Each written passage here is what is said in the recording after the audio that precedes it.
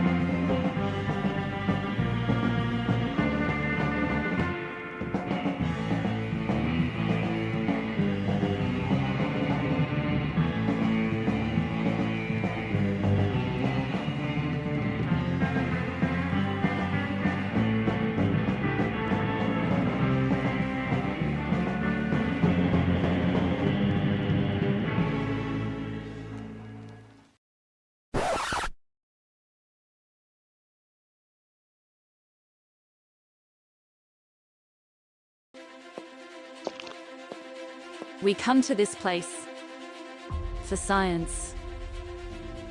We come to paleontologizing streams to laugh, to cry, to show up late and then ask what today's topic is even though it's right there in the title. Because we need that. All of us. That indescribable feeling we get when the surf rock starts. And we learn something we've never known before. Not just entertained but somehow infotained. Together. Baffling images on a tiny computer screen. Sound that I can feel. Dirter. A dirter is one of those things you get at the end of the paper towels, the cardboard thing in the middle, you go dir, dir, dir in it. Genus names I can mispronounce. Purdue. Somehow, extinction feels good in a place like this. Our common ancestors feel like the best part of us. And dinosaurs feel like they're still around. Because here, they are. Paleontologizing streams, we make fossils less dead.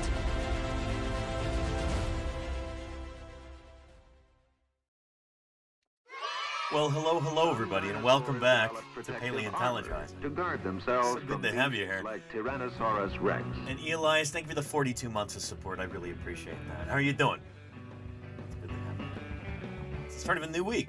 Happy Monday. It's January 26th, 2026. Normally we'd be doing like a special stream for Roy Chapman Andrews Day today, but well, we did that last year. I feel like we did that several times last year, actually. And well, there's a lot of other stuff to discuss today. Plus, we've got an exciting interview with a colleague of mine, somebody I really respect, David Levering of the Society of Vertebrate Paleontology and the Fort Hays Museum of Natural History in Fort Hays, Kansas. We'll be talking with him about the Sternberg camps in particular, but we're also going to be talking about his viewpoint about paleontology and the direction that we should be headed in as paleontologists. And it's going to be a fun discussion. I've been really looking forward to this, so I'm glad you're here, everybody. If it's anyone's very first time, let me introduce myself real quick. My name is Danny Anduza. I'm a dinosaur paleontologist. Hopefully you know already that a paleontologist is a fossil scientist. Not a scientist who has been fossilized, but a scientist who studies fossils. That can be anything from, like I always say, fossil bacteria to fossil baleen whales. From fossil ferns to fossil frogs and everything in between. Dinosaurs are just the tip of the iceberg, but dinosaurs are mostly what I work on, what I study, what I publish on in the scientific literature, and talk about here on Twitch.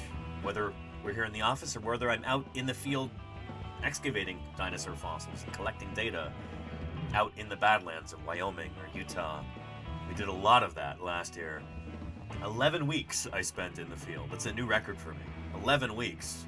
And I tried to stream nearly every day. We'll be doing a lot more of that this coming year in 2026. So I'm excited for that. And I hope you are too. Hello, Sweetie Pie. We're getting a visit from my landlords right now. Hello, Sweetie. Yeah. She was perched in front of the camera, just blocking the whole setup. An iguanodon. Based, not biased one. Hey, thank you for the follow. Welcome to Paleontologizing. What are you based in? It's good to have you here. Anyhow, what are you doing? What's going on? She's demanding rent payment again. Sweetie Pie, please, I'll get it to you soon, okay?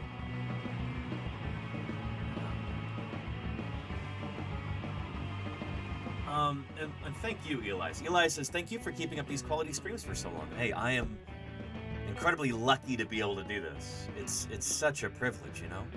So I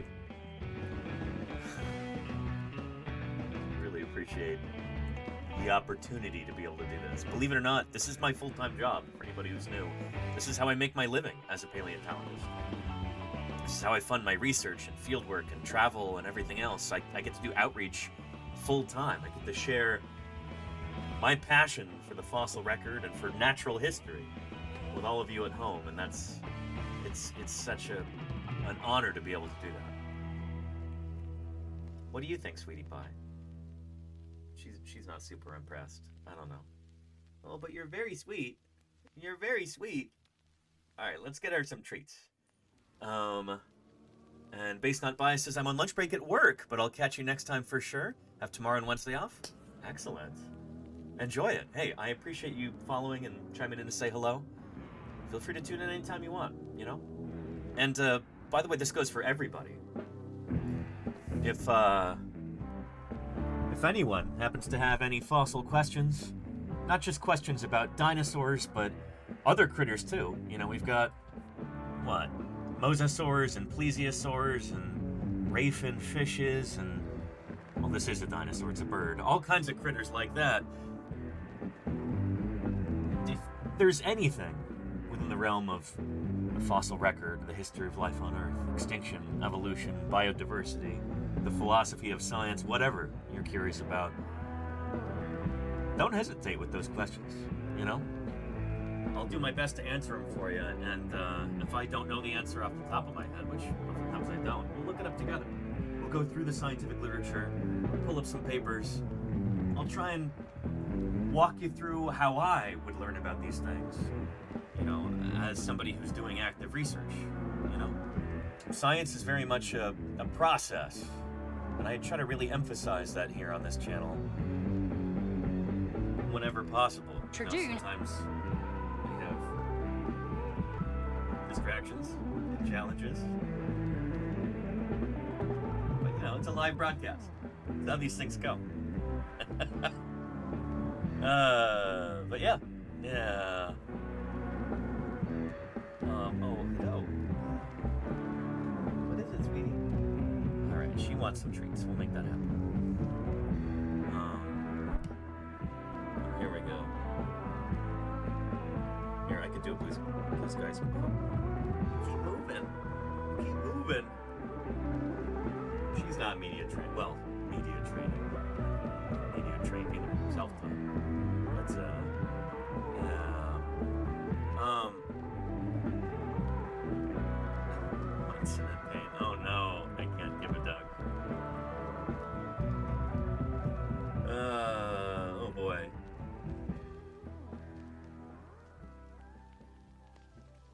Here, if I may, sweetie pie. Let's see.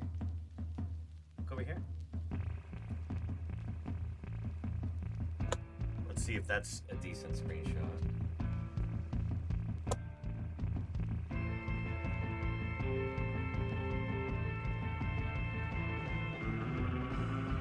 Yeah, we can make that work.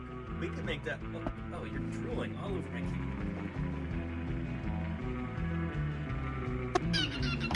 Gross. And thank you, Mike Shiny, for the 28 months of support. Hey, I really appreciate that, Mike Shiny. Thank you. Good stuff. Good stuff. Here, let's get Sweetie Pie some treats, and then I saw your question there, Chaotic Time Traveler. Let me get to that right after this. It might take some follow-up questions.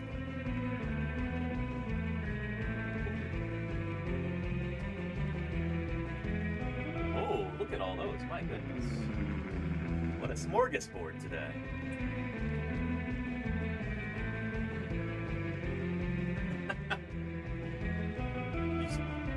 Are you going to be spreading the mess out today, Sweetie Pie? She does this thing sometimes when she's eating. Well, she'll pick up the kibbles out of her bowl individually. She'll pick them up in her mouth and set them on the ground outside the bowl and look at them and then eat them. She does this like one by one. And I don't know what compels her to do that, but, you know, it's what it is. Shark Geek, how are you doing? Hello. Lenina, Snowdenchi, Pimpcat, Elias, Eel Evan, Fall Machine, Petrodactylus. It's gonna be a fun stream. Again, I'm glad you're here. She takes it to another room entirely. It's almost like food guarding behavior or something. Yeah. And I'm doing well, Shark Geek, yeah. Been very busy this weekend trying to get things set up for upcoming streams. Gonna be doing some multi-state traveling over the next month. I'm excited about that. Still waiting to hear back. It's, setting up a collections visit. Why is it such a pain in the butt sometimes, Anyway. Yeah. Anywho, let me see Chaotic Time Traveler's question here. It's about a book, right? Book I recommended to other science communicators. Published last year. Is it one of the ones in the command?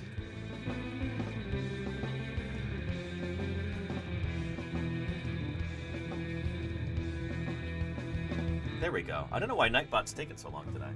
But, yeah, was it Science Under Siege? Was it that one?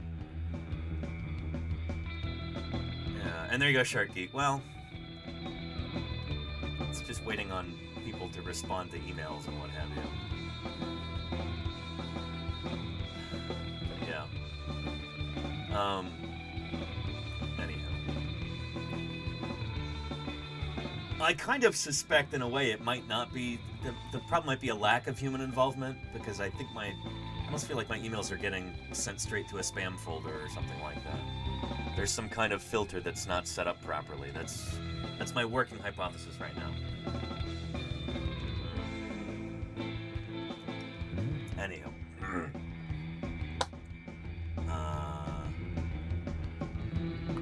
I think we can use this for our Blue Sky post. There we go. Save as. Beautiful.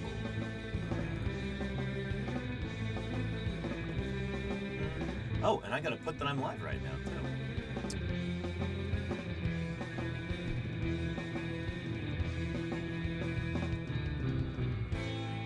Paleontologizing. And let's go for the maximum it'll let me do is 4 hours. That's just about good enough. Probably going till about 6, or maybe a little bit later today. And pull up that image there.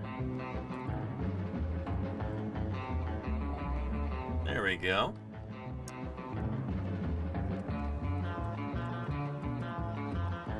We've got a special interview lined up with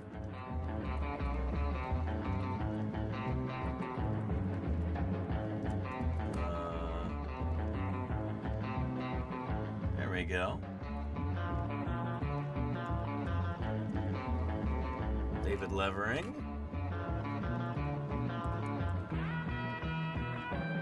on today's Twitch stream. I'm gonna do an M dash, so here. It's gonna set off my soundboard. Just ignore the noises for a second. What?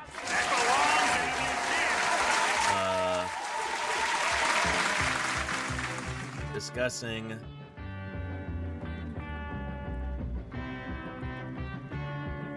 the trials and triumphs of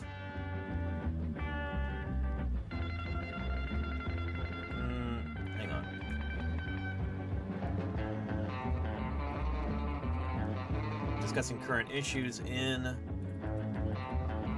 paleontology and what the future of our science might look like.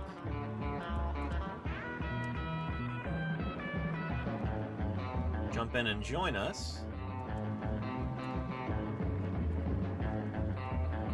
Oh, jump in and chat at twitch.tv/Paleontologizing.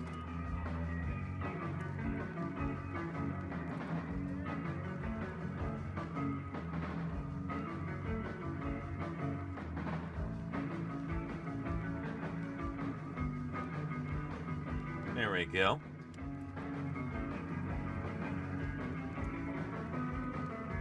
Quick screenshot of me in my office with center stage being taken up by Sweetie Pie.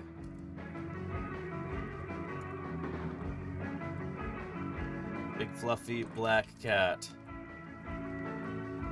The center of the screen.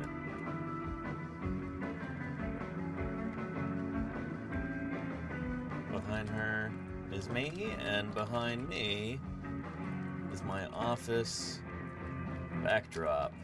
Today featuring framed prints of various Niobrara, sea creatures from the Cretaceous, including mosasaurs, Hesperornithids, plesiosaurs, etc.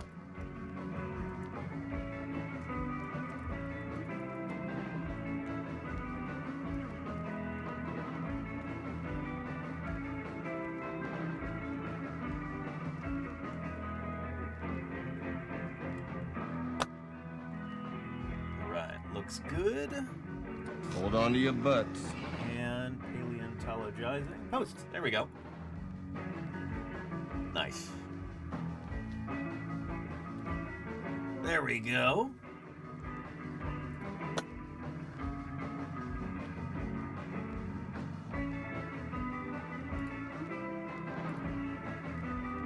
They changed the little share icon, it looks like. Anyway.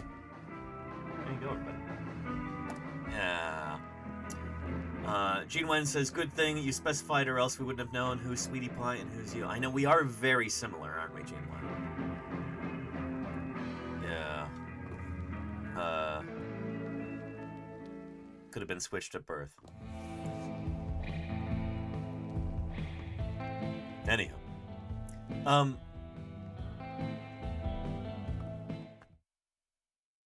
gonna put you on the spot for a second, chat.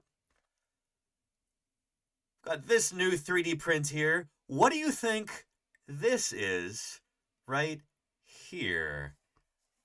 Any guesses? And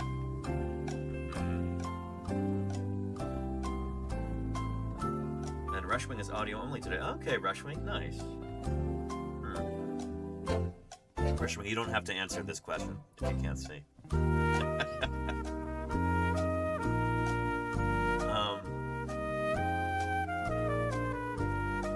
Herb skull, closer look. A skull, says Little Pink Pony. You are correct about that. It is a skull. I guess you are gonna want a closer look. Huh. Well, let's... It is along the sagittal plane. That is a clue. But what do you think this is right here? Eddie Scarin may have actually seen me type it out, or might just know this off the top of their head. But, it is indeed a giant Pleistocene beaver. This is Casteroides. Exactly, Dr. Hubbs. Yeah. This is, well, it happens to be the state fossil of Minnesota.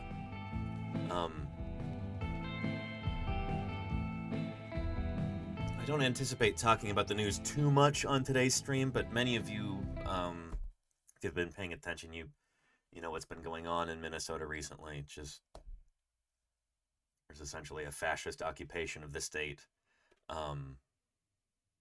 It's maddening. They killed another person. It's just, you know what's going on. Anyway, so solidarity with the people of Minnesota right now. I didn't have a Minnesota flag. I thought I had all 50 state flags, and I kind of do. But Minnesota recently changed their flag. And I didn't have the new one. So I made one myself. I'm kind of proud of this, actually, you know?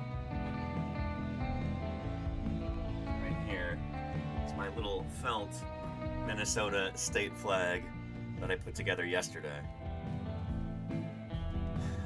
So yeah, the link, yeah, actually that'd be good, Lenina, if you wouldn't mind. Yeah, put this together. In all the world, there are fewer than 40 full-time dinosaur MJ paleontologists. Builds, 5 gift subs. Thank you for that, MJ Builds. 3 of them Really appreciate are that. leading this expedition. Good stuff, MJ Builds. Good stuff. Thank you. There's 5 lucky chatters who won't have to worry about a single ad for the next 30 days, and I appreciate that sincerely. Thank you for your support. Little Uzi Nate says, that's a really clean star cutout. Thank you. Hey, that's, I appreciate that. I, freehanded that, so I'm impressed with how it turned out, I guess. Yeah. But yeah. Minnesota's new state flag is so much better than their old one. Dr. Epp says you could have 2 of them, one old and one new. No one would know what the old one is. It's just another one of these garbage state flags where it's just like the state seal or whatever on a blue backdrop, navy blue backdrop. It looks the same as 25 other states. So kudos to them for doing a new one. It's much better. I might have a proper one showing up in the mail today or tomorrow, but for now, felt is where it's at. So yeah.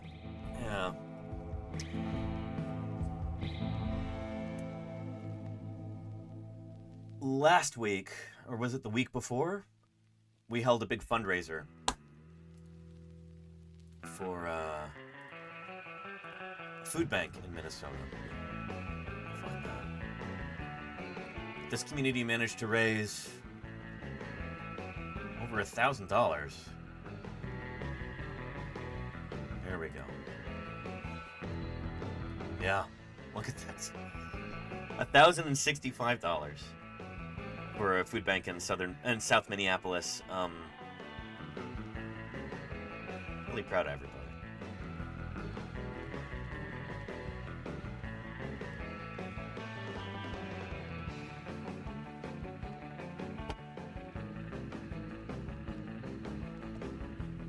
People in Minnesota are really going through it right now.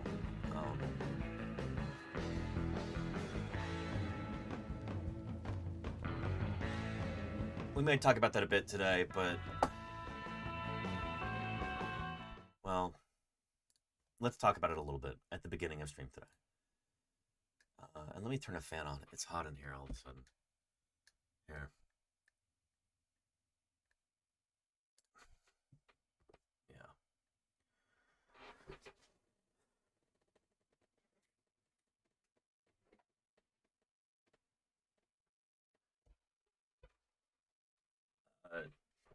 Slight correction to this. Alex Preddy apparently wasn't murdered by ICE. It was by CPB, Customs and Border Patrol. We're also basically doing the same thing right now, and there's just all of these masked goons running around the state of Minnesota and kidnapping people off the streets and shooting people, and it's just everything's happening so fast. It's so hard to keep track, but this is the guy. And I hope this isn't like weird or gauche to say, but I can really relate to this guy, and I think a lot of people can.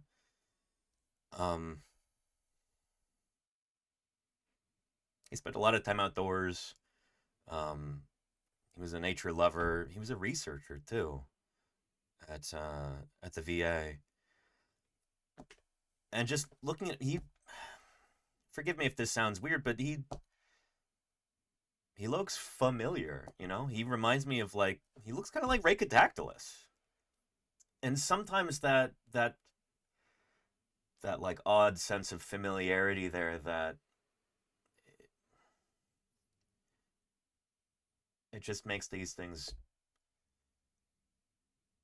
even more difficult. You know what I mean? So anyway.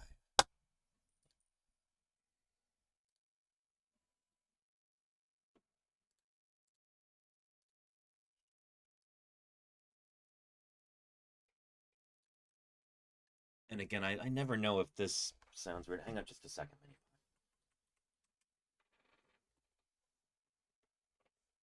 Many of us in the vertebrate paleontology community were in Minneapolis a little over a year ago in late October, early November of 2024.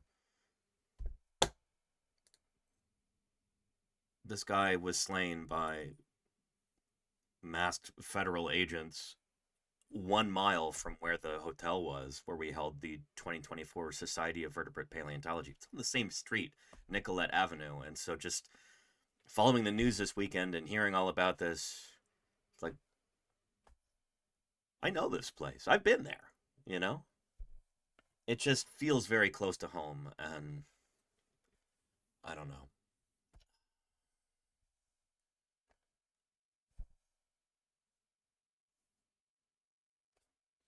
Yeah.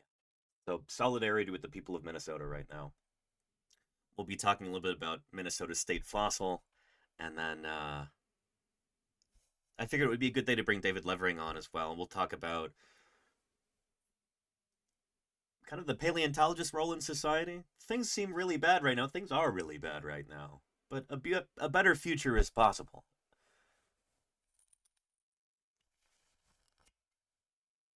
And I'm not saying that this is super pertinent or anything, but like we all have a part to play in making a better future, paleontologists included. So we're going to be talking a little bit about that. Yeah, looking forward to it. Anyway, it's good to see you, Mini Pop.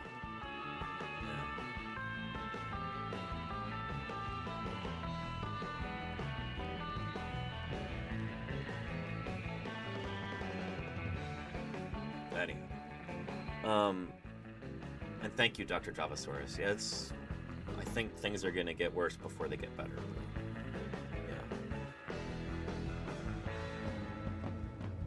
Yeah. Why is the tip of your tail all wet? It's like a paintbrush. Did you stick that in a cup? She's putting her tail in my drink again. She does that, you know? Anyway, it's good to see you again, Plague. I'm glad you're here. Yeah.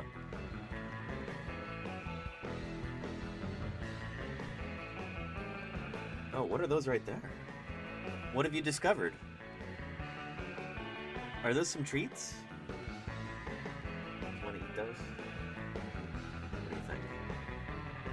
Is it up to your standards? Nice. Yeah. And MacGyver A, I appreciate that. I mean, shoot, you being from Denmark, I mean,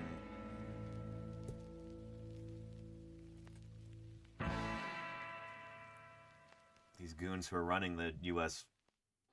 federal government right now, we're talking about going to war with your country. It's just insane. I'm sorry, too. I would ask that,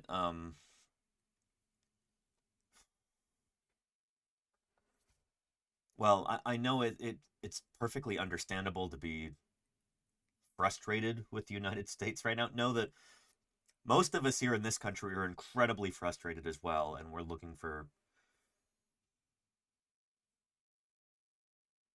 ways to get ourselves out of this mess. You know what I mean? I know it can be really tempting to paint all Americans with the same brush and say, oh, you know, you Americans are all the same or whatever, but I don't want this, you know? I appreciate any patience or understanding you can spare these tough times, you know? Yeah. Anyway, Starmy's got an update too. Small update on me following in your footsteps in terms of science outreach. That's awesome, Starmy. Holy cow. I had the first 2 of 4 total tours in the local church today with my 14-year-olds at the local high school. It went really well, to my surprise. They asked a lot of questions, and I did get the feeling the kids were interested in what I was saying. That's awesome, Starmy. You being able to share your knowledge and passion about the history of art, that's super, super cool. Well done. That's, it's important to do stuff like that, you know?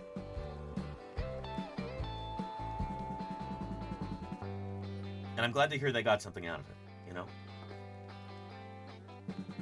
Proud of you, Starmy. That's awesome. Yeah. Anyhow, yeah. And Lenina says, as a Texan, I get that a lot. I can understand that, Lenina, yeah. Yeah. I'm tempted to make a joke, but I will refrain. Oh, Texas. Anyway. Appreciate you, Lenina, more than you know. But yeah, and there you go, Marika. It turns out it isn't true. Well, I mean, yeah, kind of. I see what you're saying, Marika. Yeah.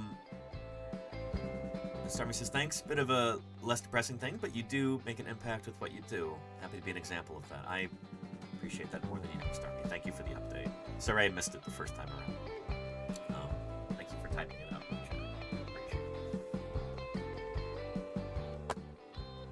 Anyway, we posted the blue sky.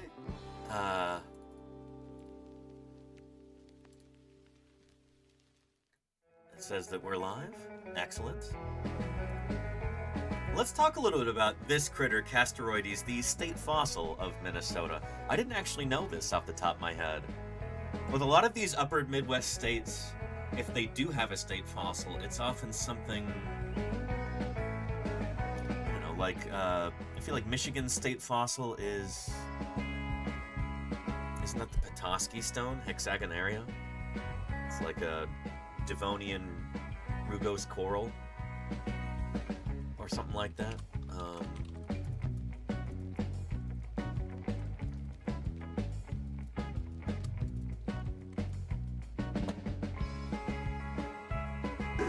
Dinosaurs are just cool.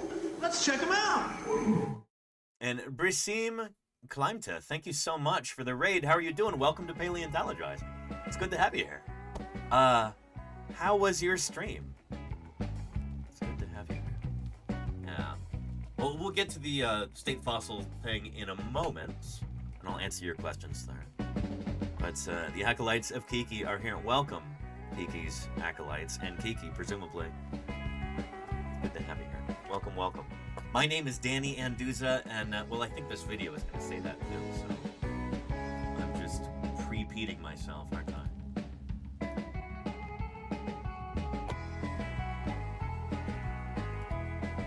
There we go.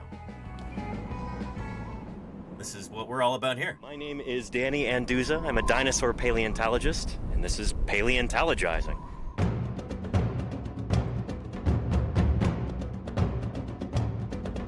I appreciate that, Sharky. Hey, you're doing the same thing, though, and I admire that, Sharky. Science isn't just test tubes and beakers and white lab coats. What we're doing out here is science, too. And Mistress Bones, thank you for the follow. Welcome, welcome. Somehow I feel like this might be right up your alley. You know, I work with a lot of bones. We'll be talking about this critter in just a few minutes. We're testing hypotheses by excavating these fossils. Join me for museum tours, interviews with other paleontologists, audience Q&A, 3D printing. In at number 8, we have the Tradoon. Tradoon. Nebraska Farmer, thank you for the 10 months of support. I really appreciate that. We might be talking a little bit about your neighboring state, Kansas, and maybe Nebraska too, during our interview today in a little bit. But Nebraska Farmer, thank you for the 10 months of support there. I really appreciate it. Good stuff. 3D printing. It's pretty big. Who thought this was a good idea? And of course, live dinosaur digs. A limb bone from a new duck-billed dinosaur. I invite you to tune in and experience the adventure of fossil science. Yeah. That's what we're all about here. And QT Zill, how are you doing? Welcome, welcome. I haven't seen that name here before. Good channel.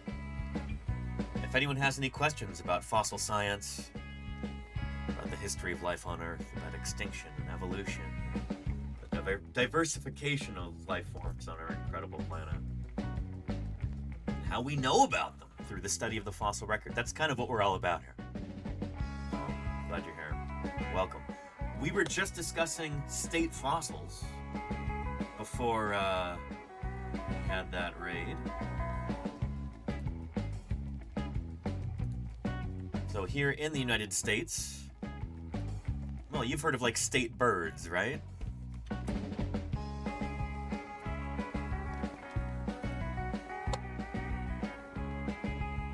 It's kind of funny in that a lot of the U.S. states actually have the same state birds.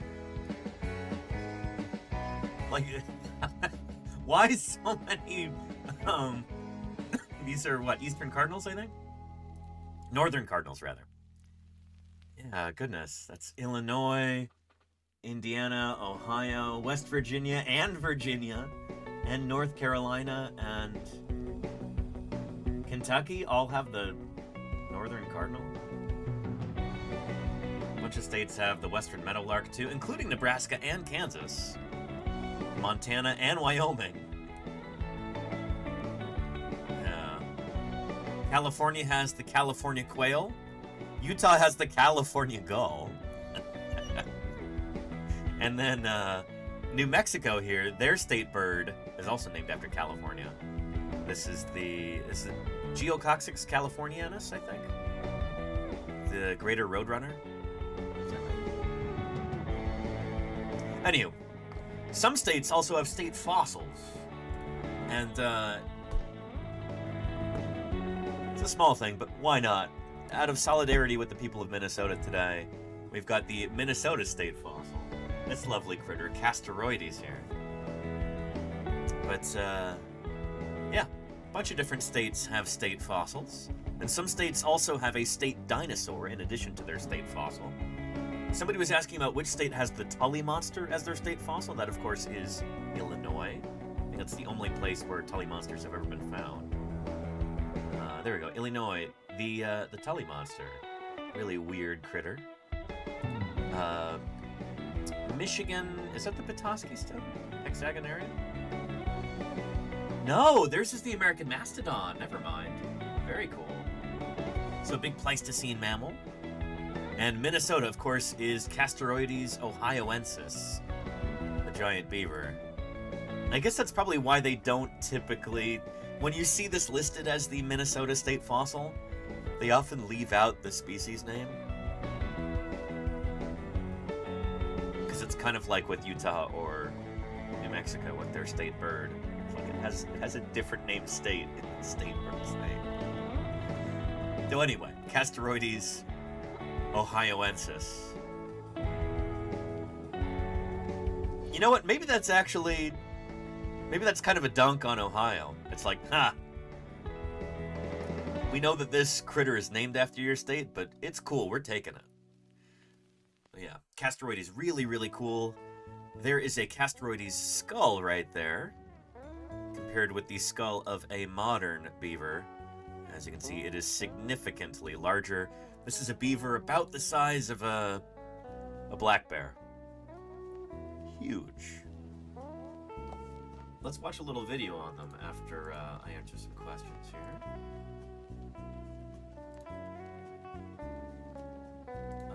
And then we'll do Metazoa after this. Here we go. That's a lot of cardinals. It is Shark Geek, yeah. Yeah. Salamander says Rhode Island has the coolest state bird. Wait, which one is that, Salamander? Rhode Island.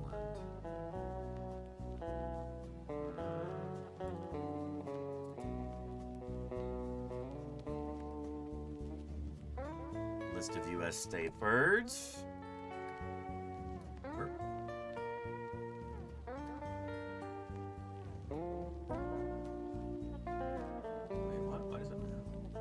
Okay, here we go. Rhode Island is the Rhode Island Red. Oh, okay. That's neat. It's appropriate. I don't know if that's the coolest one, but it is pretty cool, you know? It's certainly not the most exotic, but it's something that state can be proud of, and I think that's neat. And Golganek, thank you for gifting MacGyver. I appreciate that, Golganek. Yeah. Good stuff. Salamander says, I'll fight you. I don't want to fight over this, Salamander. There's other states that have pretty... Well, Louisiana's got a really cool one, too. The Eastern Brown Pelican. One of the largest North American birds. And thank you, Golganek, for gifting Marika. I appreciate that, Golganek. Thank you. Good stuff.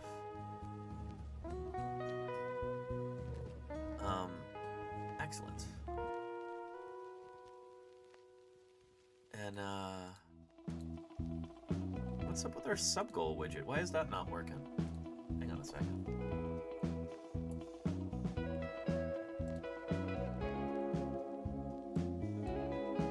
I think this might be a Twitch glitch or something. What the heck? Utah raptor is the most dangerous dinosaur around. And Nerduino, thank you for the 33 months of support. I really appreciate that, Nerduino. Thank you. Thank you. There it goes.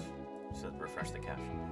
Thank you, Nerduino, for your ongoing support. 33 months is a long time. If anybody's not yet following Nerduino, there's a link right there in the chat for you. He's a fellow scientist, a former NASA scientist, a current freelance astronomer who does space science, commentary on rocket launches, and the backyard observatory. I'll tell you all about what's going on up there outside of our atmosphere. Go give him a follow. And thank you, Salamander, for the 35 months, tier 3. Appreciate that, Salamander. Good stuff. Thank you. Yeah.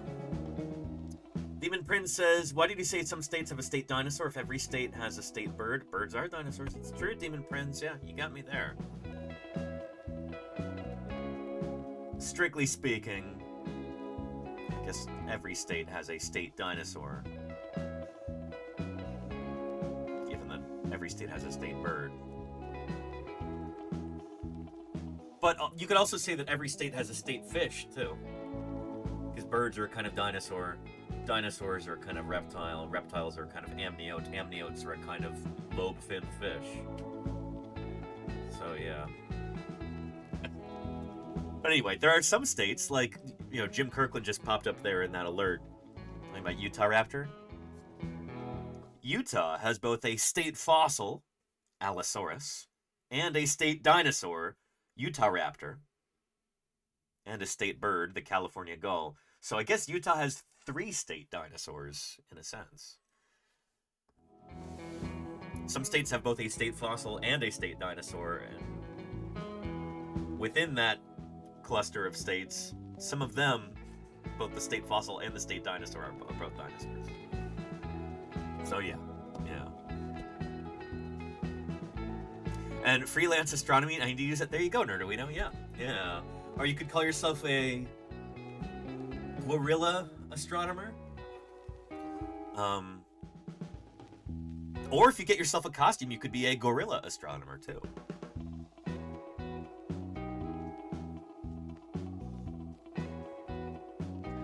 Anywho, yeah.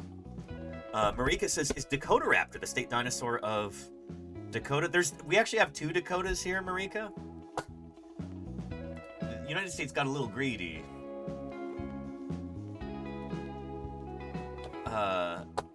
North Dakota and South Dakota.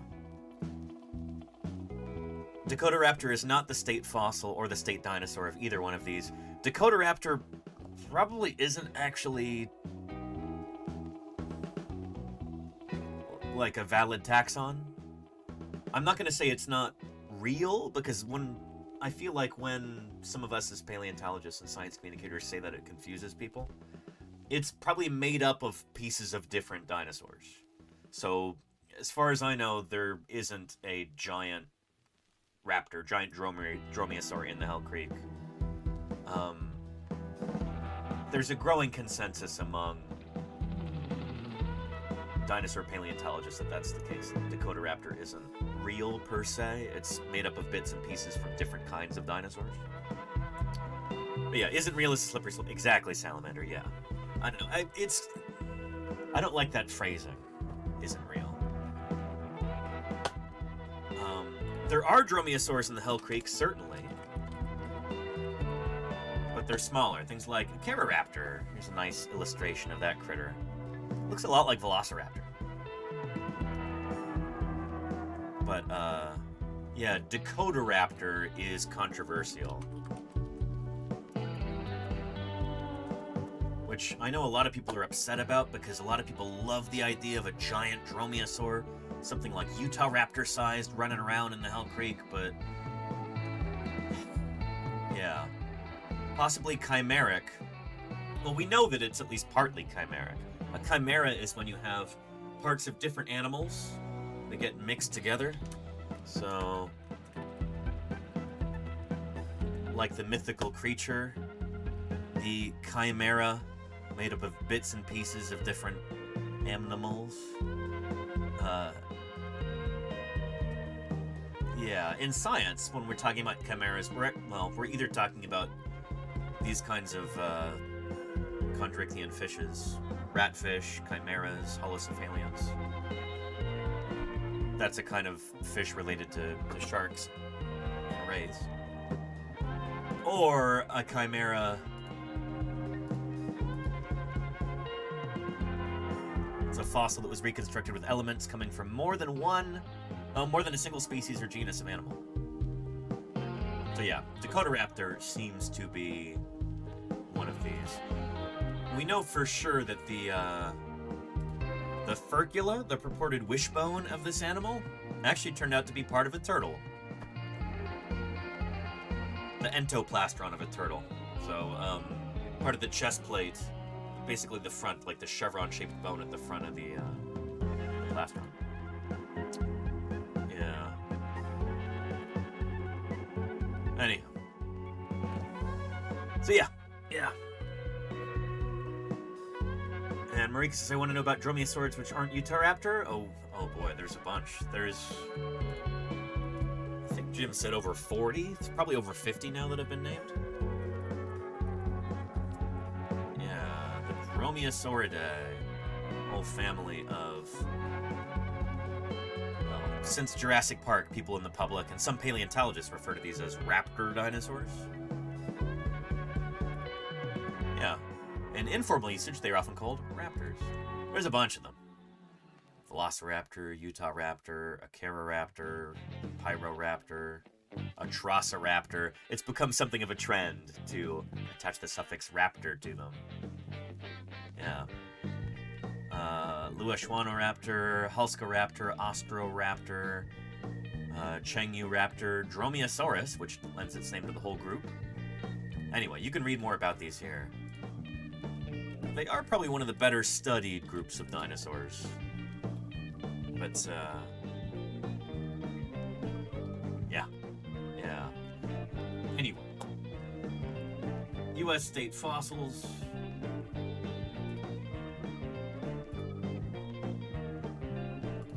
We've got a good number of them. I think there's like 30, 32, something like that. So most U.S. states have a state fossil, but not all of them.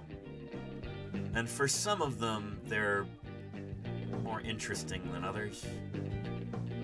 Some of them have been kind of better thought out than others, let's be honest.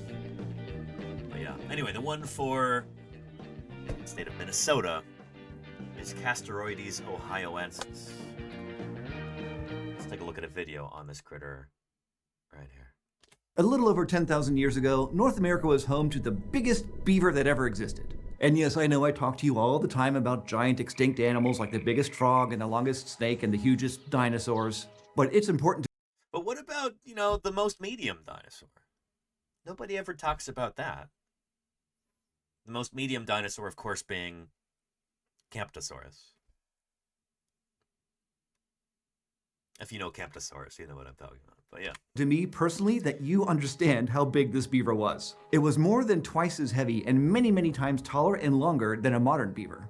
It rivaled the size of a small black bear. Its name was Castoroides, and of course it's extinct now because you would definitely know if it was still around. Yep. But in the not too distant past, this giant rodent lived as far north as Alaska and the Yukon Territory, and as far south as Florida. Yep. And ancient Pretty beavers used to widespread. be a lot more diverse. For example, not all beavers were swimmers. There were also terrestrial beavers that dug burrows and twisty tunnels. And salamander, slander, should call you sloppy slandermander. Dryosaurus is the king of the dinosaurs, salamander. Please. But yeah, called, capybara. Now, this is different from capybara. Capybara have got a very different looking skull, but welcome, Edum Muito Loco. Welcome to Paleontologizing. It's good to have you here. Yeah, Capybara are very cool animals. But they're not beavers. We'll talk about exactly why. And their skull is different, too. There is a capybara skull. And then here is a Castoroides skull. They're not extraordinarily different, but they are certainly different enough that people who work on rodents could tell you. They could explain to you all day why all the differences there. If the dinosaurs had not died, perhaps in some catastrophe, no reason to think dinosaurs wouldn't still be here, wouldn't still be dominating the Earth. And we wouldn't be here. Thank you for the follow. Welcome to Paleontologizing. It's good to have you here. Another large extinct rodent? Absolutely, Crimson. Yeah. When I got back from Puerto Rico, we talked about Ambulariza, which was the, blunt-toothed giant Hootia, I think.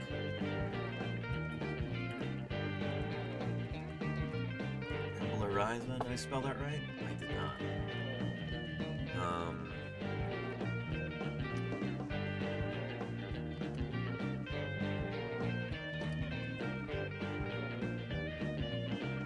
Now it works.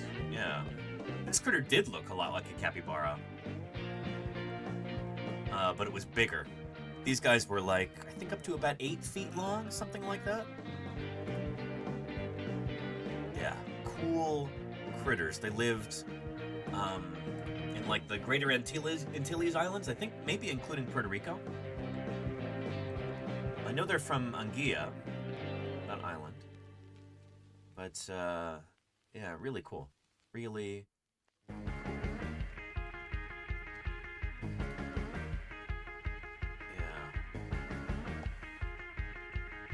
And Molly39, hey, how are you doing? Welcome to Paleontologist. Good to have you here. Here.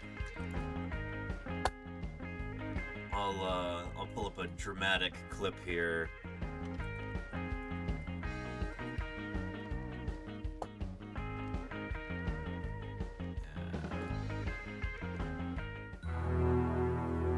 On a tiny island in the Caribbean, there once lived a rat twice the size of a man.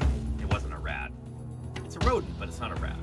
Its very existence is a nightmare and a mystery. No, it's not. It would have been a cutie. The answer is guarded by a death trap, a murky chasm that leads into the unknown depths and unmapped past of the island of giant rats. Anyhow.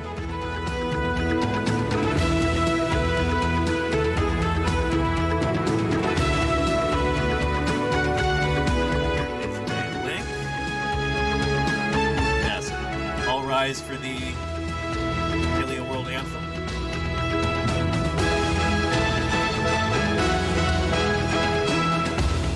Giant cuddle pet. I mean, we don't know what its temperament was, but given that it seems to have gotten so large, in part due to a lack of large predators, it's probably pretty chill. I mean, I don't know if most, but my impression is that most small critters that get super big due to insular gigantism, they're doing that in response to a lack of predators, and so they're probably, they probably wouldn't have been particularly aggressive or anything. They'd have no reason to be. So it's probably a pretty chill critter. Yeah.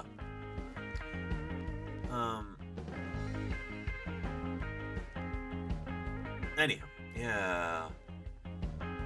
And Ms. Blue Sky says, that always fascinates me. Things getting big to prevent predation, but also get big and due to a lack of predation. Not always. Here, we'll talk about that. Le Petit Prince Encore, thank you for the 12 months of support. I really appreciate that. Thank you. Here,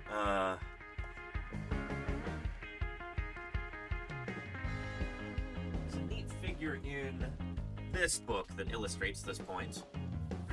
Sometimes when there's critters that show up on an island where there are no predators, say it's a new volcanic island and there's, critters that arrive there,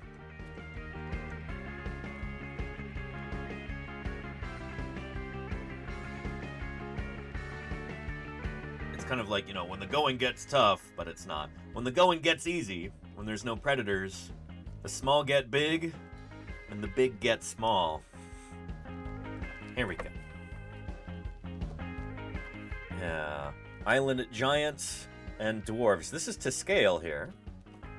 So these are miniature elephants. Dwarf elephants. Paleoloxodon falconeri on the island of Malta? One of these Mediterranean islands. Yeah, Malta. So these guys were descended from regular-sized proboscideans. But they got real small. There's probably a few different reasons for this. On a small island, A, you don't have any predators, so you don't have to be big in order to defend yourself. But also, it's a small island, there's fewer resources. It pays to be smaller on a smaller island, with less to eat, with less area to roam around, and all of that. And so lack of predation pressure and scarcity of resources kind of drove these animals to become smaller and smaller from one generation to the next, until you end up with an elephant about the size of a Great Dane, or even smaller. But then, the dormice got really big. They didn't have to be small to evade predators anymore. And so they were able to become jumbo size. So, yeah, a mouse and an elephant, almost in the same size class there. And I recognize that a dormouse is not a true mouse, but you know what I mean. Yeah. But yeah, good stuff. Miniature elephant, absolutely Cowardly Brave. Yeah, yeah. They're in the latest episode of Prehistoric Planet as well. If you want to check that out. But here, we can talk about insular dwarfism for a second. It is a fascinating concept.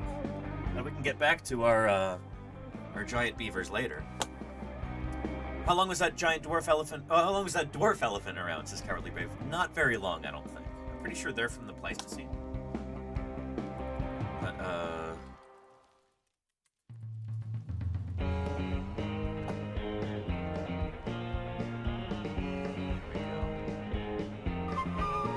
Here's some objects, gorgeous gargantuans and authentic.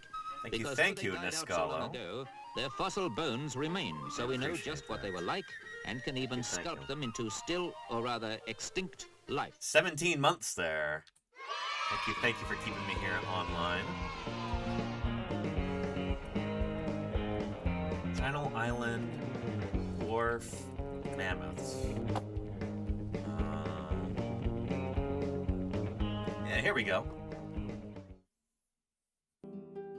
About 30,000 years ago, right here where you are standing, huge Columbian mammoths roamed. In Southern California. They were as tall as 14 feet high and weighed up to 20,000 pounds. So yeah, Columbian mammoths they're almost as big as mammals get on land. I guess imperial mammoths got larger, but Columbian mammoths, if you've ever stood next to a skeleton, like I did at, did this live on stream at La Brea a couple years back, they are impressive creatures. Like, they are big. They're big. But, under certain circumstances, they got small. This low, flat coastal plain was clothed in parkland vegetation, a rich mosaic of grasses, herbaceous plants, shrubs, and trees. Larger than metric. About a yard, though. It's shorter than a meter. Mammoths of this size needed lots of food and water, spending most of every day ranging far distances to fuel their great... Hang on, is an imperial ton more than a metric ton? I think a metric ton is more. An imperial ton is 2,000 pounds. A metric ton is 1,000 kilos. Isn't that about 2,200 pounds? I think so. Here I am going, well, actually, to Rhacodactylus' joke there. Bulk. They relied on their exceptional sense of smell to find food. And fun fact about mammoths, they had to eat grass all the time and had to poop constantly. I mean, that's true, Le Petit Prince. Yeah, they were just talking about food that here. And water, spending most of every day ranging far distances to fuel their great bulk. They relied on their exceptional sense of smell to find food. Okay. Here on the coastal plain, the mammoths could catch only occasional whiffs of vegetation, since it was already heavily grazed by themselves and by other animals. However, turning toward the ocean, the hungry mammoths could smell something quite different. Here, the consistent onshore winds carried the aroma of abundant grasses and shrubs from the huge mountainous island of Santa Rosa.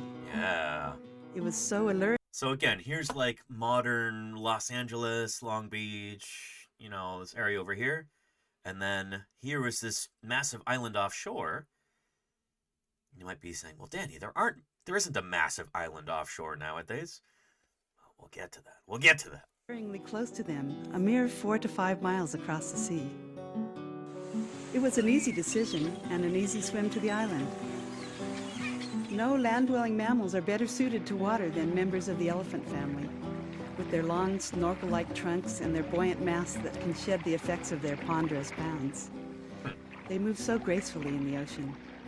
Once on the island, the population of mammoths increased in numbers, and eventually the food supply became scarce there too. And over time, the thick glaciers and ice sheets that covered Canada and northern Asia began to melt. The level of the sea gradually rose, stranding the mammoths and flooding the lowlands of the island. Ms. Blue Sky says the elephants were too heavy. They sank the islands. Not quite. Sea levels rose, but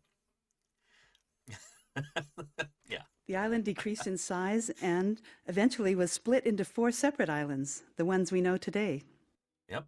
The Channel With Islands. this decrease in island size, the food supply was ever more limited, especially in times of seasonal shortage. The smaller mammoths that could survive with less food were at an advantage. Yep. The absence of predators on the islands also contributed to the downsizing, since large size was no longer needed for predator avoidance and defense.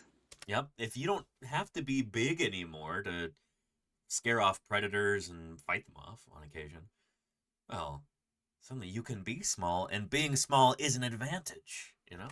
Thus, natural selection favored smaller mammoths. Oh, Dr. Hub says, I'm repeating what I wrote last time you showed this video. I was a ranger at Channel Islands National Park 40 years ago. Can we get a salute for Dr. Hubs there?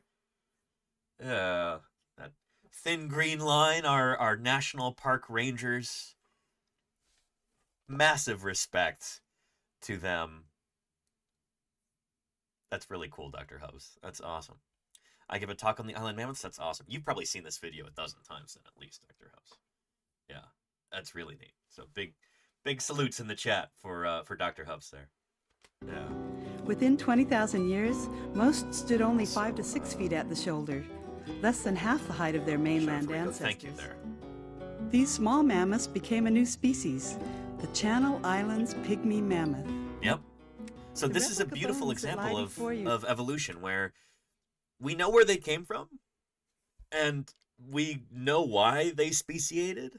They became genetically isolated on these islands, which shrank, and then they in turn shrank. It's such a cool story, you know? Channel Islands pygmy mammoth. Oh, and I'm the only person who's shown you this video. Oh, interesting, Dr. Hubs. Okay. The replica bones that lie before you are the remains of one of these pygmy mammoths. It roamed the islands, feeding on prehistoric grasses, sharing the space with flightless geese and tiny island foxes. Nice. Then, about 12,800 years ago, along the northern coast of what we now call Santa Rosa Island, this 50-year-old arthritic male came to the end of his journey. Oh, all right. He lay down on his left side and died. The island winds quickly buried his body with sand, his skin still intact. The demise of... And Kenneth Yates says flightless geese? Oh, yeah. Yeah. That's something that happens a lot on islands is, especially with larger birds, they will become flightless over time because flight is a very energetically expensive activity. As a bird, if you can get away without flying, like if you can make a decent living without having to fly, that's a huge win, you know? Because all of that energy that you'd use for flight, you can instead use for bulking up or growing special feathers or doing whatever, you know?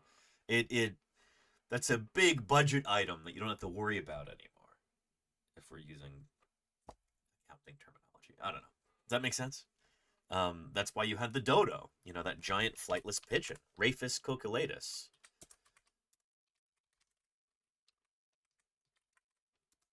Look at all those chickens. And thank you, Manicorn Horn, for the follow. Welcome to Paleontologizing. Yeah, these critters, they were very successful. Dodos were around for like, what, 6 million years, 8 million years, something like that? They're one of the biggest critters on the island of Mauritius. They were doing great.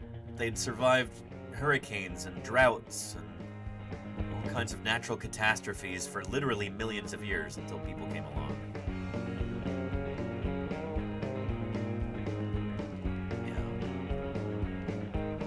Many, many islands with all kinds of wonderful flightless birds, and oftentimes people show up,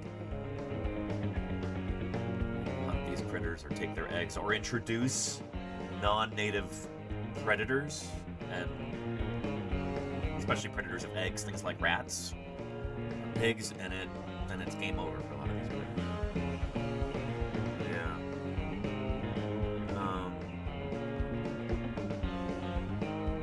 But yeah. And Ms. Blue Sky says, I don't think birds like flying. They seem to stop doing it every chance they get. Well, that's the thing, is that we say like flying, we're anthropomorphizing these critters. The way that evolution works is when you have conditions that change, then there are new selective pressures put on organisms.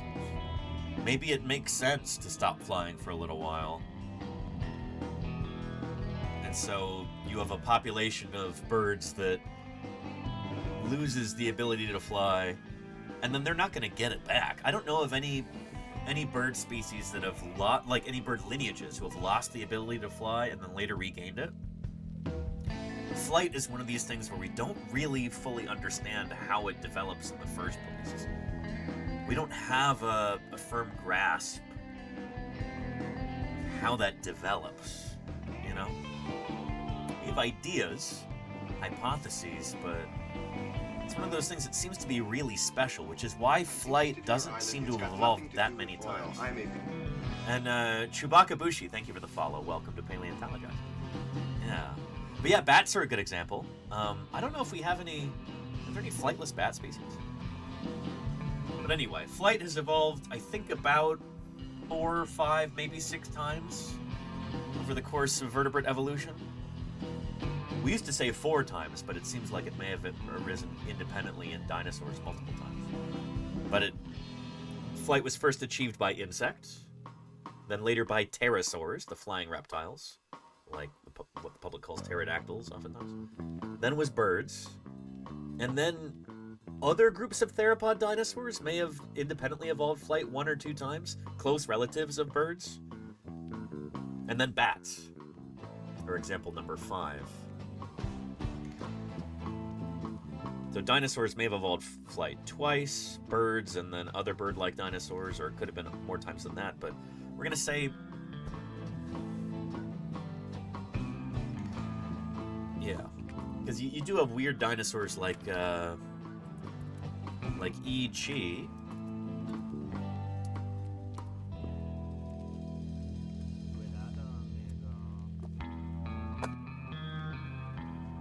Yeah, this critter,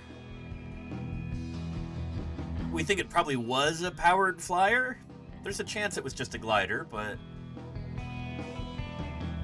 there are some indications that it actually had powered flight. And there may have been some other dinosaur groups that did this too. So anyway, this is different from birds. It has membranous wings rather than a wing membrane made of feathers, you know? Instead, it's got skin across those wings. Incredibly weird and cool. Just one of those like all-time awesome animals. Just kind of astonishing, you know? Ichi. And hang on. Here's a non-flying mammal, but it is a rodent, like the critter we were just talking about. MJ Builds, thank you for the 5 gift subs there. Really appreciate that. Good stuff. washing away the gifts, washing away the ads for 5 lucky mammals there, MJ Bills. Thank you, thank you. I really appreciate it.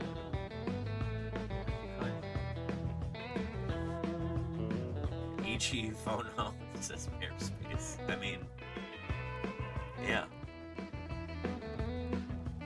A rodent that knows good hygiene, no less. Yeah, that's a kind of rodent from South America called a pacarana.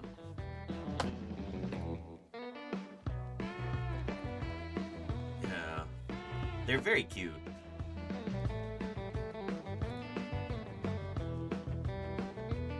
But they really like washing. They're big into that. Yeah.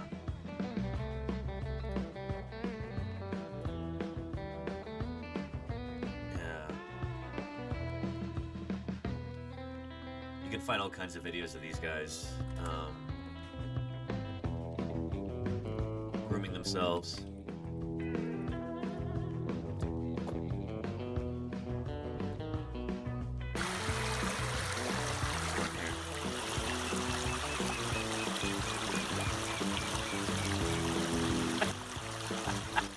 Cool is that? Oh man. Yeah. And yet these are still around, Kenneth. Yeah, absolutely. I'm sure their numbers have declined, like most critters on our planet.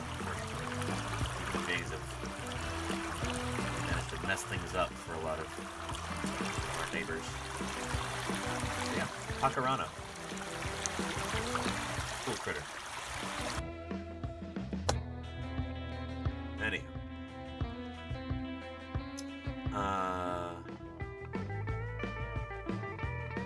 There's an inverse Cope's rule for determinants of evolutionary trajectories towards smaller body size. Interesting, Ranko.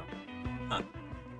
Yeah, Cope's rule is one of these things where we as paleontologists are still kind of unsure how seriously to take it. It's one of these things where, well, it's true except when it's not, you know? I guess that's why it's Cope's rule and not Cope's law. But it is the idea that, like, in general, all things being equal, critters, like a lineage of animals, does tend to get larger over time. Like, body sizes of... the average body size seems to increase over time, but this might just be something that happens as you get more and more members of a lineage. Like, as critters diversify, like, of course average body size is going to go up. Because you're not going to get very many species that are much, much smaller, usually. Like, there's kind of nowhere to go but up, in a sense. But, anyway. It's one of these things that...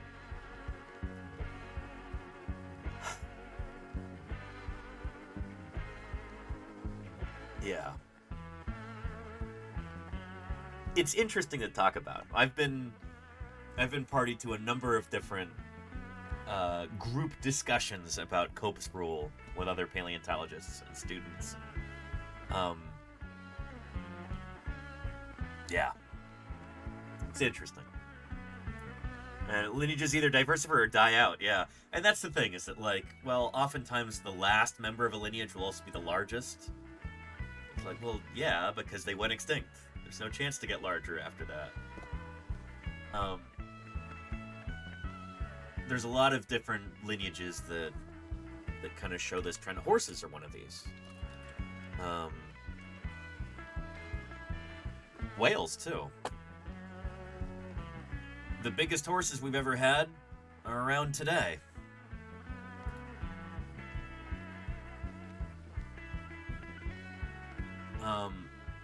When we don't have this kind of thing happening, it's often a result of, like, the Pleistocene megafaunal extinctions.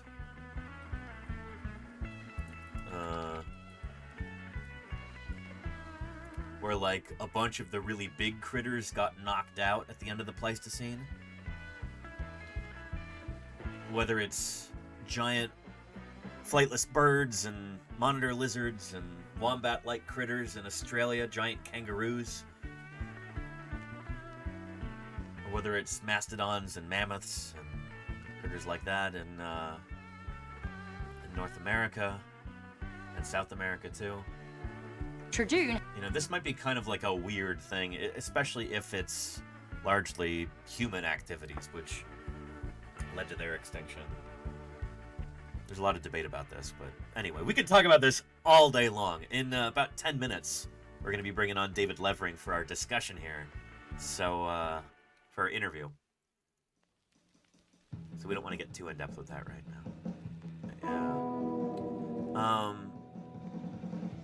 And Spasmobot says the biggest horses we have are around today, so why are people breeding them to be tiny horses? Well, I mean, people do all kinds of things with selective breeding. It's an interesting question, Spasmobot. It's like with dog breeds, you know? People have bred dogs to be big, things like Great Danes, and also very small, like Chihuahuas.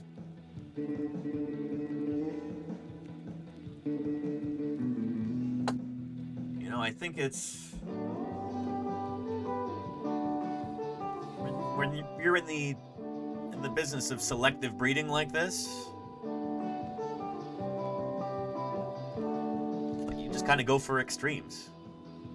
The biggest horses around today have also been selectively bred to be extra large. Things like Clydesdales, draft horses. You know, they weren't like that in nature. So the biggest horses that have ever lived are weird special breeds that we have come up with as human beings. But yeah. So yeah. I don't know. People have bred horses to be small and to be big. Same with dogs. Yeah. Anyway, Metazoo speedrun? No, I think we missed our chance there, Linny, because I also have to go run to the bathroom before we bring David on. But let me see if,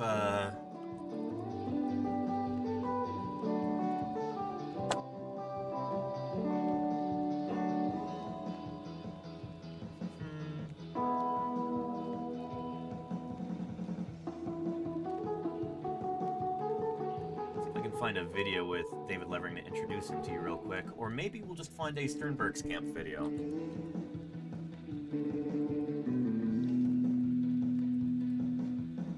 I can leave you with that for just a second.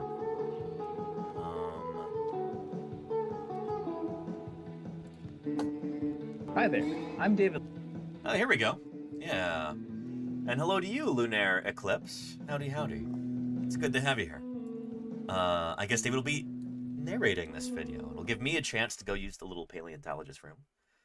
So I will leave you with him for just a minute. And this will be kind of explaining what the Sternberg camps are about. So David wanted me to help promote this today, and I'm happy to. This is a really, really cool program. But we're going to be talking all about... Well, we're going to get philosophical today. Talking about fossil science, the history and future of paleontology, current issues that face our science, all of this stuff, but we will be talking about the Sternberg camps too. Here. David Levering, director of the Sternberg Science Camps, and I love natural history. Even more, I love helping others explore natural history. I'll be right back. Join me in this New Way to Museum series for a look at how our students get hands-on with science and discovery. Welcome to Western Kansas and the Cretaceous Interior Seaway. Now a sea of grass, this prairie used to be the bottom of a thriving marine ecosystem teeming with life.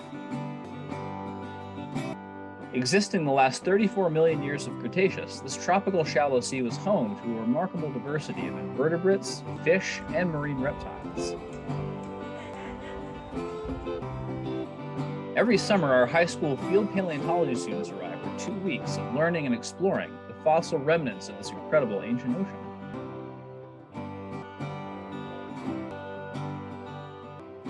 We start with essentials, like navigation, when we arrive at a site, getting students practicing map and compass skills to locate landmarks.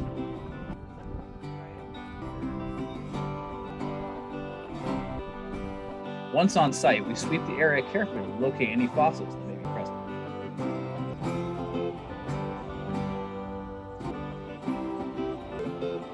Fossils on the surface aren't always easy to see. A large area can take a full day for us to properly check and document. Sun protection is super important while we're out here. So is drinking plenty of water.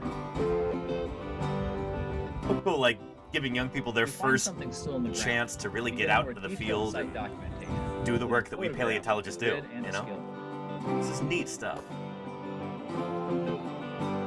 Next, we walk students through doing a surface cleaning of the site. We remove surface debris and bag up any loose fossil material that we find there. So this is... Shoot, the field camps that I've helped run are a lot like this, but we usually don't have high schoolers joining us. Again, this can be like an absolutely formative experience for younger people, and if anybody knows someone who would be interested in a project like this, in a program like this, send them the link. We've got that special command today, exclamation mark Sternberg, can take you to the website there. In fact, let's, it is right here, the Sternberg Museum Science Camps. Really cool stuff.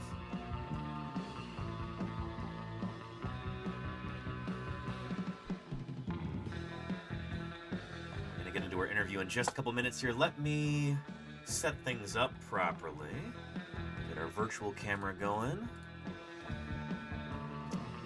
And let's see here.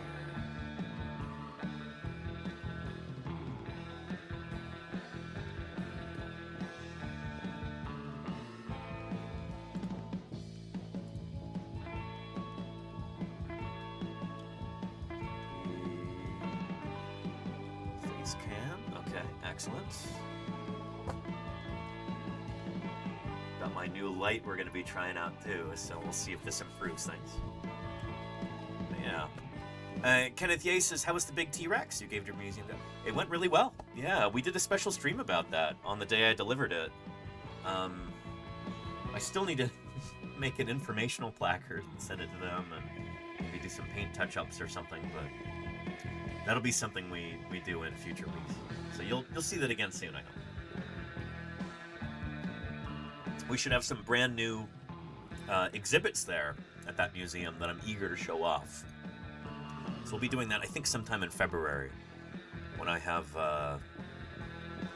when I pay for mobile data, so we can walk around with the camera and run it off the cellular network.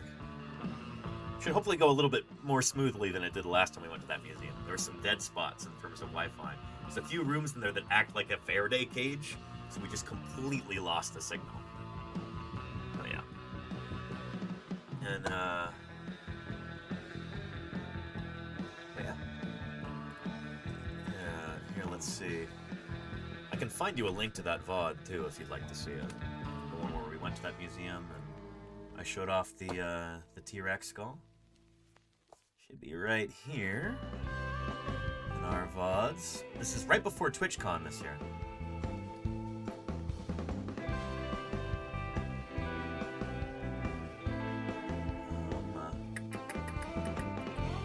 Let's see. There we go. There's the T-Rex skull there. It is now finished and mounted. Here it is. It was quite the puzzle trying to figure out how to fit this into a 2008 Toyota Prius.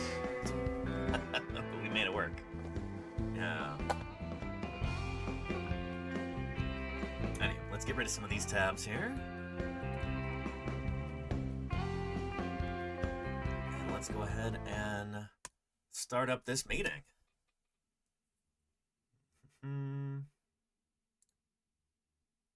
There we go. Turn on this light. Let's, whoop. Wrong one. There we go. I think that'll work. And start. Okay.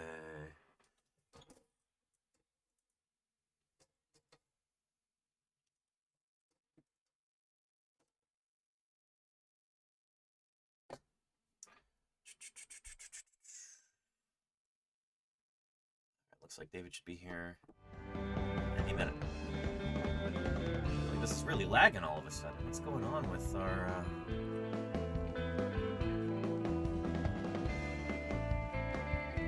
Weird. Doesn't normally do this with Zoom. There we go. Can you see and hear me, David? And how you doing, Danny? I'm doing well. Here, let me get you on the screen for everybody else so they can see you. Hang on just a moment. All right, what are we doing here?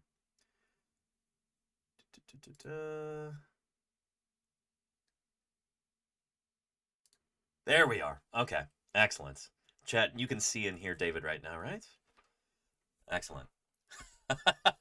Everybody, this is David Leverett. David, do you want to introduce yourself real quick?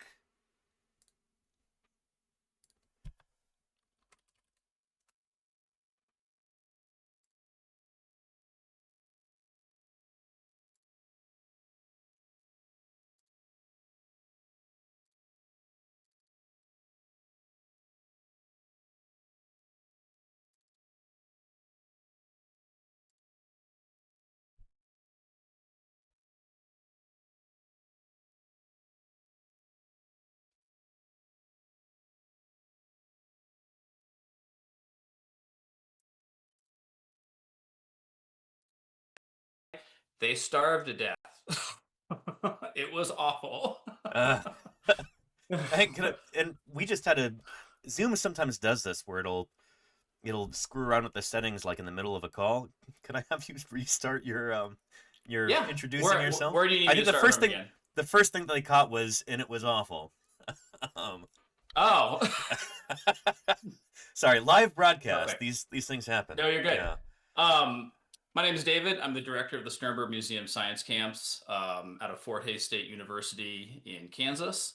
The Sternberg Museum of Natural History is part of that university. My academic background, I have an undergraduate and a bachelor's of science from University of Oregon in geosciences. My undergrad research was on locomotor biomechanics of terrestrial mammals. So basically looking at like the mechanical physics of running and how that changed over time. Yeah, I can get into that if people are interested, but like basically different length of limb bones make you better at walking or running or other things. And this is mostly then my mammals, master's, right? all terrestrial mammals. Yeah, I mean, like I know enough to be dangerous with other things, but I couldn't talk about it at length. Like if you asked me about whale spines, I would have like I could create an opinion, but I don't know the literature. We don't do a lot of running anyway, so yeah. No, they don't. Not anymore. So, and then my master's work was on the ecology of the end Cretaceous extinction. So, kind of like evolution ecology, selectivity. Why did things die? Why did some things survive? Particularly looking at multituberculates, but like the big picture is all the food went away, and the things that were most susceptible to getting wiped out were probably they need a lot of resources. So yeah, everything starved to death. And it was very bad. So one of my soapboxes in paleo of the many I have is that as much as we look to these mass extinctions, it's like that must have been bad.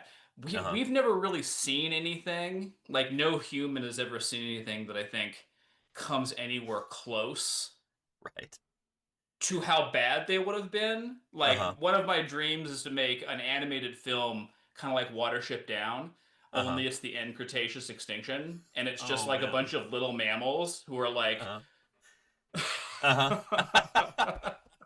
I love that idea. Shoot. That sounds basically an animated horror movie. Yeah. Right? Yeah. Oh man. Well, that's really cool and great way to introduce you as well. I often try to we work really hard to humanize researchers, scientists on here, and I'm not going to have to work too hard at that with you because you're very personable and I don't know. You're starting off with fun stuff like this, so I appreciate that. You're making my job easy. So fun. Yeah. Yeah, well, we should maybe go into a little bit more in your background. Where are you from originally, and how did you get into paleo in the first place? What's your origin story within paleontology? Sure. So I'm from the West Coast. So I was born in the Bay Area. I didn't know that. Oh, where at? Centuries ago.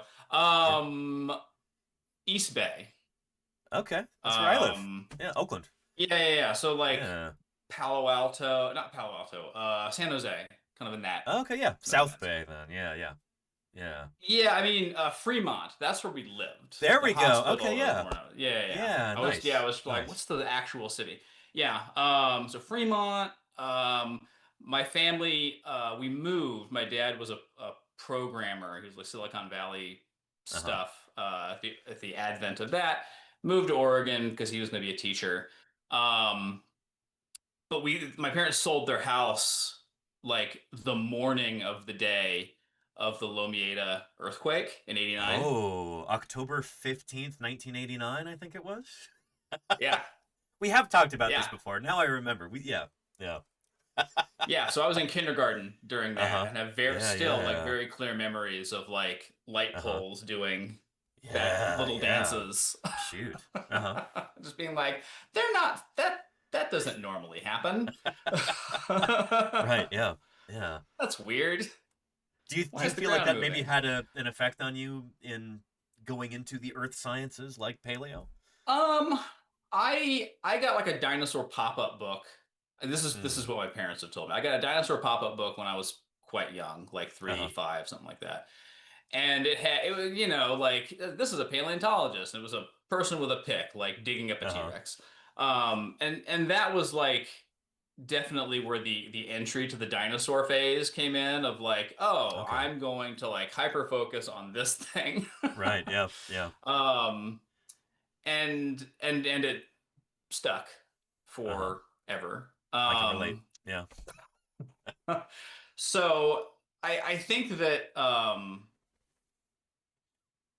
having access to museums, having a family that's very supportive of like education and science and stuff like that. My grandparents on both sides of the family were in their ways really supportive, and that definitely helped a lot. One of my grandfathers used to send me like VHS tapes because I'm a million years old. VHS tapes of like nature documentaries that he would record on like PBS, and he would just put the VHS tape and record the whole thing. And like a few times a year, I would get like a VHS tape of some nature documentary. And by the time I was in high school, I had like a library of these things. Like it was a whole shelf of just all these recorded programs. And then on the other side of the family, like those were the grandparents that lived in the Bay Area still, and so I would go and visit them, and they would take me to museums, and it was just a lot of encouragement in different ways, which I think played a really big part. Nice. And I'm sure we'll be getting into that today about how do we retain people in the sciences, how do we make it so that people can stay in paleontology and all of this. But before we get into that, opinions on that. Absolutely, yeah. Just for some context, everybody, at SVP in 2024 in Minneapolis, David and I, we must have talked for like 2 hours, maybe even close to 3 hours, something like that. Yeah, I think I like caught you in a hallway and then just monopolized half of your evening or something. It was excellent though. Like, yeah, I'm like, this is a guy I need to bring on an interview, and I've been waiting to do this for years. So now it's wonderful to finally have you here, and I really appreciate you taking the time. Yeah, absolutely. Since we're gonna have viewers trickling in and out during this, I want to make sure that we bring up the Sternberg camps multiple times. So maybe we'll start with that and we'll return to it again after we get to some other topics. But what are the Sternberg camps, and what do you want people to know about them who are watching right now? Yeah, so I mean, I'll give a little bit of backstory on them. Not the whole thing. If people ask in the chat, let me know. I can happily go longer. Excuse me. So I attended various like summer science camps and fossil digs and stuff like that when I was growing up, all the way through, and then I worked at them through college. Nice. And I went to the OMSI camps in Oregon and then worked for them along with some other folks who were like now a bunch of paleontologists and outdoor educators and stuff. And then I worked for Johns Hopkins CTY, which is a residential summer camp program that bases itself out of universities all over the country. I think they're international, or at least they were. I'm not sure if they still are. And one of the things that I noticed is that like the outdoor school stuff is amazing and really engaging learning. And the college campus stuff had its benefits as well. It was arguably a bit more accessible because you weren't asking kids to like go on hikes all the time, and it was a bit more like we're going to do this really high level academic stuff for 2 to 3 weeks. And so I started the Sternberg camps in 2013 with a series of crowd funds did 3 over the course of 3 years to buy a first set of gear. So this and is the your purpose brainchild. of them. You started these in the first So place. Very cool. yeah, right out of grad school. So I started at the Sternberg in 2013. And the purpose behind them is, and again, things that I can soapbox on for a long time, as you're personally aware. There's a level of like professional seriousness that while I love dig programs, and I've been to plenty of them, it just felt like there wasn't the same level of let's take this seriously and give you some hands-on experience with the job. Because field work at best is like a month and a half of the year, and you're kind of an exceptional situation to this. Yeah. 11 weeks in the field last year, but that's not okay typical. So most of the people that I know are, they might be out there for 2 or 3 weeks over the course of a year. Yeah, it's often a funding limiting factor, but and so providing some opportunities for younger people who are interested in doing this stuff as a career and introducing them not only to how to do field work properly at an intro level, intro intermediate level, but also being able to talk to them about kind of how this stuff works and some of the realities of it that they're not going to, at least at the time. There's a lot more social media personalities like yourself and others who share this information that wasn't around 12 years ago, frankly. Of course, yeah. About how the profession works. And like the skeleton crew in that group, they have a lot of really frank conversations about how the profession works as well from kind of a different angle. And so that's great, but we have the kids come and do field work, and then we answer like career questions and all this other kind of stuff. There's a lot of hidden curriculum in sciences, in paleo especially. Yep. Being like, they're not going to tell you this in a dinosaur dig program you do or a TV show, because it's kind of not very sexy, but it's also really necessary. Like, trying to think of a good pointed example of this. Like, you need to know how to write. You just have to. It's not negotiable. You need to know your writing skills need to be at least good. They don't have to be like top 1% of the planet, but they need to be good. worthy or anything, but yeah. Right. and that's like not exciting, but it's also super necessary. And being able to, like, the students when they apply have to write a cover letter. They have to get a rec letter from somebody that has like 20 plus hours of supervisory experience working with them. All this stuff that they're gonna have to start doing eventually anyway if they stick with this, and we use this as part of the application process. So yeah, the camps are basically pre-college professional development disguised as summer camp. Right. Yeah. That's really cool. I mean, we've talked a lot about soft skills and yeah. Before we get to that, we did have a couple of questions in the chat. Mayor of Space wants to know: are the Sternberg camps named after the same Sternberg who is the namesake for Pteranodon sternbergi? And let me. So there's one George and Charles. Yeah. And I think Charles, I'm pretty sure that it's alphabetical. So Charles is the older one. That's I think this guy here, Charles Hazelius Sternberg. So I've got his picture on the wall for today's stream. Yeah. I think that technically, like, he might be the namesake for the museum. We have another guy on staff, Ian Trevethan, who knows this much better than I do. But yes, it's the same family of Sternbergs. George kind of and Charles and his other sons. Kind of a dynasty of famous fossil collectors in the U.S. and in Canada. Yep. Canadians especially speak about the Sternbergs in hushed tones. Like, it's, yeah. Revered might be a good word. Yes. Yeah. Yeah. So yeah, it's the same that you folks have, I'm sure, heard of. Yeah. Yeah. But yeah, and Petrodactylus says in the chat, I might have been one of those folks who wanted to go into paleontology for years before pivoting to a different career path. Still love paleontology, and it still inspires my career in its own way. And that's true for so many people. I mean, we really do have a retention problem in paleontology.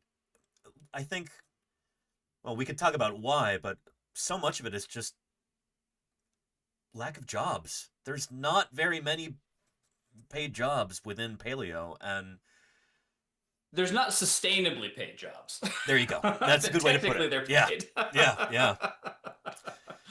Yeah. Lots of a lot of ephemeral stuff, you know? Yeah. Right.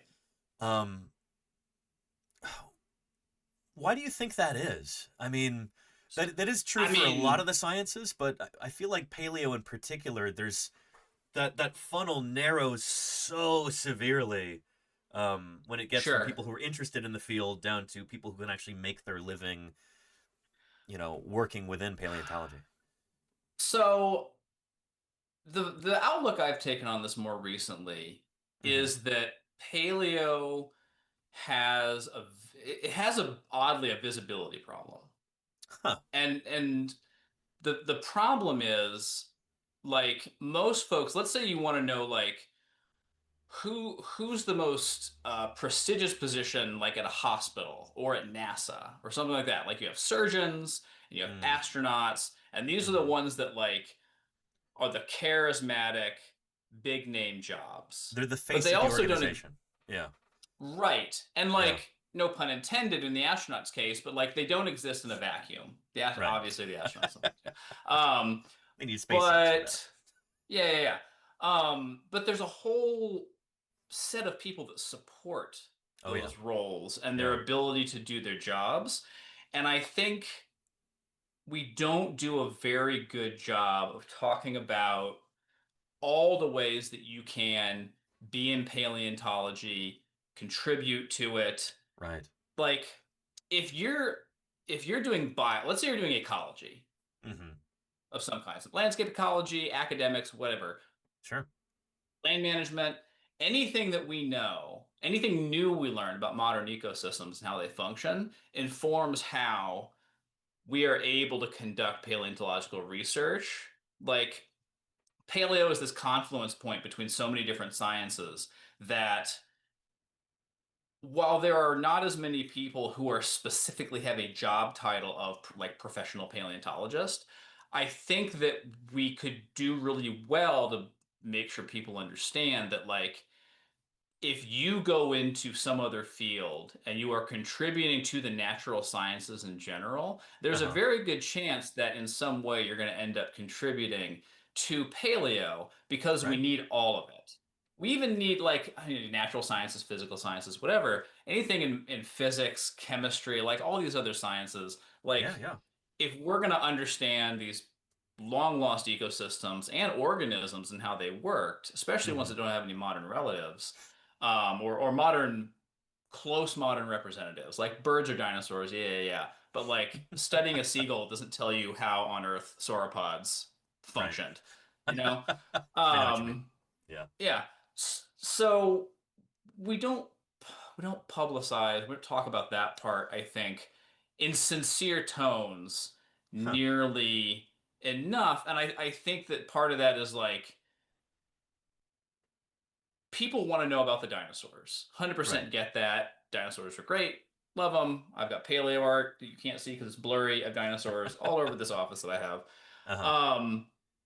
But, like, when I was doing my end Cretaceous extinction research, I didn't need more information about, like, this, I don't know, Triceratops. What I needed was insect sites.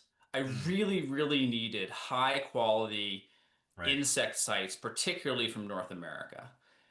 And we don't have them. And so, and we need more information about like the ecology of insects today and like being able to compare that to past data sets and all this other stuff.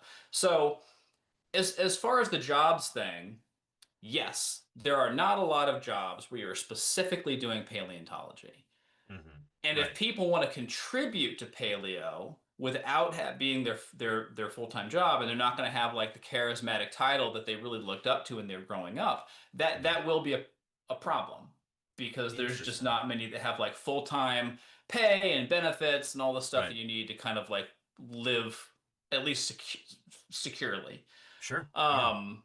But like this is kind of the tack that I've taken, where like I don't do research. I've found that it just doesn't get me out of bed the same way that the rest of my job does, and so I've just kind of decided not to care about it as something that I do.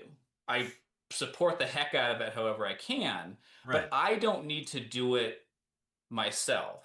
And that's not really the best way for me to contribute to the field. It's not, it doesn't excite me. It's not where my skills are. And I think if folks were to kind of shift this whole thing around, and instead of saying, I have to publish, I have to publish, I have to publish, I think if we can funnel resources and support into the folks that have demonstrated that they're really good at getting research done, and it's very motivating for them, and they've got a good track record of it, the field will benefit from a kind of a rising tide situation. Okay. I think I see what you mean. Well, to clarify, let me ask some clarifying questions. Sure. So you're saying this is in part kind of a communication problem, and that we're not really communicating this idea that like paleontology takes a lot of different people, a lot of support in order to have the few paid paleontologists who are like museum collections managers or museum scientists or professors, but there's also so many other people supporting them who are also doing paleontology, and we're not doing a good enough job of contributing to rather than yeah. doing. Yes. Okay. Doing per se. I mean, I think there's also a reality that like if you're talking about why there aren't more full-time with benefits paid jobs doing paleontology, there's an economics part of this too. And that's not something that's going to get solved on its own. That's something that has to be kind of I think a wider cultural change in the field as far as how we talk about ourselves. Yeah, and it's not going to get better anytime soon. That's for sure and for certain. But the positions where there's a lot of jobs that like full-time positions and all that tend to be things where there is a larger kind of financial ecosystem around it, because it's high demand. It reaches beyond things that we just like and reaches more into like things that we really need, like being able to not freeze to death in the winter, being able to seek medical care, like energy, healthcare. Like if you're going to get into it, these are things that have a lot of jobs. Like computers are everywhere, and so there's computer sciences and all this other stuff. I would argue though that the solution is not us justifying our existence better, because the existence of paleontology, the study of the planet we live on and how its life and ecosystems and everything have changed, that is very aspirational, and it is something that I think if we are not valuing, I think that speaks to a certain level of cultural bankruptcy on our part. I agree. That's a different and larger problem, and we can't solve that by just being upset that there's not enough jobs in paleo. Right. We can solve it by being smarter about how we organize the way we support paleontology. Sure. Yeah. Well, and I like that you mentioned, the medical field. There's obviously a lot of money in the medical field, especially in the United States. And there are a good number of paleontological researchers who make their living teaching at a veterinary college or a medical school, or people like Matt Wadle or Karen Poole, who we've had on the channel multiple times. We know that anatomy. Exactly. Yeah. In a way that like a lot of other people don't necessarily focus on as much. Right. Yeah, and I don't know. I was talking with Andy Farkey about this. We managed to catch him when I did like a little guerrilla stream from his museum a couple Septembers ago. But he gave us a little spiel about people getting involved in paleontology, and he made the point that, you know, a lot of people want to become paleontologists, especially when they're kids, but the odds are kind of stacked against you. He says there are, just by the numbers, you might have a better chance of becoming an NFL quarterback than becoming like a professional dinosaur paleontologist. Yes. Yeah. Statistically speaking, yes.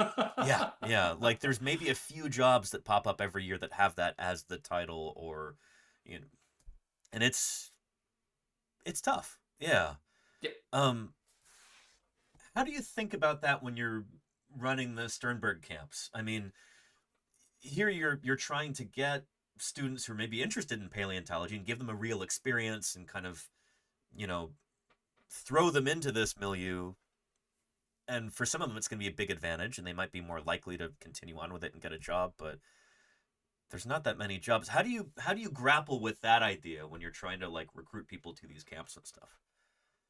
Yeah, so, and that's where some of the soft skills stuff that you alluded to earlier comes in, where it's like the students come because they're typically because they want to have this experience interacting with the scientists, with other peers that are also excited about the same thing. And I've told like some of my former field camp students about this in the past, is that like, this is adulting camp. We just lure you here with dinosaurs. Learning how to be an adult and kind of like, if you're going to do field work, you got to know how to cook. You got to know how to clean your gear. You got to know how to load and unload and communicate and do logistics and all this. All that. Be on time, like all this stuff that's involved in actually doing field work, not having someone walk you to a quarry, point to the spot, give you a shovel. Like, yeah, you're digging up a dinosaur, but that's not field work. That's digging. Right. And I don't mean to be flippant about that, but like, I think that there's a reason why paleoscience in the broader public is sometimes patronized a little bit in ways that aren't very helpful for us, because the most visible part of what we do is us digging holes in the desert. Right. And I know that that's like really reductive, but if you don't know what goes into doing it, if you're just a broader member of the public, that's what it looks like.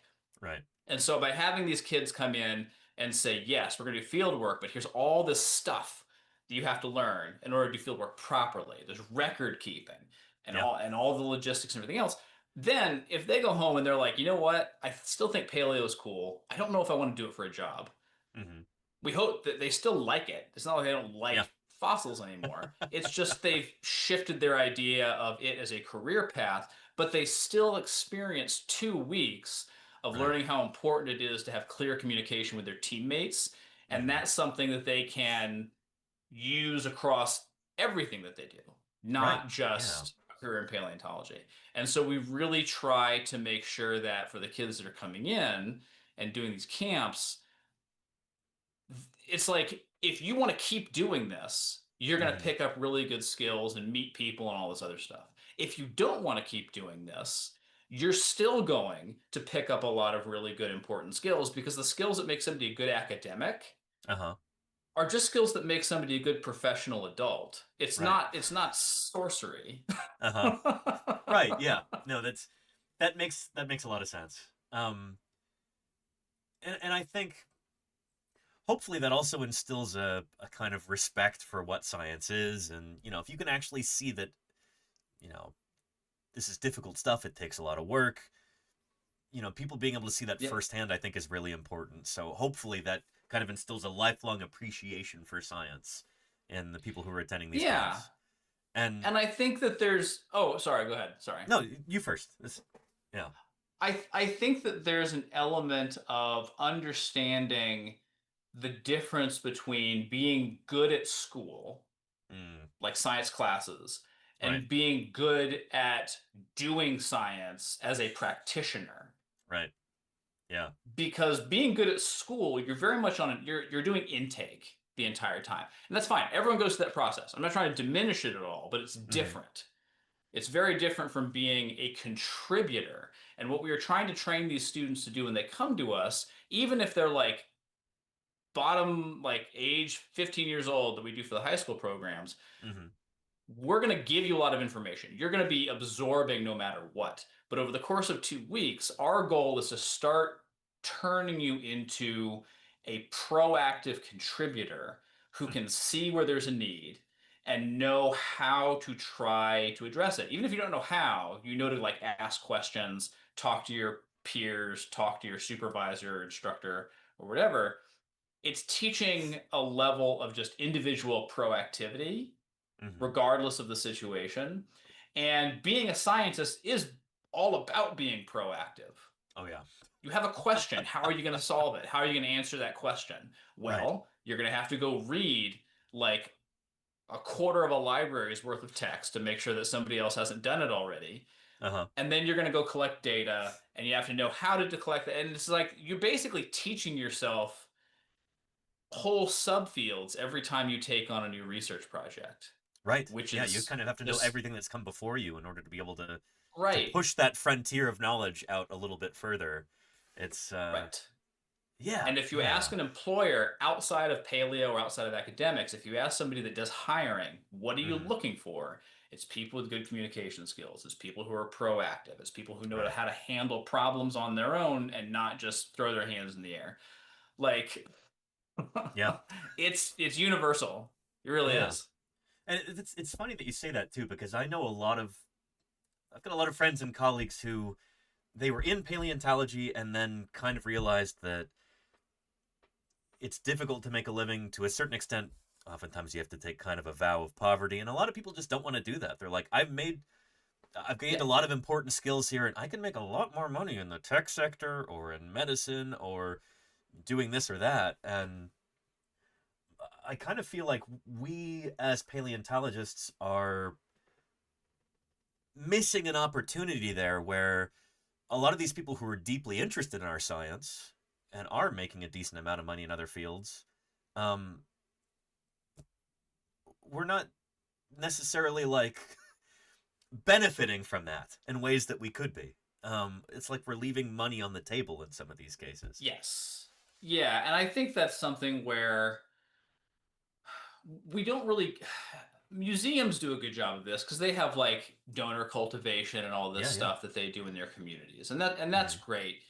It's as an academic field, like it's arguably underorganized, and I think that we can pull good models from other career fields to inform. I mean, we have less money by an absolute measure, but I don't know. The legal profession has really great professional, like, you're part of this little subunit, you came from this university, and you kind of interface via all of these professional systems. And like, I feel like we don't try, or this is not something we do anymore. I don't know, maybe it used to be a thing and it petered away at some point. But like, things that allow us to lift the entire operation by leveraging resources from folks who are both in the career field as well as folks who are just excited about it, give them a pathway to be supportive and try to keep them on board as a direct supporter, as opposed to just somebody who like claps their hands when there's a new BBC special. Right. Yeah. We've got a relevant comment/question here in the chat from H342.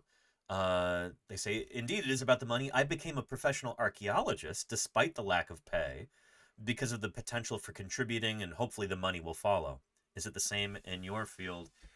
To a certain extent, but like I feel like paleontologists generally are not as well paid as archaeologists. I don't have numbers on this, but I know there definitely are far fewer paleontologists in the world than there are archaeologists. Yeah. And I feel like that pay ceiling might even be lower than it is for archaeology. The highest paid people I know in paleontology, they become like maybe museum directors or maybe like academic deans or something like that. Right. But yeah, and those jobs are few and far between.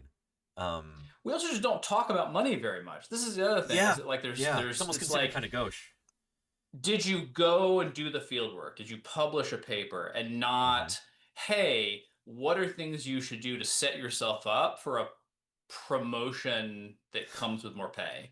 Uh-huh. Like having a conversation about not just professional methods and techniques for getting the work done, but how do you go about presenting yourself and your professional accomplishments and how you interact with your peers and all that stuff in a way where you're more likely to be able to access basically like a higher pay scale.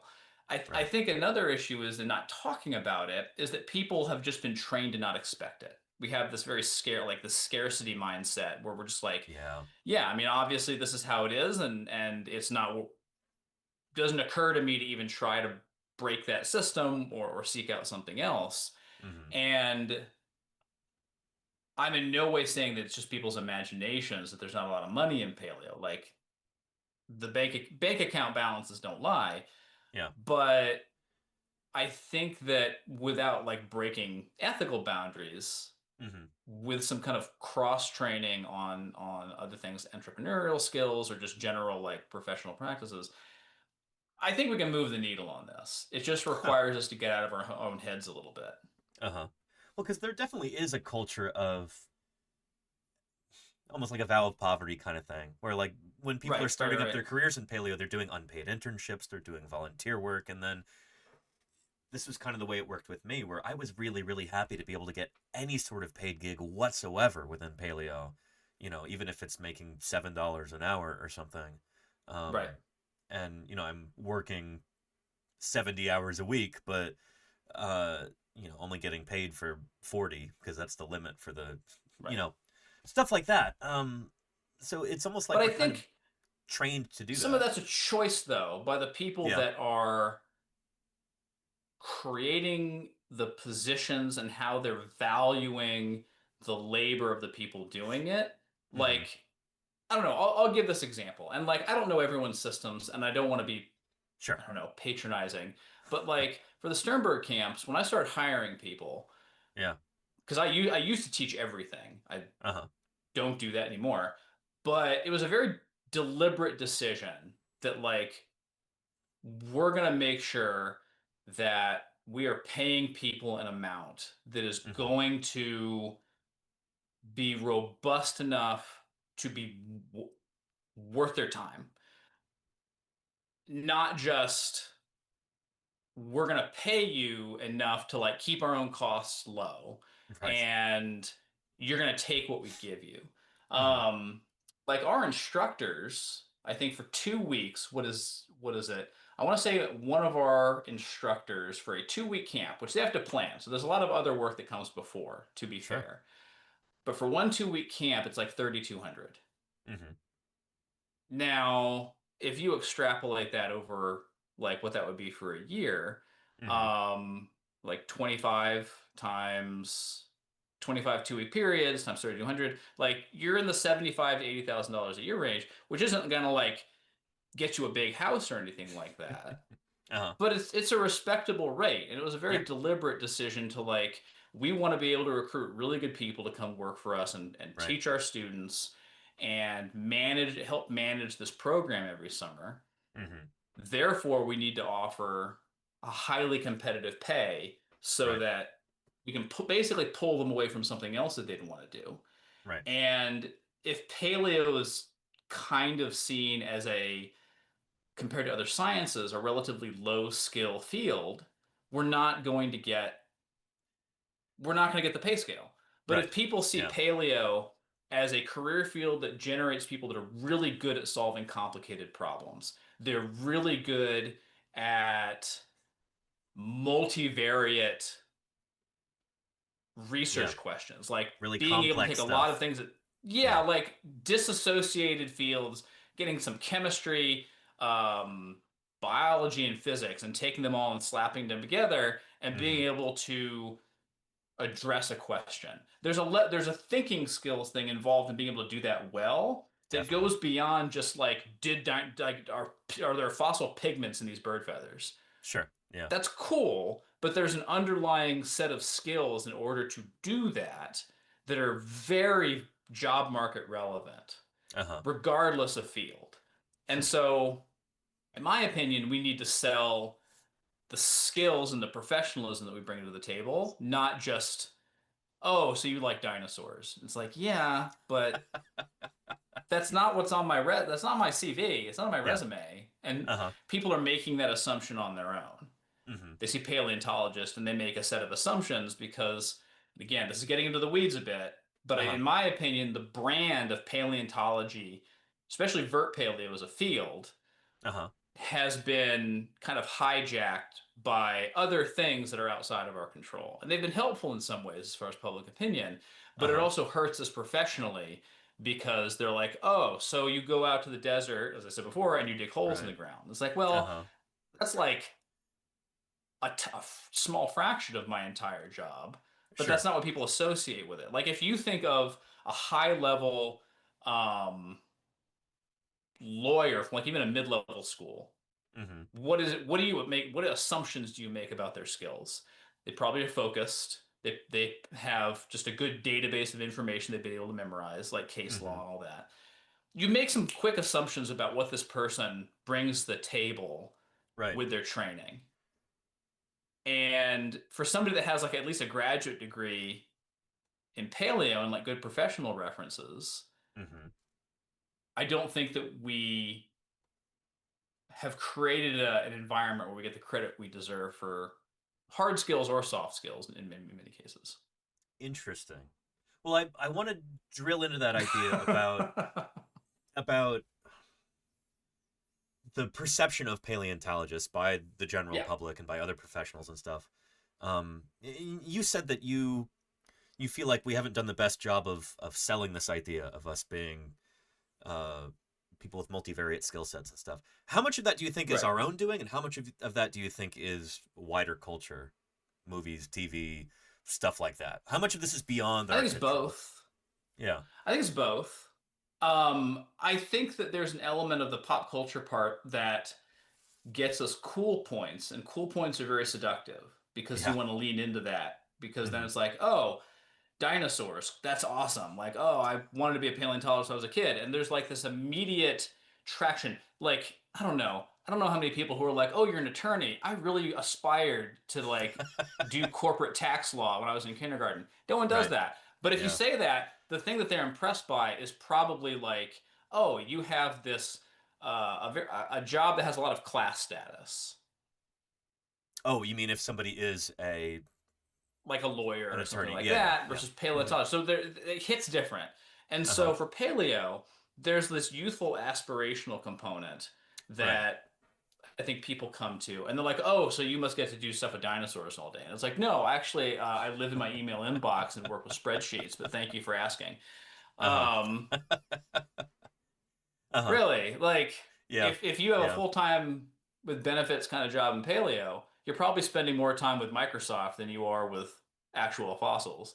For better or worse, it's getting the work done. So I think that both are contributing. I don't think we want to get rid of the public enthusiasm. Like that's good. Yeah. But it's come to have, I think, an outweighed level of control over how people, over the entire picture people think of when they think paleontologist. And that part, I don't know if that's helpful. And I don't necessarily know a great way to shift that narrative other than for us to get people doing science communication to talk about basically the indoor part. Right. I was just going to ask you about this. Yeah. Like, so how can I contribute to this kind of thing, you know?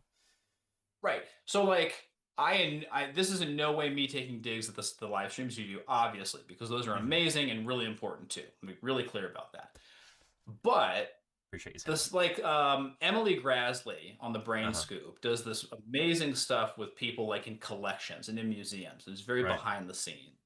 And talking with researchers too, but some of her content on like the importance writ large of museum collections is excellent and really insightful and important to showing people how we create new knowledge that humans have not known before. I think there's an underappreciated component of that where it's like, yeah, if you're doing all those other things, like you are discovering a new drug or you're figuring out a new technique in order to fix a broken organ or something like that. Sure. But in any science where you're doing research, you are discovering new things, even if they're little itty bitty tiny things in the big picture. We are incrementally creating new knowledge, and paleontologists do that too. Yeah.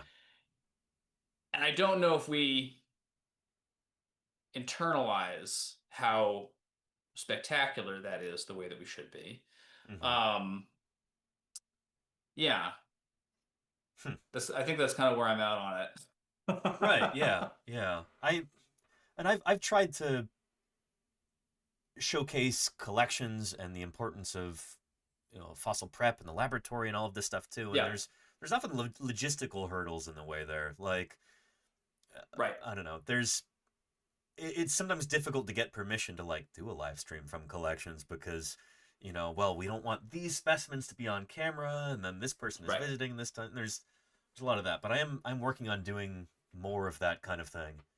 But as far as the research goes, like, I think it's just we need different kinds of science communicators who have an opportunity to take a swing at these things. So, like, the stuff that you do, the Skeleton Crew, Emily Graz, like all these folks, they have niches that work really well. Weird and Dead, which is Amy and Megan, they have this kind of podcast niche and public comms I think works really well for their audience. No one's going to be everything to everyone. But if we have more support, both professionally and vocally, and not kind of being like, oh, those are the SciComm people and they're off at that table. Right, and they're all the siloed off over there. They're not really doing, yeah. That's your PR team. Don't be dumb. Seriously. Yeah. But if I totally agree. We just need more people to have access to the resources and the research so that they can find ways to present it in ways that are going to be publicly engaging and get traction and get wider visibility. It's the messenger's really important. Like I'm sure you know this too. If I were to start a podcast and talk about, I don't know, administrative skills in academia, which I could, like, I could go on You've forever got the skills about to do that. Yeah. that stuff. Yeah. But it's gonna be very boring to like 99% of people. But if some 20-something that has had robust contact and experience with, let's say, like CT scanning paleo, like some of this newer stuff that's coming out, and they have access to people who are experts in it, and they've done a bit of it themselves, and they are in the good graces of a lab manager that has one of these machines. And they have a style that lends itself to very concisely and dynamically explaining how this research works, then we can start to gain some ground on people understanding that, like, we're doing really high-end, like, micro CT, and there's some chemistry stuff I won't pretend to understand with, like, finding pigments and other compounds in fossilized tissues. We just need more messengers to get a chance to try. I like that. I like that idea of like diversity of perspectives and diversity of different styles and different media and that kind of thing. How many people have a sports podcast? Like, these ecosystems aren't small. Absolutely. Yeah. I don't know. I feel incredibly fortunate to have been able to carve out a little niche for myself here on Twitch, and I'm super happy in my day-to-day life. Like, this has been wonderful. It's kind of a dream come true, and I've been looking for different ways to help contribute to paleontology more generally. Whether it's through fundraising, like for St. George that we were doing last year, or hopefully doing some outreach for SVP at the meeting this year and the Fossil Finder series. I want to thank you again for that, David, like your encouragement there. And that's been a big deal for me, and it feels Yeah. wonderful to be able to contribute. So, yeah, everybody in the chat, make sure that you thank David for this as well. But this is, so I made the joke about like me coming on and talking about administrative skills or like PR and marketing or something that's just like not part of how we think about our field of paleontology. Like it's not doing the thing, but and I had some other conversations about this at SVP where like I was really hitting it hard with like your brand management needs work, like this needs work. The way you think about SVP as a service entity for membership. So you should be delivering services and people should be getting some value for the right. money that they're There's a putting into value membership delivery fee. component to this Yeah. that we need to be very thinking about in very deliberate, concrete terms. Yeah. And having people be like, I've been an SVP for like 20, 40 years, whatever. And having never heard anyone say these words before. Right. And that's something where it's like, if you don't have people who feel valued and welcomed in that community space, who have these more diverse skills, like I probably won't publish any more research for the rest of my life. It's just not a priority for me. But I can come in and have a real impactful conversation about how to retain members by rethinking how this organization views itself. Right. And if no one's really come to the table with experience and knowledge on how to do that, that's really impactful. And it's not me really doing anything outside of my normal job. It's just that I'm bringing my job to the entity. Yeah. And this entity, by the way, for anybody who's following along at home and a little confused about what SVP is, the Society of Vertebrate Paleontology. So this is our big global organization for paleontologists who study critters with bones. Dinosaurs included, obviously, but every other critter from cartilaginous fishes to mammoths as well. And so, David, you're head of the communications committee. I'm half of the communications committee. Half of the communications committee. Yeah. Okay. Yeah. How did that come about, and could you maybe tease us a little bit on some things that might be coming up there, if you can? Yeah, so I ran the virtual meeting in 2023, 22, something like that. Yeah. I think. And you did a presentation during that was 23, Yeah. And part of my big push for that was like, at the time, Stuart Sumida, Dr. Sumida was the vice president of SVP. He's now the president of the society. Yeah, we're hoping to bring him on for an interview sometime soon, actually. Stuart's great, and it'd be great to interview him here. Yeah. Absolutely. Yeah. And so I kind of got to know him through that because he was the liaison to the virtual meeting, to me, how leadership works in SVP. Sure. And then I had a really good conversation with him at GSA, I think in 2024. The Geological Society of America meeting. Yeah. Yeah. Sorry, I'm just kind of like that's okay. throwing out these acronyms. And I was like, I would like to have a conversation with you because he was about to start his term as SVP president about branding and marketing for the society. So, like, I have some thoughts. I'd like to share them with you. Do you want to have lunch? And pretty quick after that, at the next SVP meeting in Minneapolis, there was basically the other co-chair of communications committee, Matt Borths, I think he's at Duke. He was like, we need to overhaul communications. Like, we just need to basically do a ground up rebuild. Excuse me. And he presented a plan that actually was pretty darn close to what I had just finished telling Stuart. Oh, cool. Independently of what you were talking about. Independently. That's kind of so beautiful. That Stuart was so Stuart was in the meeting where this was being discussed, and he was like, that sounds great. I know exactly who to plug into this. And so he came and found me at the Minneapolis meeting and was like, this is what Matt said. This is what I recall you telling me about. You should probably be the one to go do this. And so I was like, yeah, sure. Sounds great. Nice. So as far as things coming, one of the big pushes is putting ourselves into media spaces where other people are at. That is low cost because the We don't have money much of issue, a which we were budget. talking about Yeah. before. Yeah. Yeah. And so we're starting with like, I'm recruiting people and coming up with these very content region focused podcast programs. And so there's yours, Fossil Finders, is very focused on like people doing field work. There's Fossil Trails USA with Matt and Max, which is federal paleontologists or former federal paleontologists.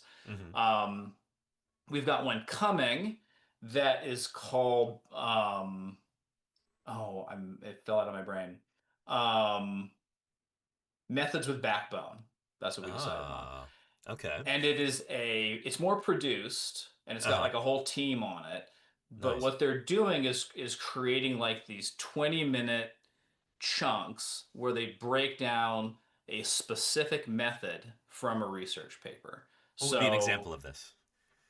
So let's say you're wondering how some statistic worked or a use of like some histological technique worked in a paper, like how they're measuring the growth rings tissue inside a bone. anatomy, growth rings, like something like that. Let's take a technique from a recent paper that may have fairly wide interest, and let's break it down like a upper division, like senior undergrad to like early grad student level. Nice. So more advanced. Yeah. And we're going to do a 20-minute explainer on here's the technique. This is why they used it in this paper. And this is how it works. And so it's like 5 minutes on those first two things. And then a solid 15 minutes on like, we're going to very deliberately walk the audience through the method so that if they have enough to go and learn more on their own, right, if they so choose. But like, I don't know, if you're doing research sometimes, there's some new method and you're reading all these papers and like it's kind of in the abstract. Yep. And it can be difficult to get that like, I don't know, exit that cognitive exit velocity. Sure, yeah. To really understand the nuts and bolts of how it really works. Like you see the end product, but like in like a method section. Why was this the technique you chose? Yeah. Okay, yeah, okay. Some more background how does it on work? it. Like, sorry, what's the philosophy behind it? Yeah. Interesting. Yeah, and the nitty gritty of like, why is this an appropriate technique to use with this data? Why is it an appropriate technique to use with this question? Right. Yeah. This sounds really cool. I'm very optimistic about it. And the idea being that eventually we can build a library of these things. And if you're like a grad student or an undergrad or even an early career, like you're in your job and you have to do some research project, and you can go to this library of videos, and you can like, eventually we'll have a lot. Obviously we have 0 right now, but you can find like, oh, this is a video that's just on like, I don't know, multivariate regression analysis or something. I don't know. Sure. Yeah. And it's in the context of this paper, and I'm going to watch this video that very gently explains how the fundamentals of it work. Right. Which I can then be like, okay, so I've now got, and I now understand it 40% instead of 0%. Right, yeah. It can give people the confidence to be able to approach publications, different papers, and be like, okay, I know what this term means now, I'm following, you know. Munch Crisis in the chat says, OMG, I would have loved this for isotope geochem.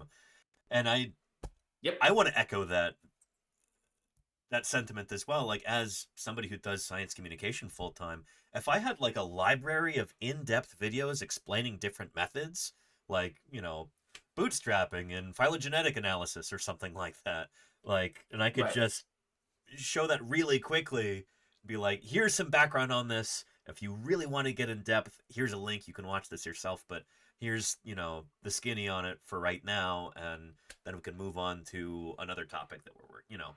Right. That would be really helpful for me personally. So I'm jazzed about this. I don't think we've discussed this before. This is the first time hearing about it.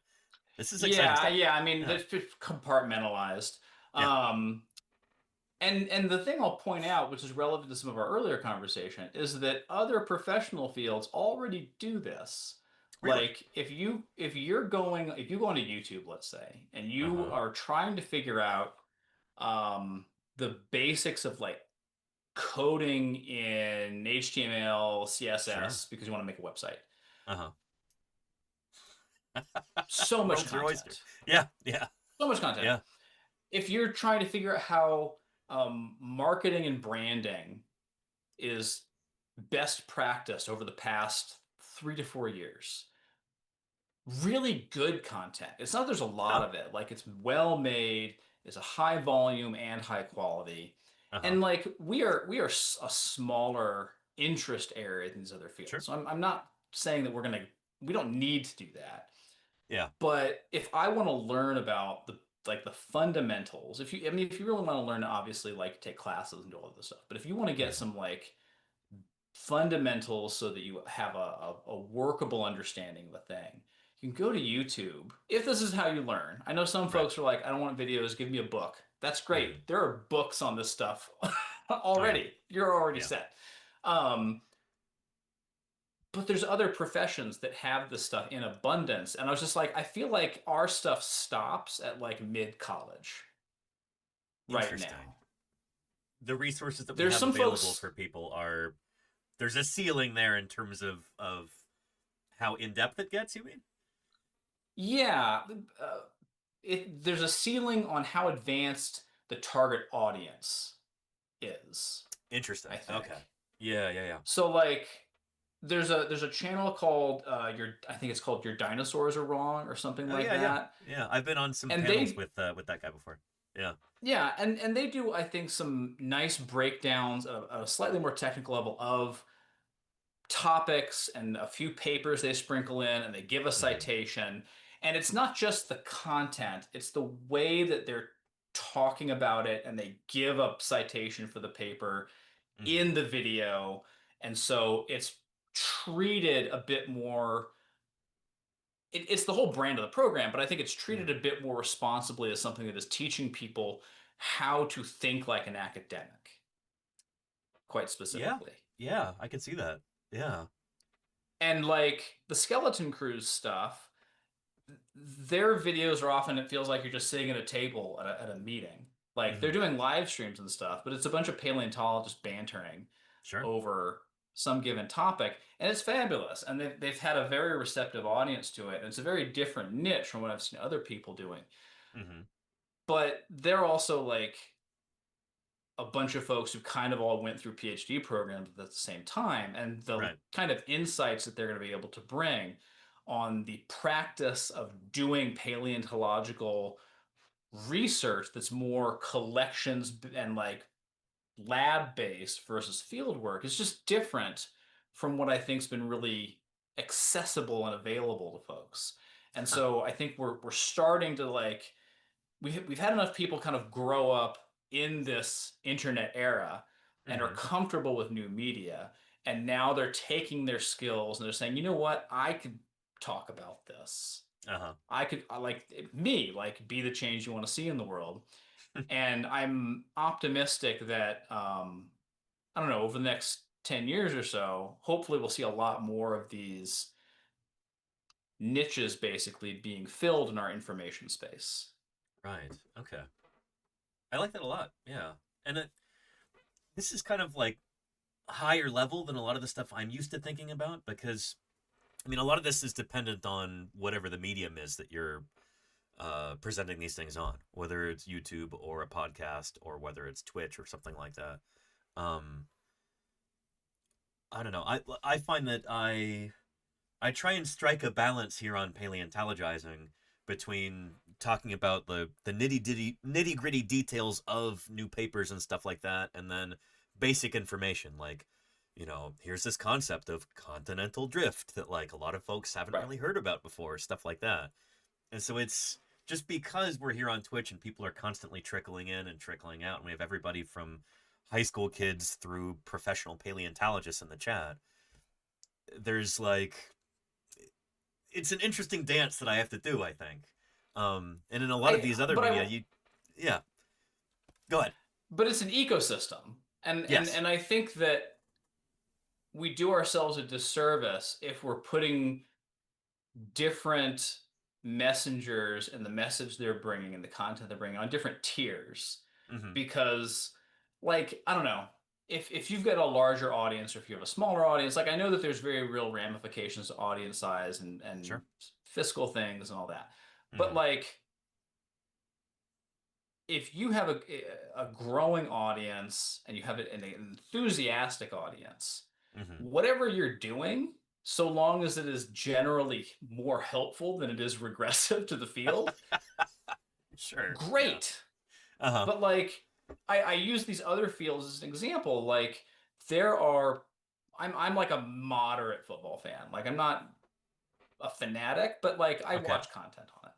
And there are programs where they give you like this big hypey 100-mile view picture of something that's happening, and it's a lot of maybe more style than it necessarily is substance. Like, they're informative, but it's basically news. And there's other ones you can watch where they will take film from like a college football game, and they will just do 30 minutes on just like the defensive scheme from one team from one game. Okay, interesting. So you're getting into like the philosophy underpinning different strategies. Right, and like there's this player, and he's 6'5", and like this is why they put him on this other guy on the other team. Like, he's covering this person, and this is why they probably did that. And here's what they're trying to do with this motion on the defense. Like, it gets very technical. And I watch both of them. And you're getting different things out of both of them. I'm getting very different things from both of them. And I have no interest in going and coaching football. I just think it's interesting. That's it. I'm a moderately Oregon Ducks football fan because I went there for college. And if somebody's going to do a 20, 30-minute video breaking down their defensive scheme from like a playoff game, yeah, I'll watch that. That sounds, because then the next time I watch a game, it may allow me to appreciate what I'm seeing on screen in a way that I did not before. And that's just a mindset thing. Like, do you want to be somebody that has kind of a growth mindset about things? Do you not? Like, it's an individual choice. If you do, maybe even if you're not a professional practitioner, maybe the more technical content is still interesting to you. If you don't, that's fine too. They have enough for everybody to pursue things to the level that they want. But man alive, people love dinosaurs, and in my opinion, like, if we can give them a full stratified ecosystem of content where they can be the ones to choose how far into they're getting, that's the best thing that we can do for our public perception of paleontology, is give people access to the full picture with the right messengers. Yeah. You and I have talked before about how paleontology can be kind of like a gateway into the sciences for a lot of people. Do you feel like that confers a certain kind of responsibility to paleontologists? Or interesting. What do you mean? I mean, the answer is yes, but I think it depends. I'm kind of broadening out into like a societal perspective here, where it's like, especially in the US right now, there's so much like official hostility towards science going on. And I don't know. I've talked about this with colleagues, and some people are of the opinion like, hey, I didn't get into this field to, to be a public advocate or a public servant or anything. Like, I'm just interested in this topic and I want to pursue it and I want to publish papers on it. The world will exert itself upon you, whether you like it or not. That is one thing I will say. Yeah, that is absolutely true. I think few people would disagree with that. I don't know. And I'm much more on the opposite side of that perspective that I was talking about, where like, I'm eager to get out there and talk to people and try and be a public advocate for things. Yeah, I guess what I'm asking is, this is maybe not the fairest question, but like, do you think that we have a responsibility to do that when when external forces come in and kind of push us in this direction? That like, do we have a responsibility to do it? I mean, I know that's a nebulous "we" that you're using. Purposefully so. Yeah. Yeah. So I mean, I think that people who are professional practitioners within any particular field of science I mean, it's in their best interest to stick up for the thing that's their career. Right. So it's maybe less about like, it's maybe less about responsibility. I think I'm making this difficult by almost putting it in like a moral framing, which, yeah, that's probably not fair or helpful. I don't know. Different people have different abilities, different skills, different proclivities, and it takes lots and lots of different kinds of people to do science, especially paleontology. I think if anything, maybe we in paleo people kind of tend a little bit more toward being outgoing and gregarious and willing to do outreach and stuff like that. I think we also we don't want to force people to be public messengers who are going to be bad at it. Right. That's a really good point, because not everybody's cut out to do that. Yeah, and so like if someone I think if someone finds a thing they care about enough to advocate for it publicly, and they're being, I don't know, helpful and not just kind of, I don't know, swinging a baseball bat around, so to speak, then I think that we should welcome them and encourage it. The thing that I would be careful of is, I don't know, being overly shamey about people who don't want to be in front of a camera. Right. And being like, okay, there are other ways that you can be supportive of these things without making YouTube videos or without doing live streams, things like that. Yeah. And I think that's more of just kind of a pathway awareness thing. Like, I don't know, if somebody's a scientist and they want to donate to the ACLU, high five. Right. Great. If they are donating to their local museum, like, or they're volunteering their time to be on a graduate committee of someone that is kind of outside of their normal purview or responsibility. Like, I think that there's a lot support can look, or they're just calling their representatives and advocating for science. Like, there's a lot of different ways that you can be supportive without necessarily having to be a public advocacy voice the way that I think you're kind of framing it. I guess I asked that question in the first place because a lot of us who are doing outreach as kind of like the core of our career, I think many of us are kind of responding to attitudes within paleo or even other sciences, maybe in particular, where people say, well, the people who are doing outreach are doing it because they failed doing it other things. It's like kind of that old canard about those who can do and those who can't teach. And I think it's tempting for many of us who are doing outreach full time to push back against that, but push back too far. We're almost scolding other researchers who are not doing outreach. This is something like an impulse that I have to curb in myself sometimes, because when I'm looking at the world around us and going, well, science is in a really tough spot in the U.S. right now, and if we just had more advocacy, maybe that would help things out. Yeah, I don't know. It's not always a productive kind of impulse, I guess. Yeah, so I mean, I've got all kinds of opinions about that. I think my first kind of reflexive response is everyone that has become a skilled practitioner of something benefited from the intelligence, skills, and time of teachers. So I think that attitude,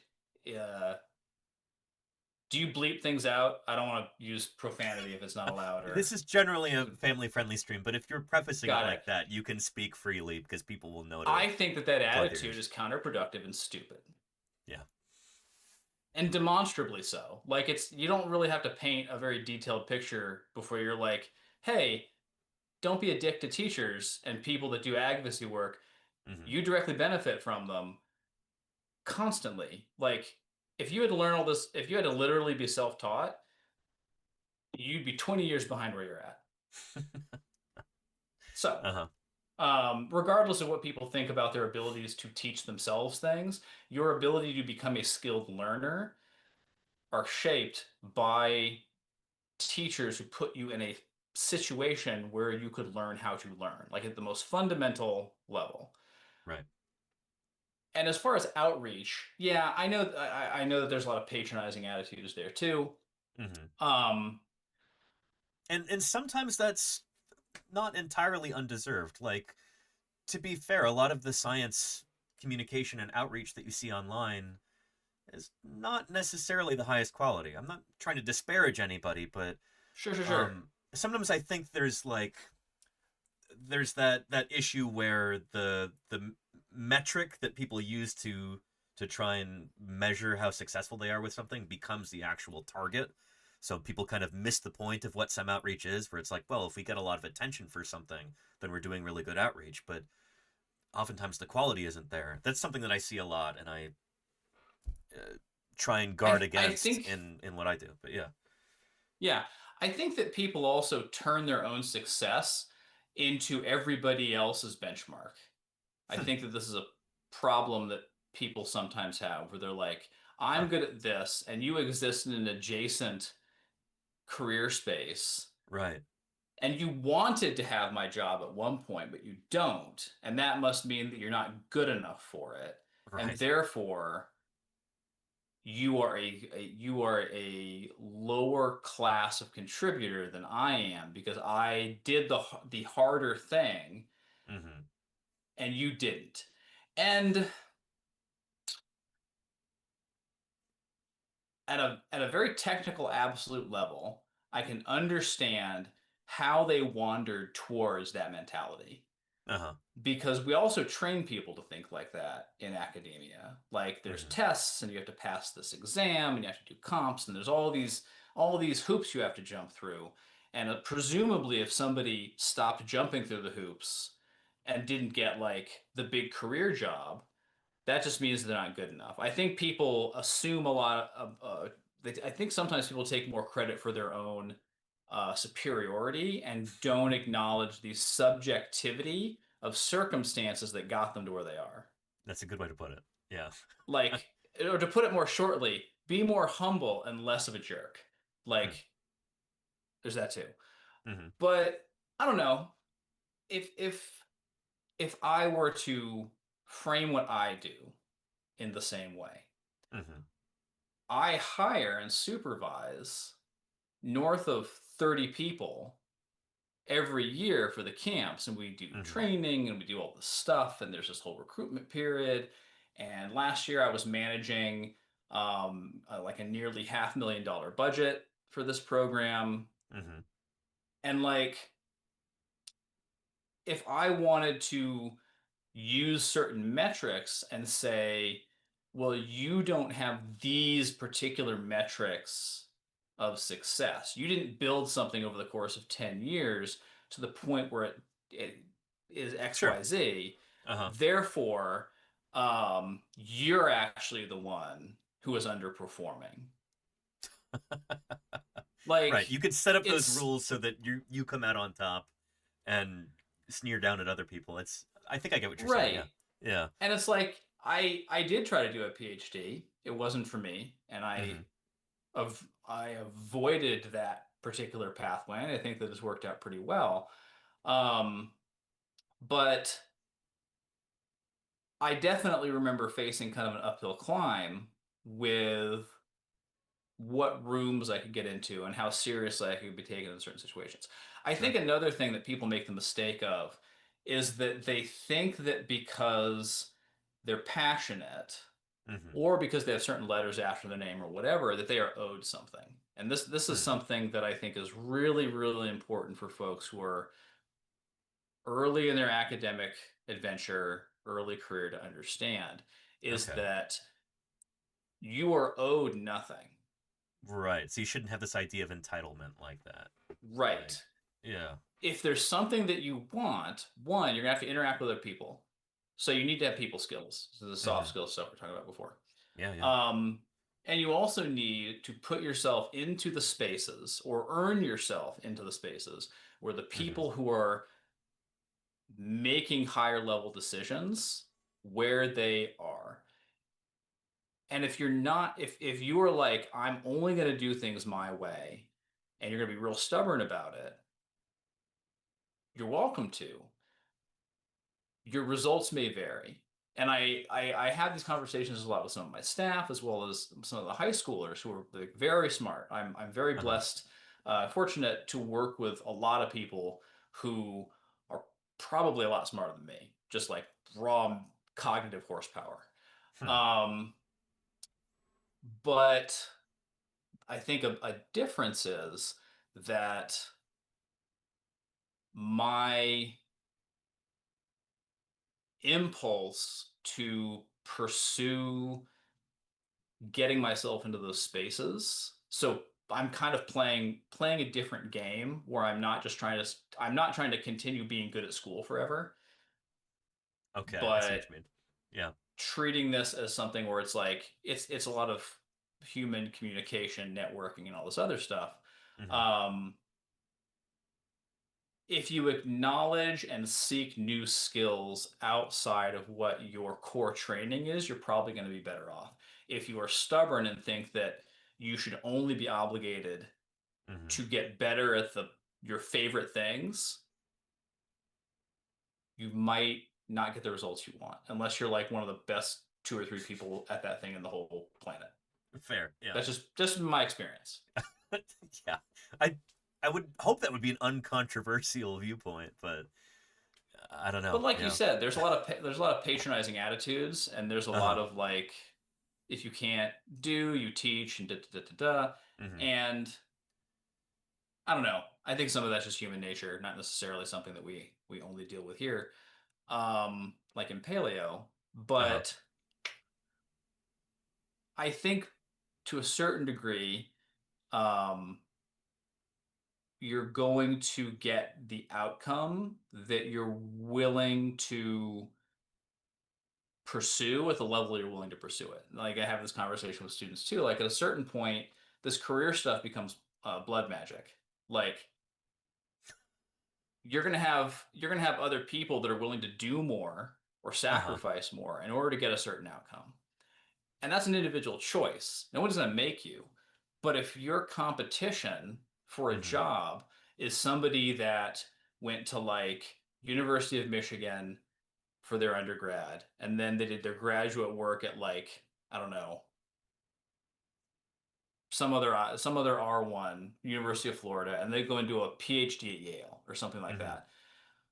Like that's your competition. If you want XYZ kinds of jobs, if you want like a big job as a museum's collection, like a curator, or you want to be a professor, something like that. Like that's just the playing field. And if you want to compete on it, you kind of need to acknowledge the full extent of what the competition is going to be. That's not to say that you can't do something else, and there should not be shame in that, and it should not be seen as doing more or less. It's a matter of what you want to do and what you're willing to give to do it. And this was the conversation that got me off of this when I was considering taking another swing at a PhD. And my master's advisor was like, I have all the faith in the world that you could do it if you wanted to. I don't think you're willing.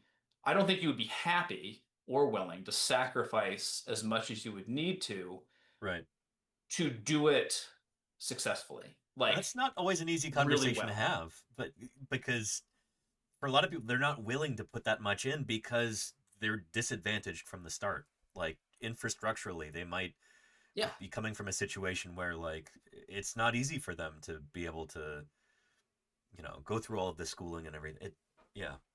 I see what you're saying. Yeah, and that comes full circle to the camps a little bit, because like part of the reason for their being is experiential elevation. Right. That they get to see what these things are actually like, Yeah. There's a price tag component. We have scholarships that we deploy to try to make sure that they're as equitably accessible as possible. But that's kind of a big part of their reason for being as well. Right. Yeah. Okay, yeah. For I know that we've got new viewers who have trickled in and everything. Let's do another like little plug for the Sternberg camps and tell us what they're about and everything, and we'll put a link in the chat. Yeah, so hello, folks who are a bit more recent coming in. My name is David Levering. I'm the director of the Sternberg Museum Science Camps program based out of the Forte State University Sternberg Museum of Natural History. And the Sternberg Science Camps are a program primarily for middle and high school students. We have some elementary camps, but they're mostly for our local folks in Kansas. We have overnight middle and high school programs. And the high school ones are all over the country. So we have things from Tennessee to North Dakota to Utah, et cetera, et cetera. And they're, to put it very shortly, they're basically like pre-college professional development programs with a bunch of peers who are also the same age group, who are also really excited about paleontology, geology, life science.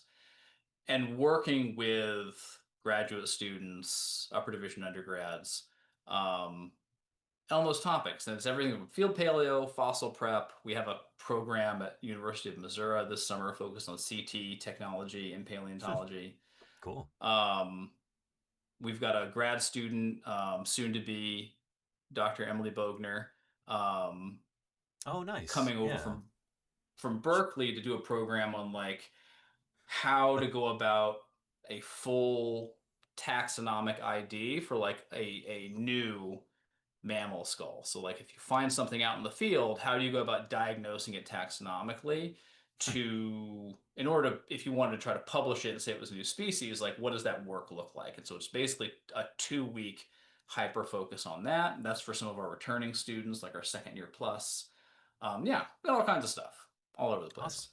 When does enrollment start for the camps? Started 2 weeks ago. Oh, So all we're open right. right So now. it's already going. Yeah. I should update that command there. I said enrollment's open soon. Yeah, and generally, how many students are we talking per year and how many different camps? Last year we had about 100 different individual high schoolers. Some students do more than one camp, and so I think we had like 120 slots filled. Our minimum for any individual camp is 7, and we cap at 10. Gotcha. Okay. So pretty small groups. I mean, this is... Yeah. Yeah. That's really cool. With 3 staff on each one. So it's 3 staff to at most 10 students, and the amount of contact and kind of conversational time that the students get with the staff is really, really, really, really high. We had some people in the chat saying like, man, if I were able to do this in high school, that would have been a life-changing experience for me. And I'm sure for a lot of people, it absolutely is. Yeah. How many years have you been doing this for? And do you have any particular stories to share about how this was really impactful in somebody's life, maybe? I mean, plenty of stories about impact. So yeah, I started the program in 2013. It obviously started a lot smaller. So like I think our first year we had like 13 kids total or something across a couple programs. And I think in 2017 was a big growth year where we saw like a pretty large, it was the first year I hired anyone external. Like I wasn't the only instructor. And yeah, from there, we obviously there's some turbulence during like COVID lockdowns as far as enrollment. We did virtual stuff, it was fine. As far as impact, we're just now really starting to see some of this because we get the students pretty young, right? And then they have to go through college, and we get some like we show some positive outcomes when they're at university, but like we don't have a lot that have applied to grad school yet or have been applying for jobs on the other side of college or something like that. And there's also just the general attrition rate. Like we're not expecting to monopolize the entire career field of paleontology with just our program alumni. It's mathematically improbable, I think.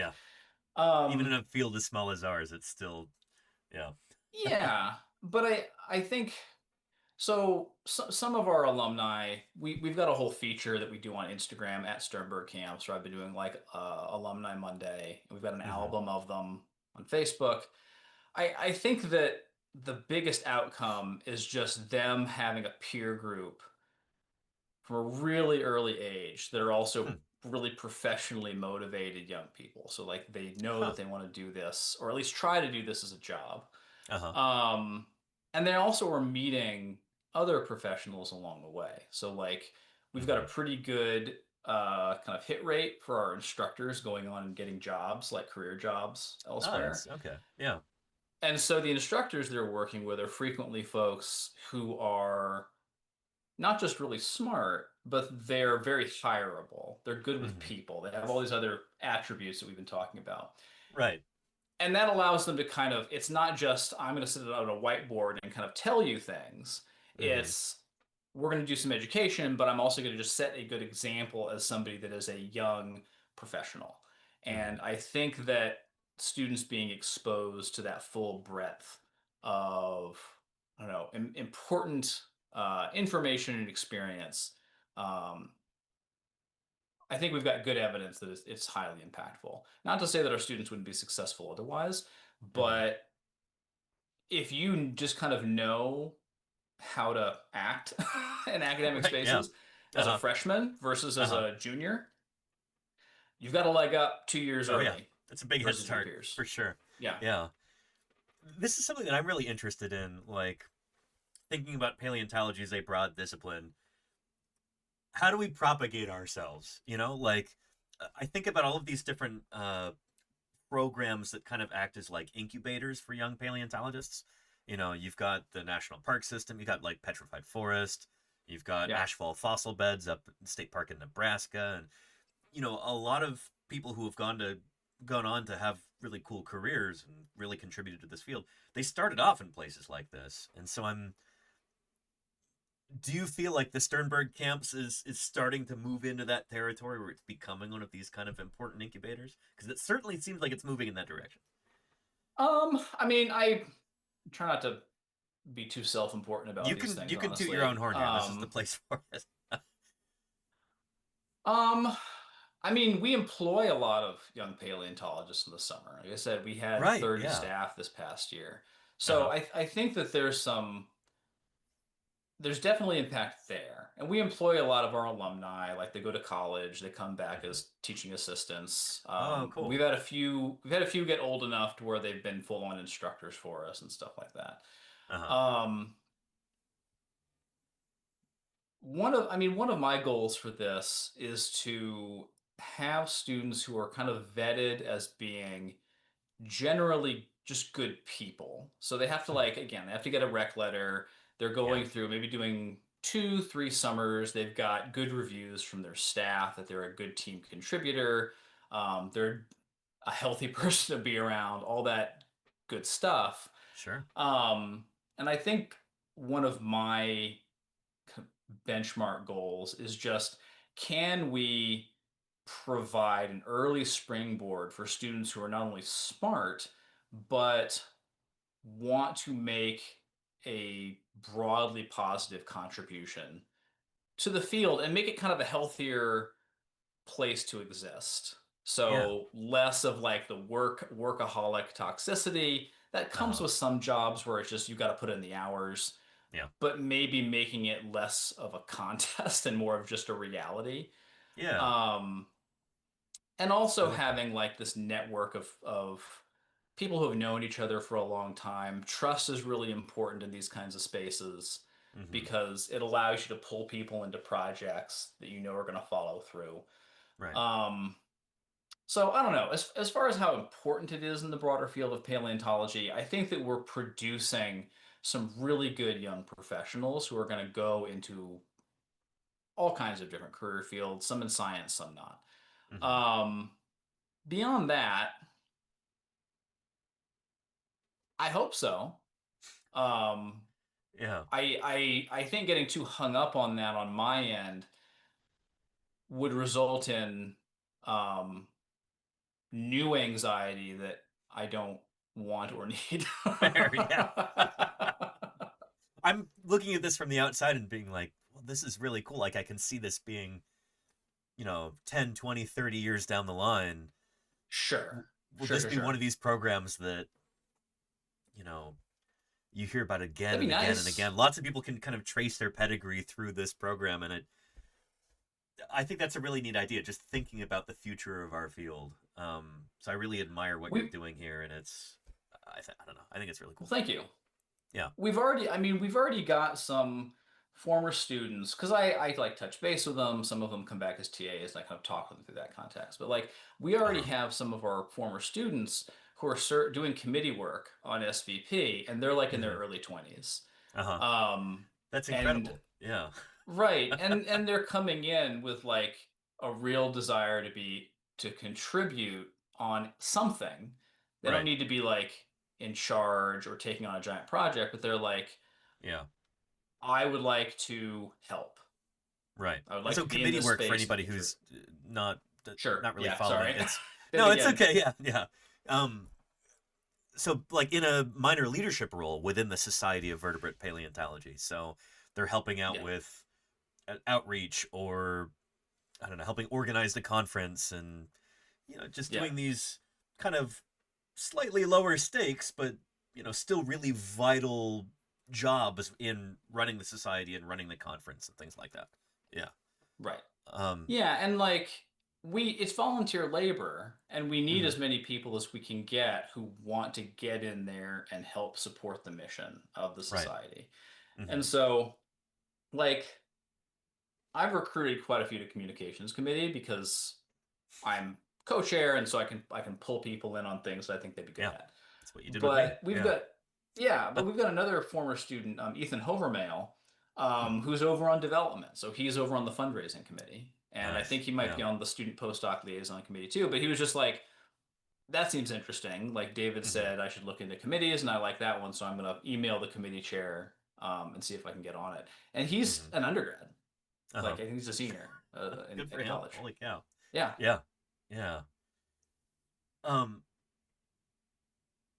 I want to shift gears a little bit, kind of back to SVP for a second, the Society of Vertebrate Paleontology.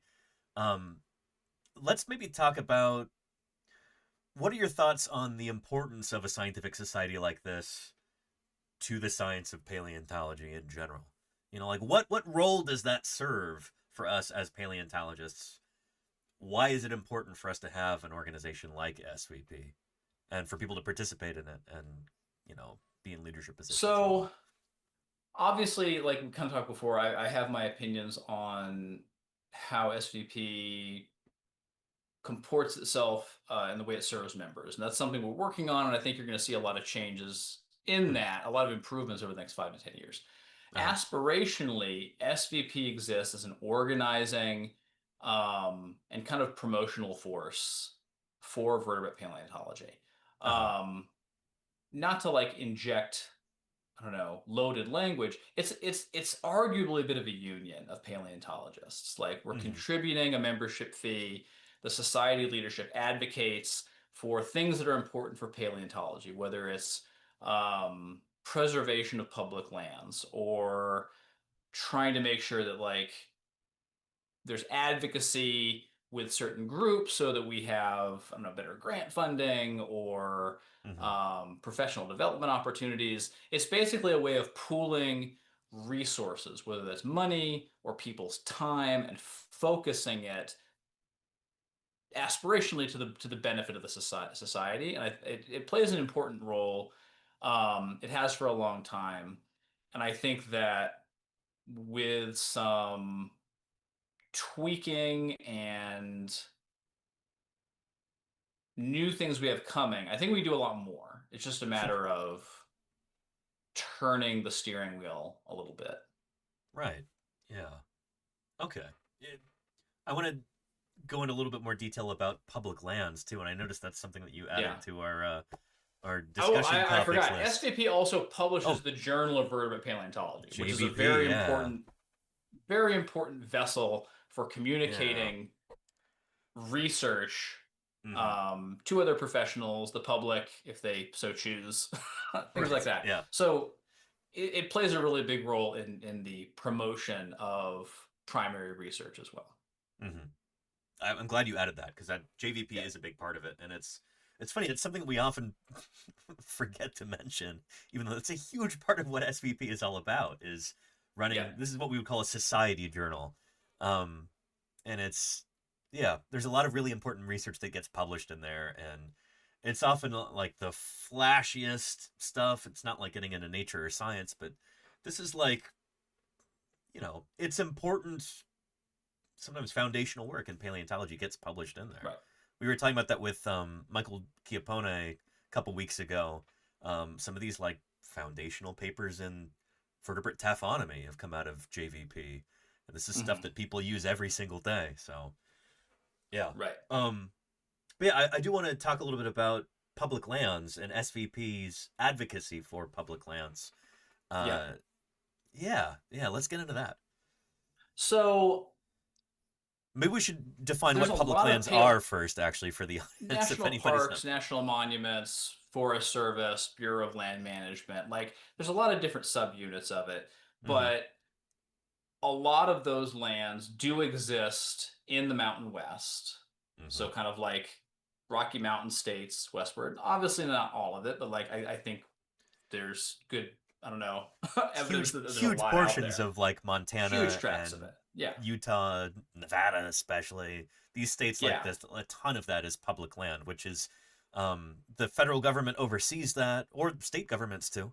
But in some cases, they're providing yeah. they're providing funding for overseeing these lands and managing them, and then this is where we as paleontologists in the U.S. do a lot of our field work, because these fossils belong to we the people. They can't be sold to a private buyer or anything.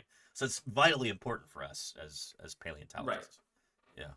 Yeah, and so SVP has played an important role in in advocating for making sure that those lands are preserved in such a way so that they will not only be accessible in under the public trust as part of federal land protections, but also as an accessible resource for people doing paleo science. And it's just as vert paleo, like there's all kinds of other natural history sciences and geology, biology, etc., that take place on public lands. For what we're talking about, like Grand Staircase, Escalante, Bears Ears, there's been over I think maybe the past decade in particular, maybe more, like this very big push to make sure that we are protecting these really high value areas that are on government owned property lands, to make sure that they are not exploited for things that are counterproductive to our ability to learn from those places. Right. So what would be an example of something counterproductive to that? So, I mean, and I'm not going to say that they're good arguments, but there are, in my opinion, but there are arguments on different sides of this as far as like economic impact and blah, blah, blah. Like, but if you go and, I don't know, dig all of the coal or aluminum ore or whatever out of a mountainside, and you decimate the fossil record of that space because you basically you had to get to the mineable rock that you're going after, you can use that once, and then it's been consumed and it's gone. And using these spaces that are very high value with a really high quality record of ecosystems and life in the past as a way to learn to generate informational value, not just fiscal returns. Right. And there's a much broader conversation about like a forest only has value when you talk about how much the lumber is worth and what that says about our society, broader value system. Right. Right. Yeah. Don't get me started. But yeah. But as far as the value of these places and their preservation and why it's important, it takes a long time to dig up fossils. Something you have a substantial firsthand experience with. And if there's a whole landscape full of this stuff, it's a lot easier to like blow up and grind up a mountain to pull ore out of it than it is to very carefully and meticulously extract data from it in order to answer questions. They're very different objectives. Right. With obviously very different methods. And so you can't really do both in the exact same places. Right. I kind of feel like that goes You without kind of saying pick and almost. Yeah. choose. Yeah. Yeah. And this again, it gets like what your values are. Mm-hmm. In a very broad sense. And if your value is expanding human knowledge of the planet that we live on, while also there's arguments that I'm sympathetic to as far as just elevating the living experience of people, and there's some economic stuff within that. Right. But you don't need to do that everywhere. And there's things that you can do that would mitigate how much destructive like these kinds of extractions you have to do. Sure. The stuff happening on these public lands that are fossil destructive, like mining, I think are a consequence of lack of progress in other areas to a degree that we still have this level of hunger for doing extraction in places that have a lot of other value that we should be paying attention to. Okay, what do you mean by that? Could you rephrase that? Because I feel like that's a really interesting point, and I'm not sure people are gonna. I'm not sure everybody's gonna grasp it. I don't know exactly. I don't remember exactly what it is that they would be seeking to mine, like out of Grand Staircase. I don't know if it's like coal deposits or something else. If it's energy or if it's like raw materials, like I don't know, copper. I think or aluminum for or something Bear's like Ears that. it was oil, right? But I'm not sure about Escalante. Is it petroleum? Okay. I want to say it is for Bear's Ears. I'm not sure about Escalante either. Yeah. So if you just don't have as much petroleum based energy infrastructure, then there's less pull on needing to go and tap into that resource at all, let alone destructively. I see what you mean. So like because and so it's a downhill consequence. We have a society that is so dependent on oil that, you know, and we've set it up this way, you need to constantly be going after more and more of it, rather than if we you know, had infrastructure that wasn't so oil dependent in the first place. That's what you mean. Right. You decrease demand, you decrease the incentive to go to places that have multiple kinds of value. Right. And use it for that thing. As opposed to using it. They're also gorgeous landscapes. They have really important they have cultural importance to native peoples. Like there's plenty of reasons to not just go grind these areas up. Yeah. I agree. Yeah. And just natural landscape, like it's important that we don't completely modify every single ecosystem, because natural systems do services for us that we don't understand. The public maybe doesn't understand or appreciate the way that they should, and we don't do a good job of putting dollar values on them. And if you go grind them up, you're not going to appreciate the services of natural systems until after they're gone, and you can't really put them back. So there's all that as well. But being able to keep these places intact so that they can be learned from very deliberately, as well as just appreciated as these really spectacular landscapes that are part of our making sure these country. places are preserved so that people can go hike there and go bird watching or go camping or just enjoy these spaces in a way that's not extractive or profit focused necessarily. Right. And like, I don't know. I feel like there are ways where there's unexplored space for broader beneficial methods. Whereas like we both sides of this want to go dig holes. Sure, on different scales. Right? Yeah. Right, on different scales. But they both, at the end of the day, want to go dig holes in rock. Okay. So if we were talking about what is broadly beneficial socially and not just adversarial, and this is very pie in the sky. But if you had a culture of like, yes, we need to go in there to get these resources, but we don't need a lot of it, or it's not urgent. We're not being quite so like, we want to get in there and just pull all of it out as fast as we can, and then our numbers are going to look better projections over the next 10 years and all this Line go up. complicated market stuff. Yeah, line go up. But say, okay, this is a high value area for paleontologists. It's a high value cultural area for these native peoples. And there are resources on there that we use in order to sustain our society. Which, for those of you that came for a conversation just about like paleontology, sorry. Paleontology exists in the context of human A larger society. Yes, absolutely. It's all connected. I wish it was cleaner than that, but it ain't. I primed everybody that we'd be talking about broad perspectives on paleontology and society today, so hopefully they knew what they were getting into, yeah.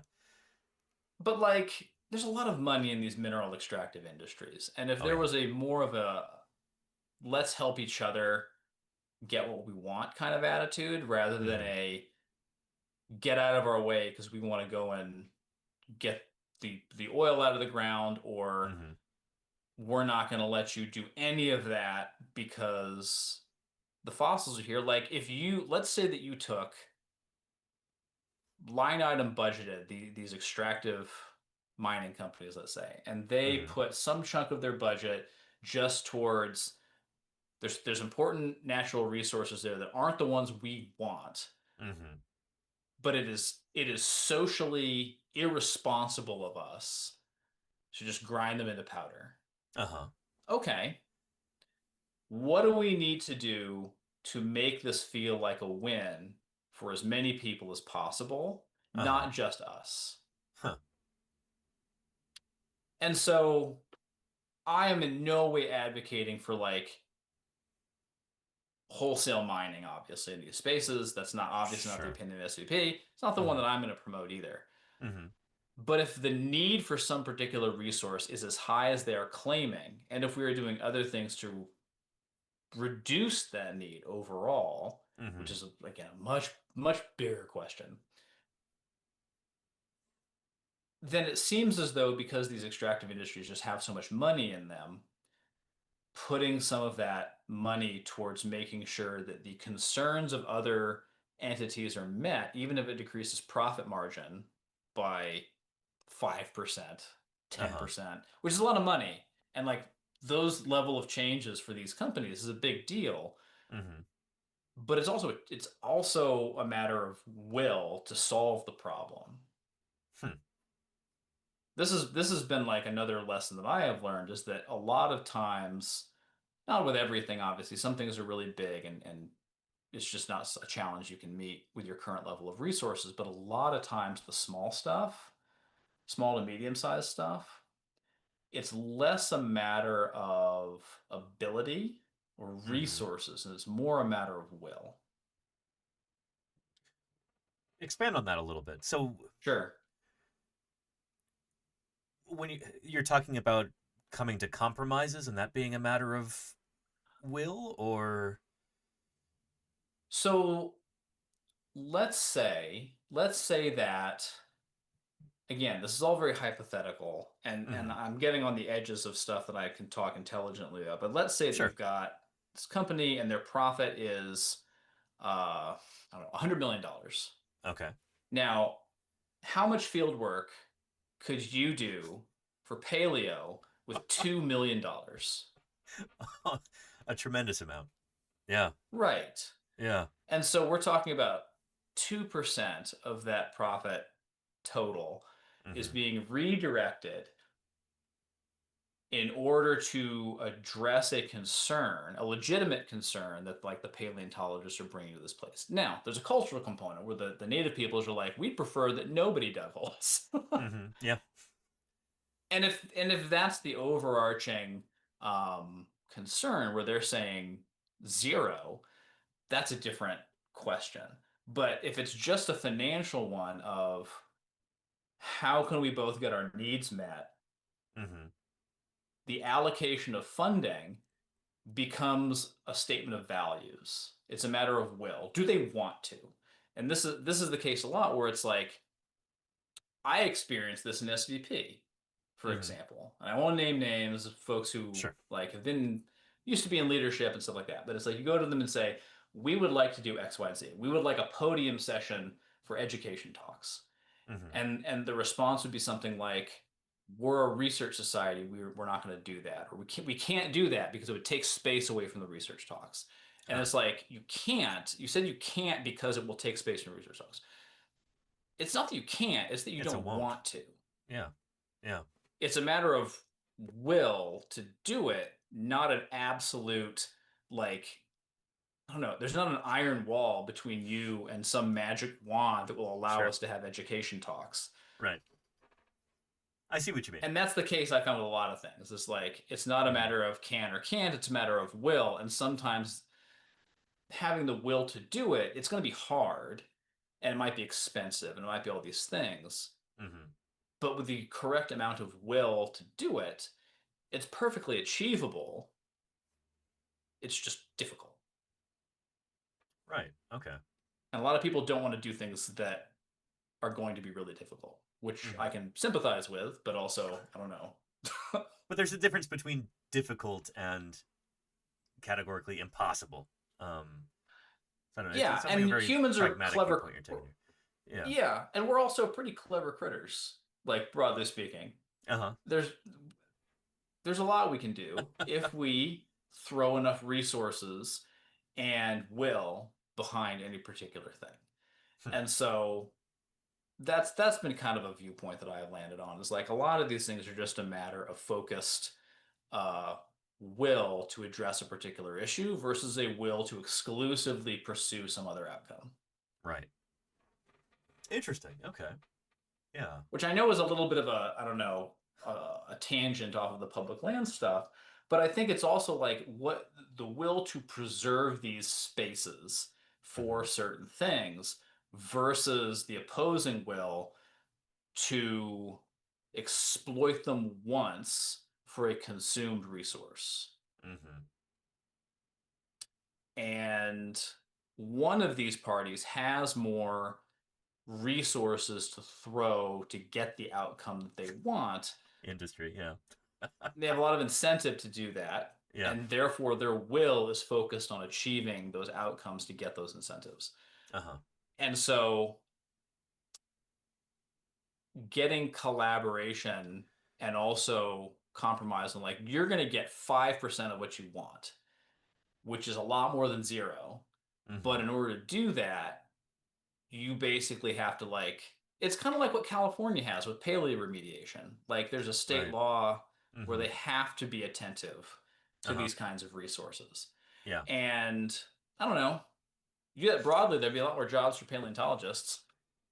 That's true. Yeah. That's interesting. You bring up remediation. And that's not exclusively I want to say real quick. Yeah. I want to say real quick.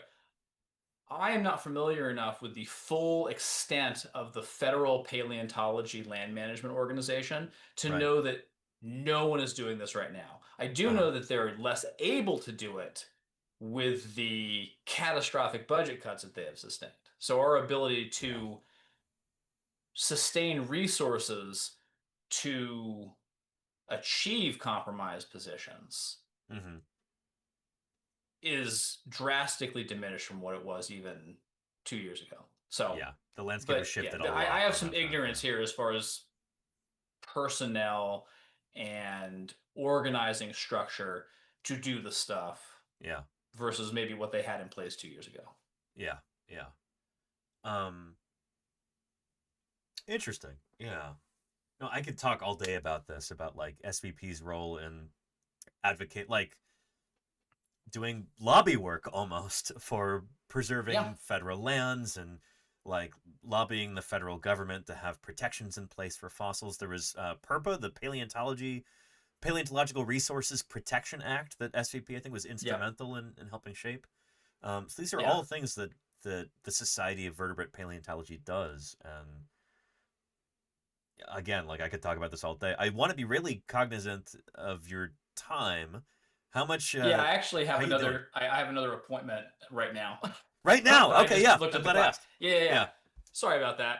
No, that's okay. I lost track of time a bit myself. So I will say real quick, SVP is a government affairs committee, and I'm not going to give all their names. If you want to go look it up on the website, I think that at least the chair of the committee is listed. But they do hugely important work that everyone who enjoys North American or paleontology that happens inside the United States, especially, we're working on advocacy and helping our colleagues beyond the U.S. and North America. That's a work in progress, but they've done incredible work, the U.S. government, in making sure that some of these spaces are preserved as well as they can.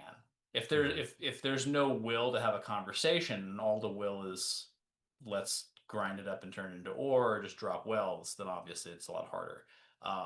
But yeah, they've done some really important stuff over the past, I mean, as long as the committee's existed. Yep. One of the reasons I'm so proud to be a member of SVP. Like, they do some cool stuff. Yeah. I know you got to go, so I'll say again sorry. to the chat that yeah, you should check out the Sternberg camps. We've got links there in the chat, and enrollment is currently open. It's been open for 2 weeks, so if people want to learn more, they can visit the website. There's lots of resources there, and thank you so much for your time, David. I really appreciate it. Yeah, and if folks want to hear more about a lot of the stuff that I do, like, I don't post a lot about research because it's just not really it's not my professional zone. I love it, but it's not what I do. I can be found at BioGeoverse, BioGeoverse, on Blue Sky and Instagram primarily. I'll put a link there in the chat for everybody. Yeah. I share a lot of other people's paleontology. I just don't do a lot of it myself. Yeah, thank you so much, David. Good luck with your appointments and everything. Yeah. And it'd be great to have you on again at some point in the future to talk about more specific things. But it's been a really wide-ranging conversation, and I appreciate you kind of bouncing around with us here to all these different lofty subjects. So, yeah. Yeah, I'm happy to come and talk about any of this stuff anytime. So cool. Have a good rest of your night, everybody. Thanks for having me. Really appreciate it. Bye-bye. Take care. Yeah, take care. All right. Everybody, David Levering, everybody.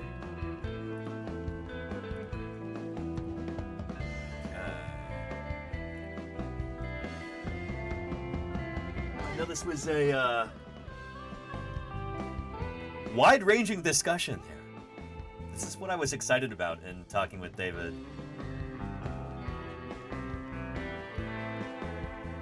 Sorry we didn't get to as many questions from the chat as I would have liked to have, but I think this was fun. Looking forward to having more discussions like this with fellow paleontologists in the coming weeks and months. But yeah, and if anybody has any other questions that I missed during that, again, we just have just me now at this point. But don't be shy with those questions. Glad to talk about them with you if there's anything that you're curious about. Otter Do It says that was an excellent discussion. I appreciate that, Otter Do It. Yeah. It's nice to be able to get the perspective of some other folks about these topics, you know? I like to wax poetical about the role of paleontologists in society and how we can improve things and all of this, but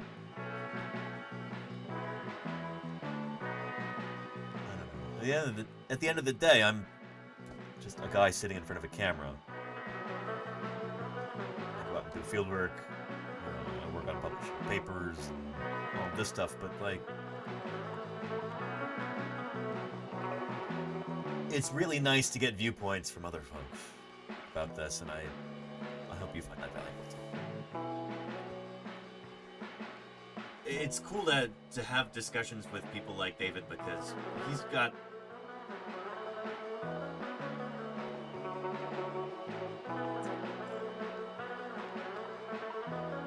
wide-scale perspectives. He's got opinions about how these systems work, and it's not just nitty-gritty details. It's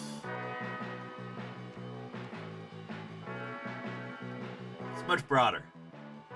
So I hope you appreciate it. Anyway, we're gonna get back into our discussion about Minnesota State Fossil here in a minute, and actually we'll probably roll a video here and give me a chance to go use the restroom real quick. Just a second. I almost feel like we're having a delay in our chat tonight too that we don't normally have. I'm gonna prime you real quick. I'm gonna say a number, and I want you to type that number into the chat. We're gonna test our latency here real quick. So let's say 15. Type 15 into the chat.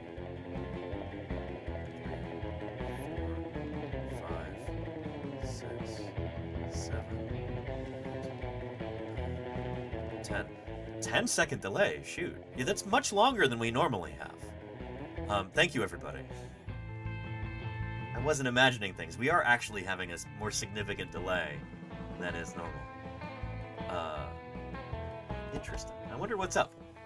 I noticed there were a few things in OBS that changed.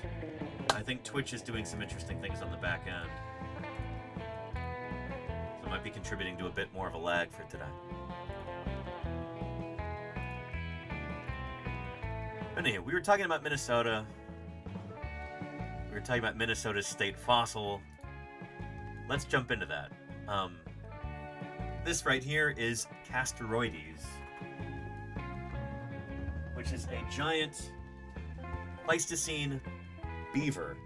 Here's one half of it right here. I'm only printed one half of it thus far. The other half is on the 3D printer right now, and it should be done in, I think, probably about 12 or 13 hours. And we'll have the full-size skull. This is life-size, by the way. If that wasn't clear. This is a big animal. What do we know about these critters? And how did we learn it? How are they different from modern beavers? These are all things that I think this video is going to help us think about. So let's jump into that. I'm going to go run to the bathroom real quick. I will be back as soon as I can be. You behave for PBS eons while I'm away. Be right back. A little over 10,000 years ago, North America was home to the biggest beaver that ever existed. And yes, I know I talk to you all the time about giant extinct animals like the biggest frog and the longest snake and the hugest dinosaurs. But it's important to me personally that you understand how big this beaver was. It was more than twice as heavy and many, many times taller and longer than a modern beaver. It rivaled the size of a small black bear. Its name was Castoroides, and of course it's extinct now because you would definitely know if it was still around. But in the not too distant past, this giant rodent lived as far north as Alaska and the Yukon Territory, and as far south as Florida. And ancient beavers used to be a lot more diverse. For example, not all beavers were swimmers. There were also terrestrial beavers that dug burrows and twisty tunnels.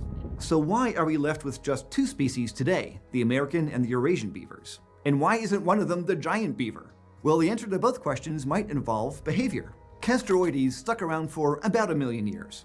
And just like modern beavers, it was semi-aquatic. It lived both on the land and in the water. The difference is that today's beavers do a pretty special thing, one that the giant beaver probably didn't or couldn't do. And that may have been its undoing.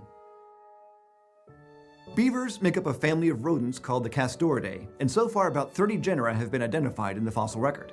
Scientists think beavers originally evolved in North America toward the end of the Eocene epoch, with their earliest known species scampering around Wyoming about 35 million years ago. There's been some debate about what its niche was, but it might have been semi-aquatic. And by the early Oligocene epoch, fossils from China tell us that beavers were quick to establish themselves in Eurasia. Between about 35 and 24 million years ago, different lineages of specialized beavers started to appear. For example... Okay, hang on. I don't normally like to just let videos run while I am gone, but I really had to go run to the bathroom there. There was a lot in there that I want to jump into. Did you say 30 genera of beavers? That's way more than I would have guessed. That's not 30 species, that's 30 genera. And for anybody who's unfamiliar with that concept, you probably understand this even if you don't realize that you do.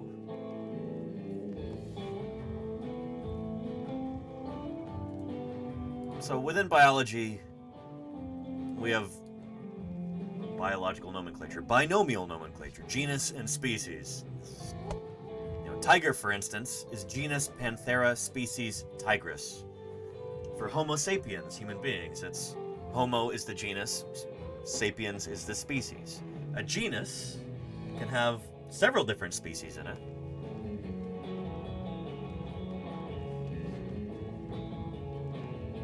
Some of these strange beasts were protected by massive plates of bony armor. Sazi, thank you for the 37 months of support. Really appreciate that. Let's open up our tree of life here, and we'll look at the beaver family today, the Castoridae. I think there's... Well, we'll see how many genera of modern beavers there are. I want to say it's one. But let's see real quick. Castoridae, the beaver family.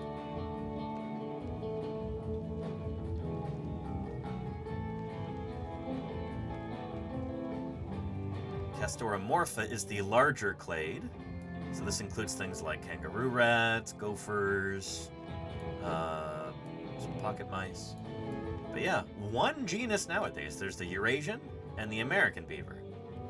Castor fiber for the Eurasian beaver, Castor canadensis for the American beaver.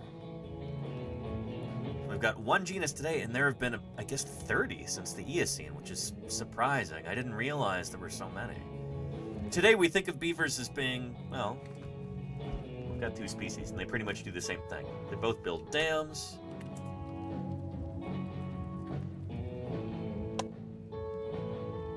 They're ecosystem engineers. You probably know a lot of this stuff already. But they had a much greater diversity in the fossil record. When we think of beavers, we think of all these specific things. They chew down trees, you know, they bite them, trees fall down, they use them to build dams. They're having a big impact upon their environment like this. To us, nowadays, that's kind of inherent to being a beaver, is all of this stuff. Didn't used to be, though. Again, beavers used to be far more diverse. Different body sizes, different lifestyles. I saw someone in the chat said, man, these giant beavers must have built really big dams. Not necessarily. I think we're going to get into that. Example, one group was mostly fossorial. They were digging animals. We know this in Here we part go. because they had classic burrowing traits, like big forelimbs and front claws, as well as a short tail and neck. And many would have even used their teeth for digging too. Take Paleocaster, a small beaver from what's now Nebraska. During the Oligocene and Miocene epochs, it made huge spiral dens in the earth. These are really, really cool. I had some friends who, I think it was Fisher and Ken went to go visit a fossil site in Nebraska, and they sent me pictures of this, which is really neat. Hey, Luke Herman's Gaming. Never looked up before why those teeth are orange on beavers. It's because of iron in their incisors. Here we go. So they actually have, pretty sure it's iron infused into the structure of their teeth to help strengthen them. So it gives it that orange color. Yeah. Here's a page from McGill University here. Beavers have metal teeth. Yeah, there you go.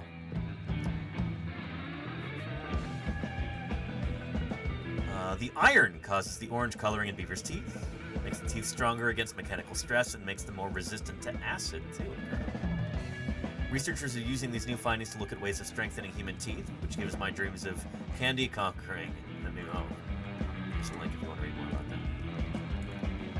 They're really cool, and I wonder how common this is in beavers. Like, is this something that all beavers have, including all the fossil taxa? Or is it a more recently evolved trait? I don't know. Anyway, how are you doing, sweetie pie? What's shaking? And Scoop says calcium is a metal, right? I mean, you know, I'm not a chemist. I don't know that off the top of my head, whether calcium falls under metals on the periodic table. I bet you it is. Let's look that up.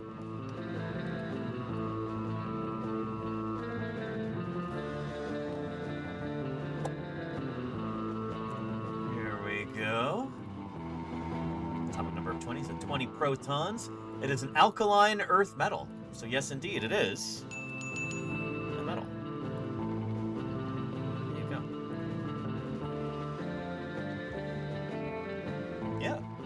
got metal in your bones and in your teeth.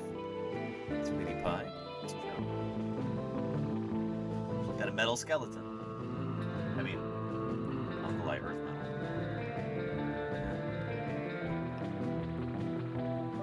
Yeah. What do you think about that? It's true. She wants some more treats.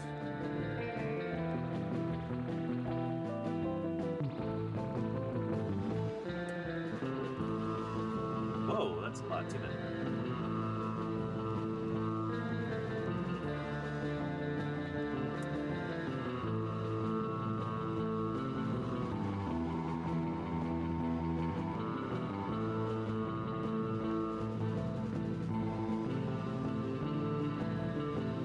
And Scoops and Sketchy Tracks.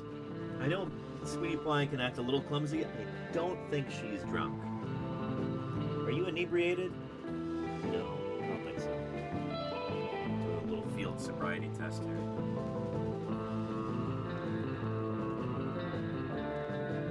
Follow my finger. Yeah. I think you can go on your way, Sweetie Pie.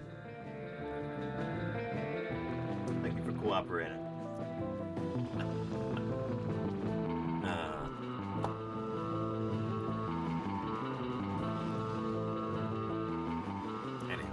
Paleocastor, this really cool critter.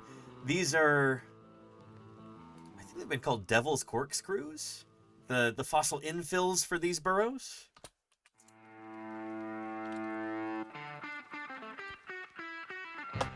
There we go, yeah. Really cool. So this is a beautiful example of paleoichnology. This is the preserved trace of a fossil critter. You might ask, well, shoot, if this is a hole in the ground, how does it get preserved as a fossil? And Golden Man's 13, thank you for the follow. Welcome, welcome. It's because this burrow was infilled with a different kind of sediment. And so if you're really careful while you're doing an excavation, you might notice that, hey, this material doesn't match what's around it. You remove the matrix and you're just left with this burrow cast. Really cool. In this case, we got lucky that it was infilled with a different kind of material. Otherwise, burrows are very difficult to recognize in the fossil record. Sometimes you get lucky. You get that kind of infill like that.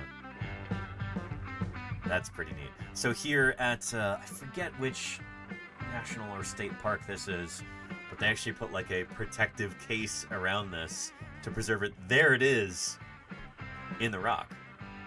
Really neat, right?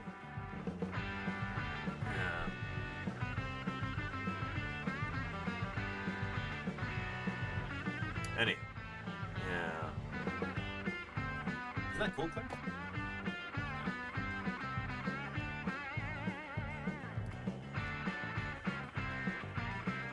Yep, devil's corkscrews is what they're called. Although it wasn't the devil that made them. It was beavers. Burrowing beavers. Pretty neat. Bizarre spiral-shaped fossils found in Wyoming and Nebraska. Here's a link if you want to read more about that. Anyway, we'll continue.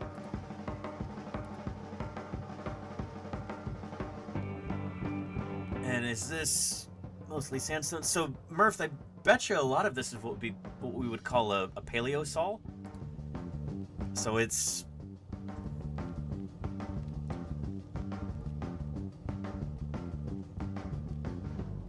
It does look kind of sandy, but I don't know. I'd have to like get up close and actually look to figure out if it's a mudstone or a sandstone. But yeah. Bevelzebub. I like that X feeling.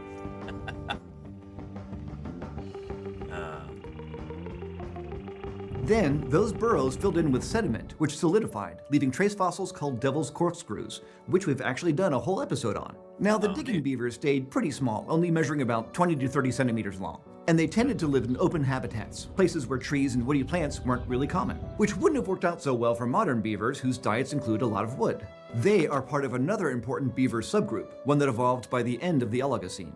Unlike Paleocastor and its burrowing cousins, these animals were semi-aquatic. Paleontologists think that the common ancestor of Castoroides and living beavers was a semi-aquatic woodcutter that lived in the early Miocene 20 to 24 million years ago. And some of the semi-aquatic beavers were probably good at— So again, to emphasize here, the giant Pleistocene beaver, Castoroides, which is the state fossil of Minnesota, that's what we're talking about it today.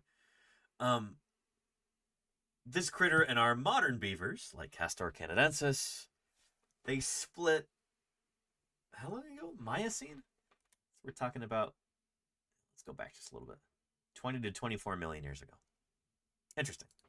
And some of the semi-aquatic beavers were probably good at burrowing as well as swimming, just like today's beavers are. And while experts aren't sure if Castoroides dug burrows, they know it was a swimmer. The oldest fossils of this giant beaver that we know of come from Florida, and they're between 1.6 million and 1 million years old. Back then, Florida was a combination of mixed tree woodlands and forested swamps. But wetlands weren't limited to the American South. In the giant beaver's heyday, the ice sheets of the northern hemisphere expanded and retreated multiple times. And it looks like the giant beaver came and went with those warm periods. So when the ice sheets advanced, places like Yukon Territory became cold, dry grasslands. But during the warmer interglacial periods, forests bounced back, and the water from melting ice sheets produced wetlands up north. The fossil record shows that Castoroides repeatedly invaded the Arctic during those warmer, wetter periods, which makes sense because it was clearly built for a semi-aquatic lifestyle. It had relatively short legs and big back feet that were probably webbed, but on land it would have had a pretty awkward walk.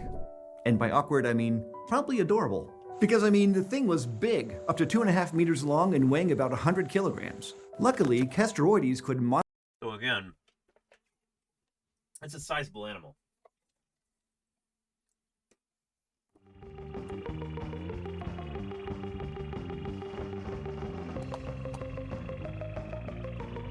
So we're talking about sizable black bear. Like, that's a big critter. If it were to stand up on its tippy toes, yeah, it could be maybe about as tall as Justin Bieber, who, according to the label here, is a very average human. Not high praise from allthat'sinteresting.com.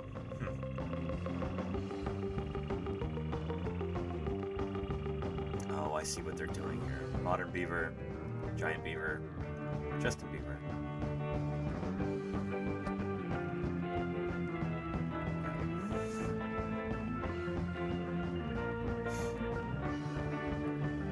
So yeah, cool.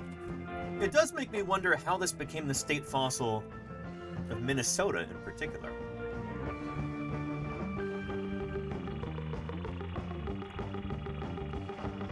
Given that fossils of Castoroides have been found from Florida up to Alaska, how did Minnesota get dibs on this critter? Yeah. Andrew Memrick says, did humans hunt them to extinction? I don't think we have direct evidence of that. And we're going to get into a discussion about the Pleistocene megafaunal extinctions.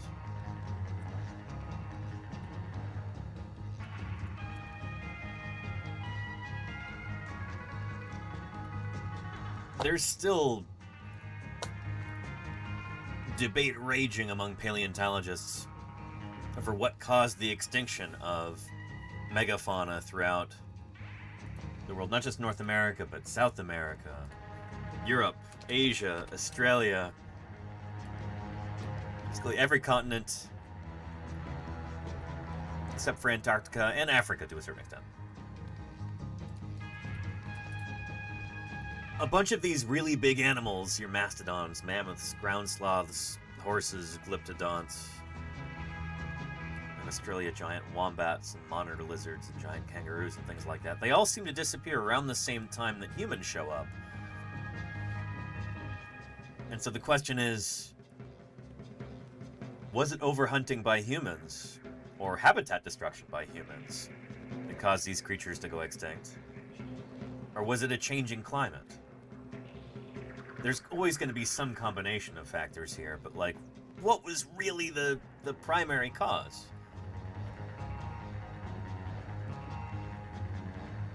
I don't really work on Pleistocene critters, so I don't really have a horse in this fight. I've got opinions, but honestly, they're not worth much because I don't work in this area. Who really cares what I think? But the reason why it's complicated is, yes, a lot of these critters seem to go extinct around the time that humans show up in great numbers on these continents. But there's also a changing climate going on at the same time. The Earth is coming out of a glacial maximum, so a big ice age. And these critters may have been stressed by that. Their habitats are changing. There might be less food or less water or other things going on. It's those same climate changes that might make it possible for humans to move into those ranges in the first place. And so you kind of got to know what exactly the timing is here, and is there actually evidence of hunting and butchering of these animals and all of that. And from the outside, as somebody who doesn't really work on Pleistocene stuff, it looks to me like the general scientific consensus among Pleistocene workers is kind of tilting toward these being primarily human-caused extinctions. But again, this is my view from the outside, and every time I have the opportunity to talk to somebody who works on Pleistocene critters, they always say, well, it's complicated.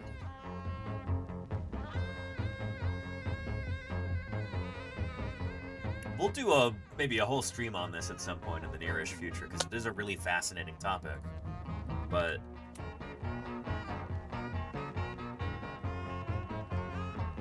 the safest thing to say right now is, like, we still don't really know. People have opinions, people have strong viewpoints, but there isn't a cut and dry answer right now, if that makes sense. So yeah. And yeah, the Irish elk Megaloceros is included in this, Andrew Memrex. Yes, indeed. We can find another image with Megaloceros hiding in it, I am sure. Oh, this is an excellent image here. I wish it worked on Reddit. It makes it hard to embiggen. But, give me a second here. Web profile, though.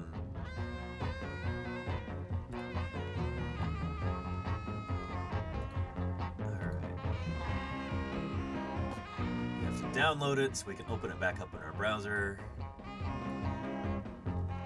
There we go. Now I can show you properly. I really love this image here because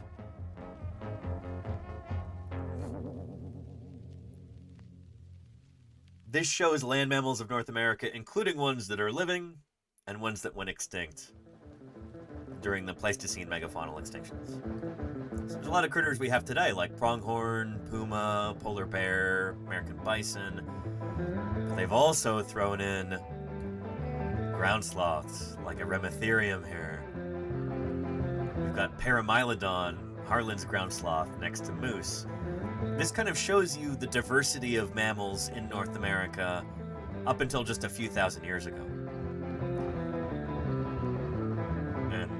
The first people to show up in North America would have encountered all of these animals, lived alongside them for at least a while.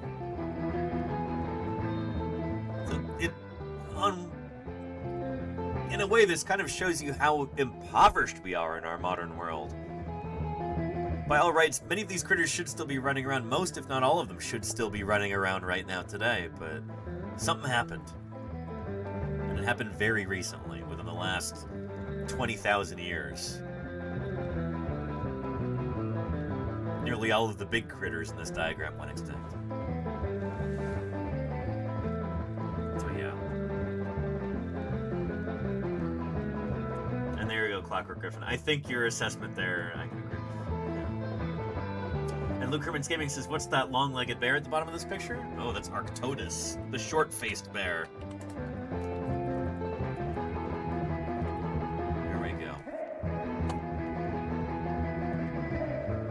It gets called the short-faced bear, but was its face really that short?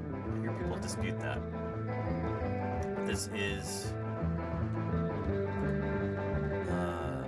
by some counts, the biggest carnivorous terrestrial mammal who has ever lived. Seems to be the biggest bear that's ever lived. But yeah, a big critter. We encountered one of these guys in South Dakota a few years back. And thank you, Pilgrimage, for the follow. Welcome to Paleontologizing.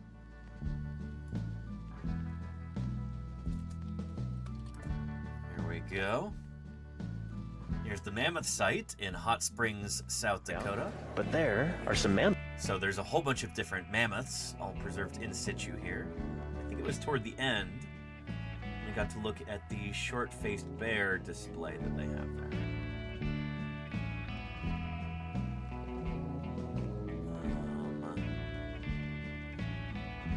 Where was that?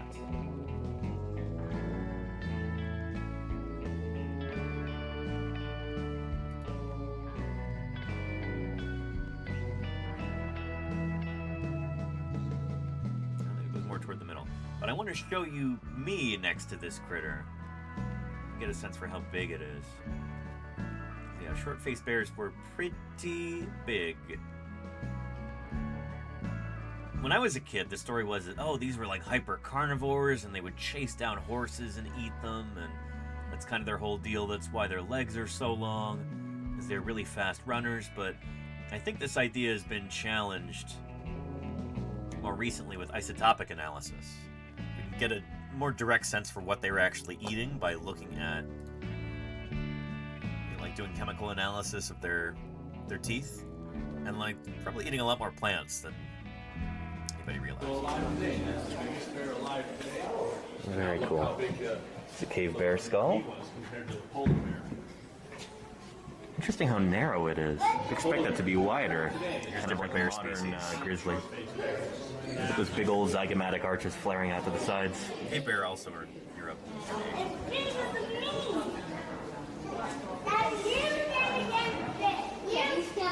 There's Pilgrimage says Native Americans would have encountered the short-faced bear, correct?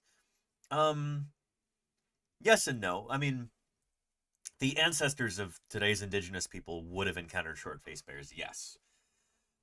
The term that we often use is like Paleo-Indian. That's the term that we use for the people of the Americas who lived here thousands of years ago.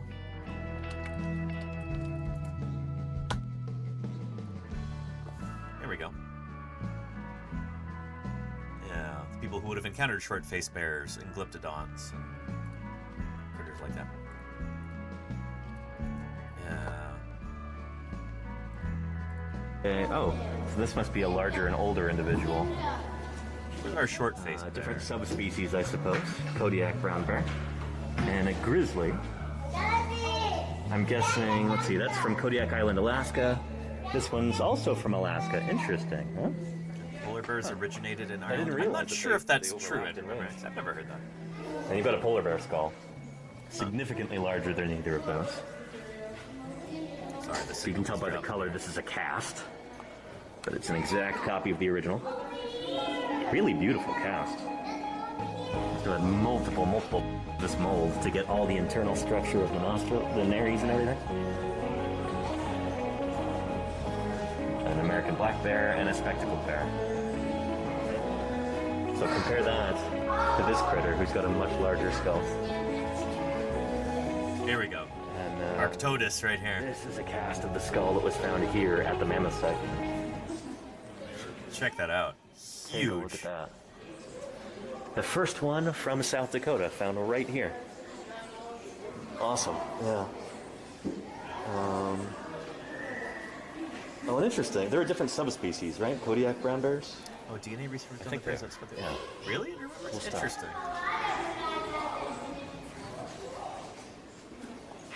Huh. So there is a cast That's of news this to me. animal skull. Take a look at that. Enormous. And I So want to many say they people had one touch the painted on the canines. wall or something that I could But, stand next the to. paint has gotten worn away. You could see the kind of clear plasticky resin on the inside. Very cool. Weighing up to 1,500 pounds, Arctodus stood 12 feet tall on his hind legs. With a reach of 15 feet 4 inches, Arctodus... How many of you stand 12 feet tall on your hind legs, chat? Get on their level, you know? was taller, leaner, and meaner than today's bears. Very interesting stuff. I don't know. I'm guessing that like a lot of other bears, these guys probably would have been really versatile in terms of their diet. I don't know. In different areas, they would have eaten different things, and at different times of the year, their diets would change. But like Elephant was saying, yeah, I bet you they, when the time came to run down a camel or a horse or a bison or something, it would have been significantly faster than a grizzly bear, which are themselves quite fast. There you go, the raven. So here is that critter right here. Here we go. Wow. I would be looking eye to eye with Arctodus, the short-faced bear. If this animal were alive today. Significantly taller than a polar bear. Or a Kodiak bear. And standing on its back leg. Holy cow. That's nuts. That's nuts. So cool.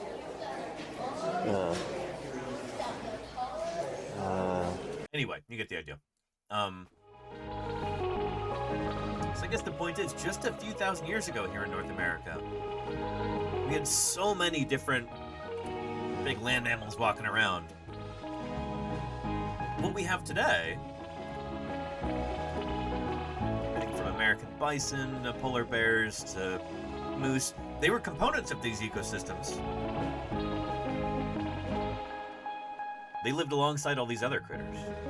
I think a lot of folks have a tendency to think of critters like giant ground sloths, and mastodons, and mammoths as being exotic animals. But no, they were components of this same fauna we still have parts of today, you know?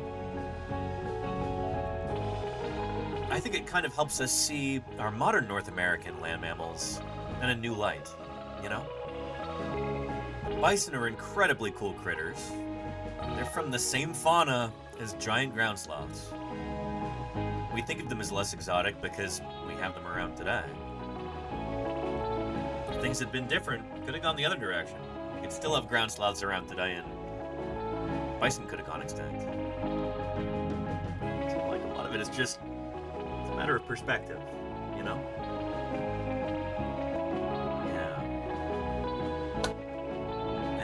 Link to this picture, I'll get one for you. Here we go. Copy image address. There you go, right there in the chat. Yeah. Anyhow. Cool to think about, you know?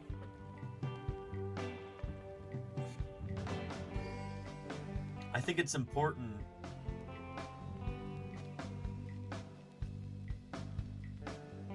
have that sense of wonder in your everyday life. It's so easy to get jaded about things. But to be able to look at the critters we still have here in North America and realize that they were once components of this maybe more impressive fauna. It's a cool link with the Pleistocene.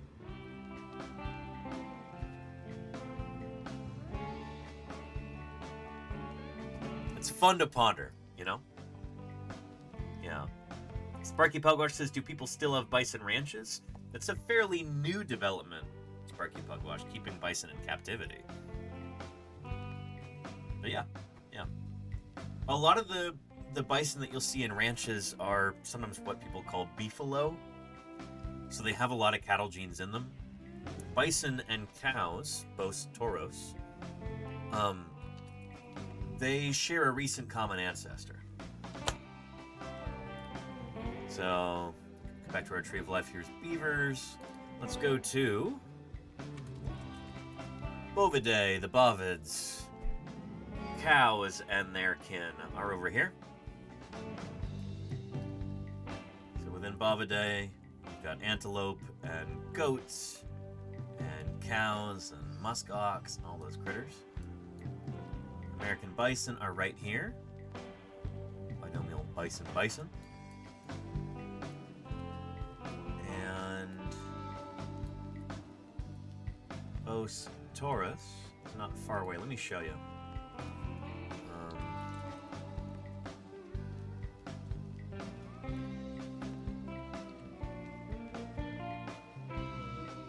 There we go. So, there is the cow, Os Taurus right there, and the American bison. They only split less than 5 million years ago, and I guess that's close enough where they can still interbreed. And so the majority of bison that you will see on ranches are hybrids. They've got a lot of cattle genes in them. Actually finding, for lack of a better term, that's right, but genetically pure bison, something that is like 100% bison with no cattle genes, that's difficult.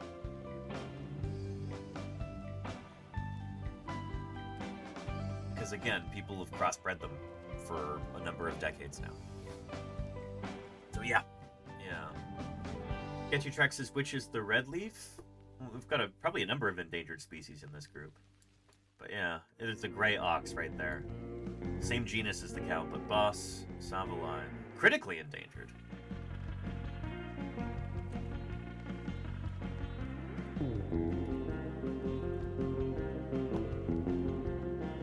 Also known as the Coupre. Interesting. What's these guys doing? Also known as the forest ox and gray ox, is possibly extinct species of forest-dwelling wild bovine native to Southeast Asia. Oh boy. These may be one of those species that were pushed toward extinction by the Vietnam War.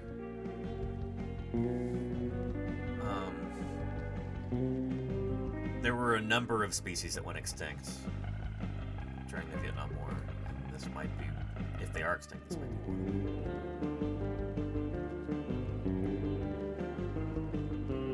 I don't know, I'm speculating here.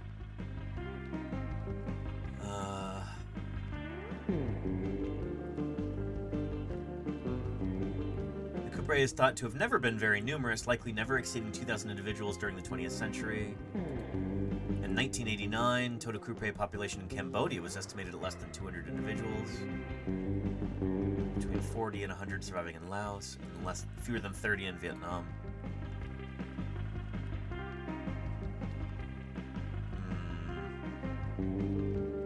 War and political conflicts such as the Vietnam War and the Cambodian Civil War have also played a role in the species' decline through the destruction of habitat, poaching, and significantly disrupting conservation efforts and further study of the animal in the wild. I think it's been estimated there's, what was it, between a few dozen and like 100 species may have gone extinct because of the Vietnam War. Anyway, it was an unfathomable amount of explosive ordnance was dropped by the United States over Vietnam and Cambodia and Laos.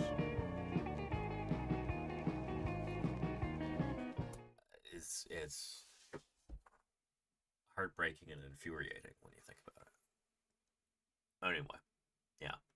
Will these be breeds or species? So this is a separate species, Trick Tracks. Yeah. This is not domesticated. It is wild. Yeah. Anyway, you can read more about it in the article if you'd like to. Yeah.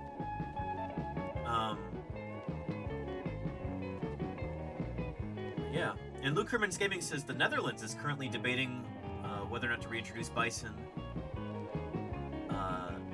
They used to be here, but were hunted by humans a long time ago. Yeah, so it might be a different species of bison in the Netherlands. It kind of gets into this whole concept of, we were going to talk about this the other day, this concept of rewilding. In some cases, non-native species have been introduced to areas that once had a similar species, which is now extinct. And there's an important distinction to make there between introduced and invasive. And there was a neat video about this that I'll at least share part of with you here. Take a look at it. Anyway, I just posted a link to the Castoroides video that we were looking at earlier. But,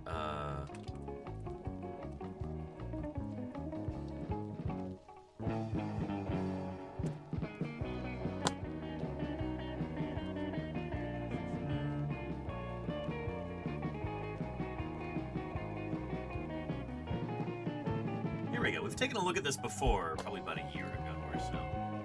But I think it was an interesting point being made here, and it's a good springboard for discussion. Let's take a look at this video here. You are probably aware of the damage invasive species can do to an ecosystem.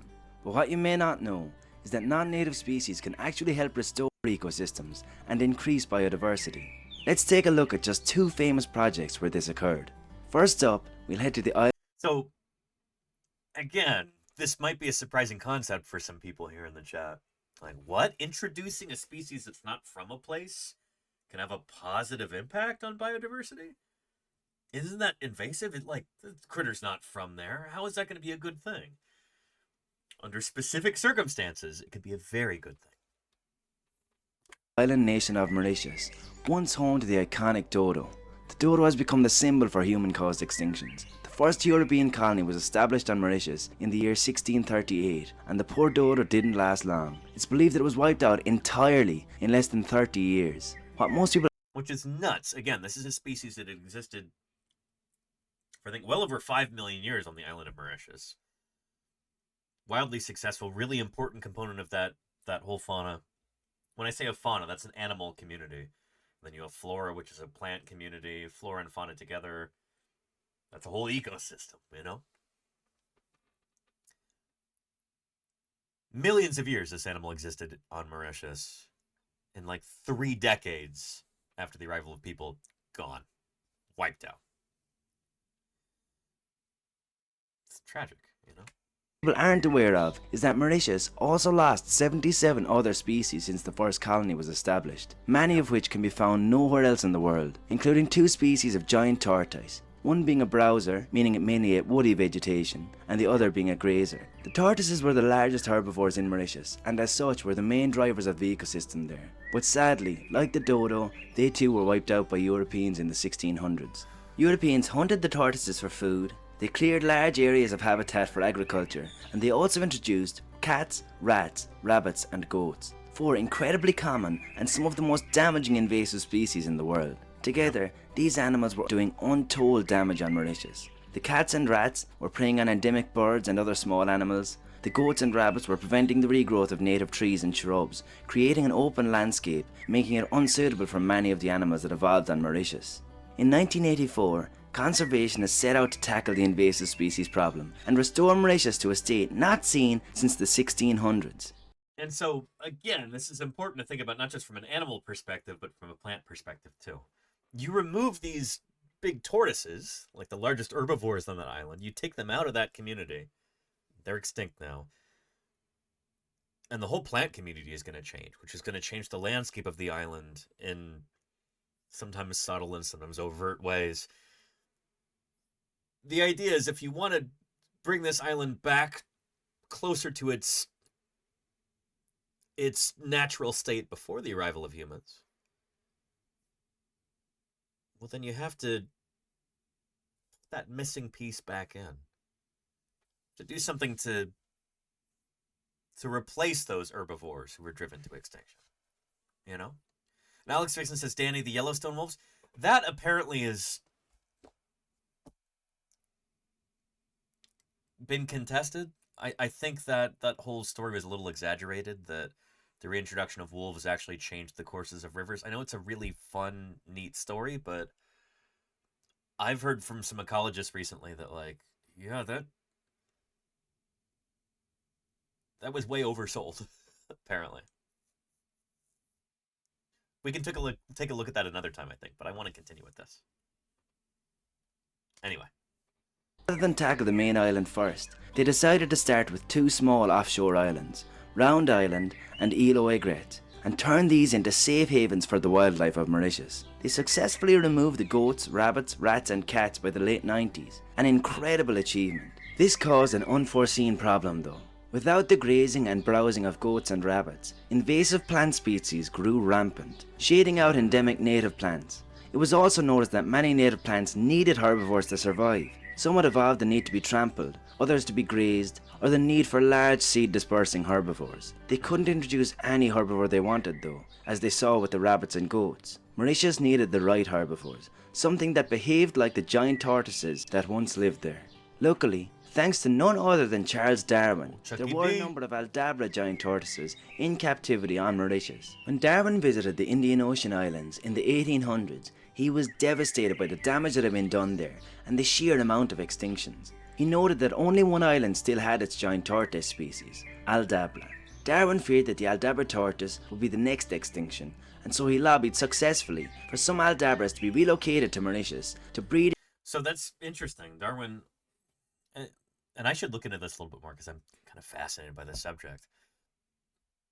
But he said, well, shoot, before these tortoises can go extinct in Aldabra, let's move some of them to Mauritius. Set up a little colony there.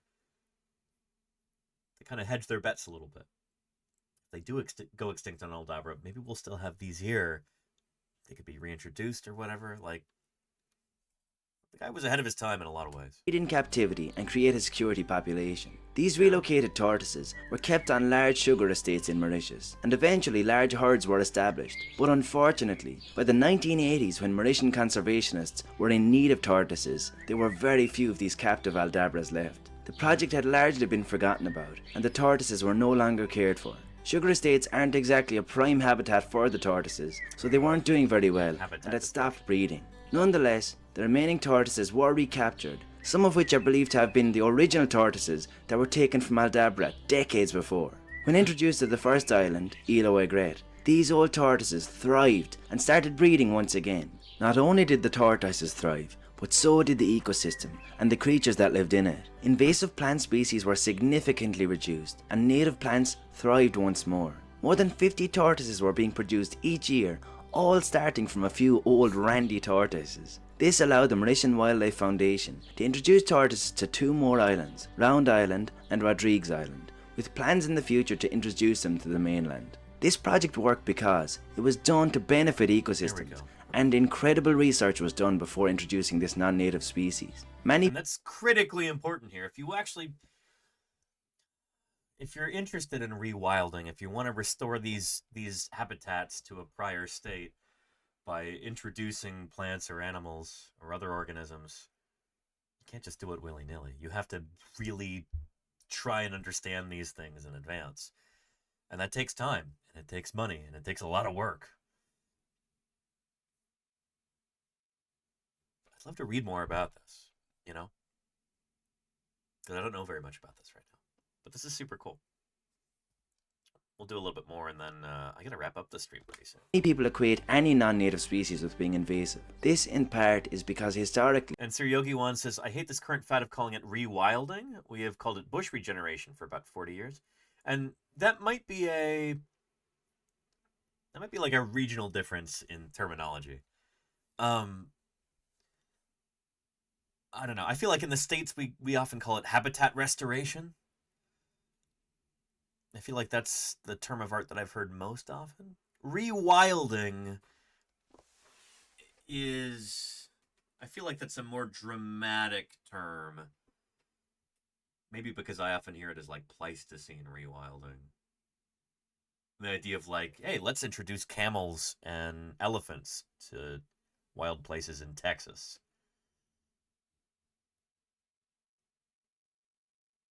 It's a little bit less, it's a little bit more dramatic, you know, than like, hey, let's try and reintroduce some of these plant species that have been extirpated from this region or something, you know? Anyway.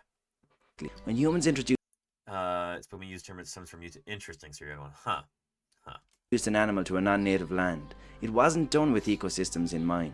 Cane toads were introduced to Australia to eat cane beetle grubs, but without any thought to what else they would do in Australian ecosystems. Stoats were introduced to New Zealand to control introduced rabbits, but they didn't think about or seemingly care what stoats would do to the unique bird life of New Zealand. But in Mauritius, before introducing any tortoise, many steps were taken. Firstly, they consulted with experts to see if the Aldabra giant tortoise could replicate the ecosystem functions provided by the two Mauritian giant tortoises, or if they would negatively affect the ecosystem. Secondly, they trialled the introduction in enclosures and also tested a second tortoise species, the radiated tortoise of Madagascar, to see which would be more beneficial. The Aldabran was better able to navigate the rough terrain and so was chosen. And lastly, they started on a tiny island. Eloy Great is only 25 hectares or 60 acres, making it easy to remove the tortoises if need be. The Aldabra tortoise is predominantly a grazer, though it does browse more than most tortoises, which made it a great candidate for introduction, as it filled the niches of both extinct tortoises to some extent. But conservationists in Mauritius do hope to introduce a browsing tortoise species in the future. Today, there is only one browsing tortoise subspecies that is actively breeding, the Hood Island giant tortoise, also known as the Espanola Island giant tortoise. Conservationists working in Mauritius have earmarked it as the best proxy for the saddlebacked Mauritian tortoise, the browsing. I think these are native to the Galapagos, aren't they? Anyway, there's going to be a second example of a non-native species successfully introduced to an area in order to help restore habitat. In the second half of this video, I'll just give a link to you so you can see what that is if you're interested. But yeah. Anyway.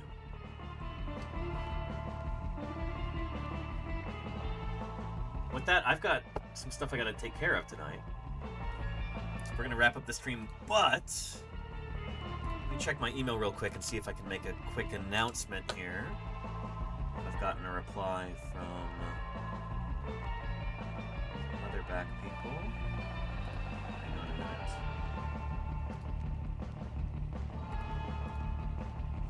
Bring in that account.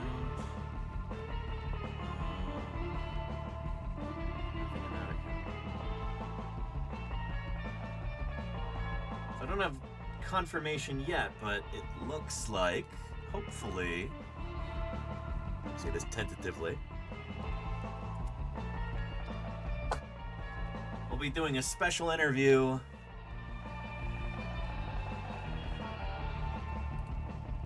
on February 4th, right here.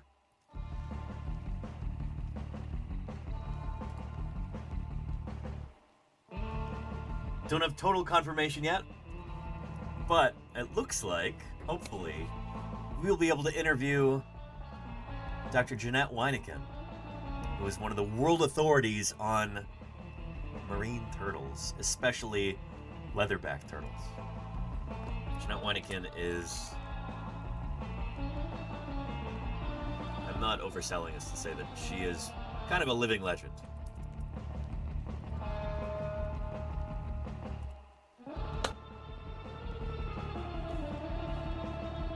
She's a professor at Florida Atlantic University, in the U.S. state of Florida, and she's shown up in a bunch of the different videos that we've watched on leatherback turtles over the past few months. I'm really looking forward to this. It's going to be a ton of fun. I'll put it on the calendar when it's official, but first, I want to share this with you. If you want to really get the most out of that interview next week, which looks like it's going to happen now. I'm excited about that.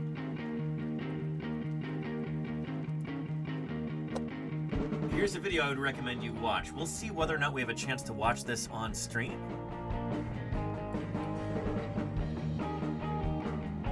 But, yeah, this is from a series called Inside Nature's Giants. I've talked about this before many times on stream before.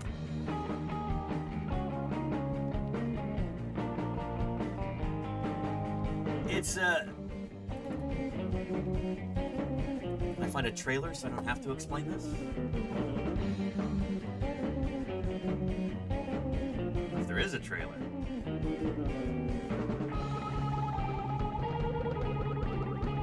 Well, this is a series that was on PBS, and the premise is...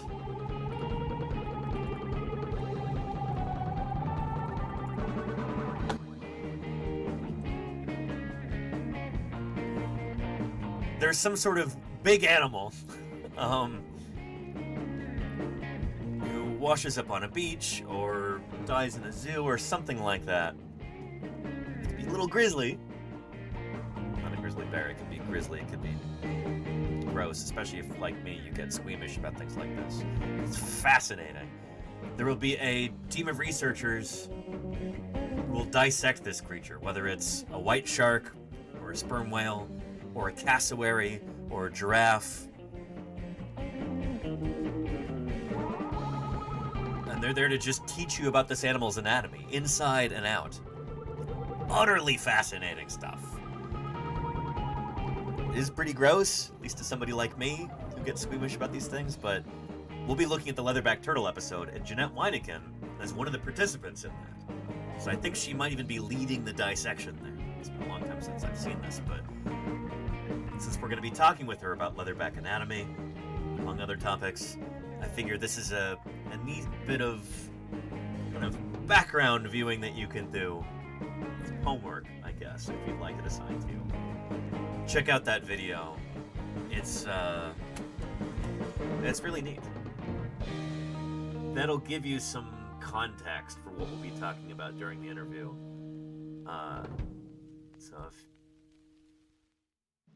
if you've got some time, I'd recommend checking it out.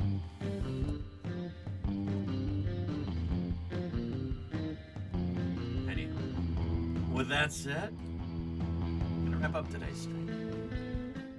So let's go ahead and do that. We'll see who else is doing some science here on Twitch at the moment. Put a Smilodon under our credits here. Don't go away just yet. Let's see who else is doing some science. And hang on. I think we have to refresh our... Oh, there it is. There's our credits. Good. Alright, who else is doing some science, right?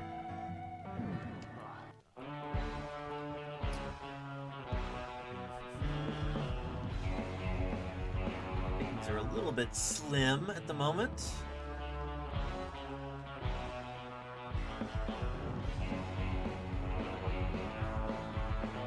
So let's go right into Alveus Sanctuary, White Dome. Or how about Hoot House? That's been a while.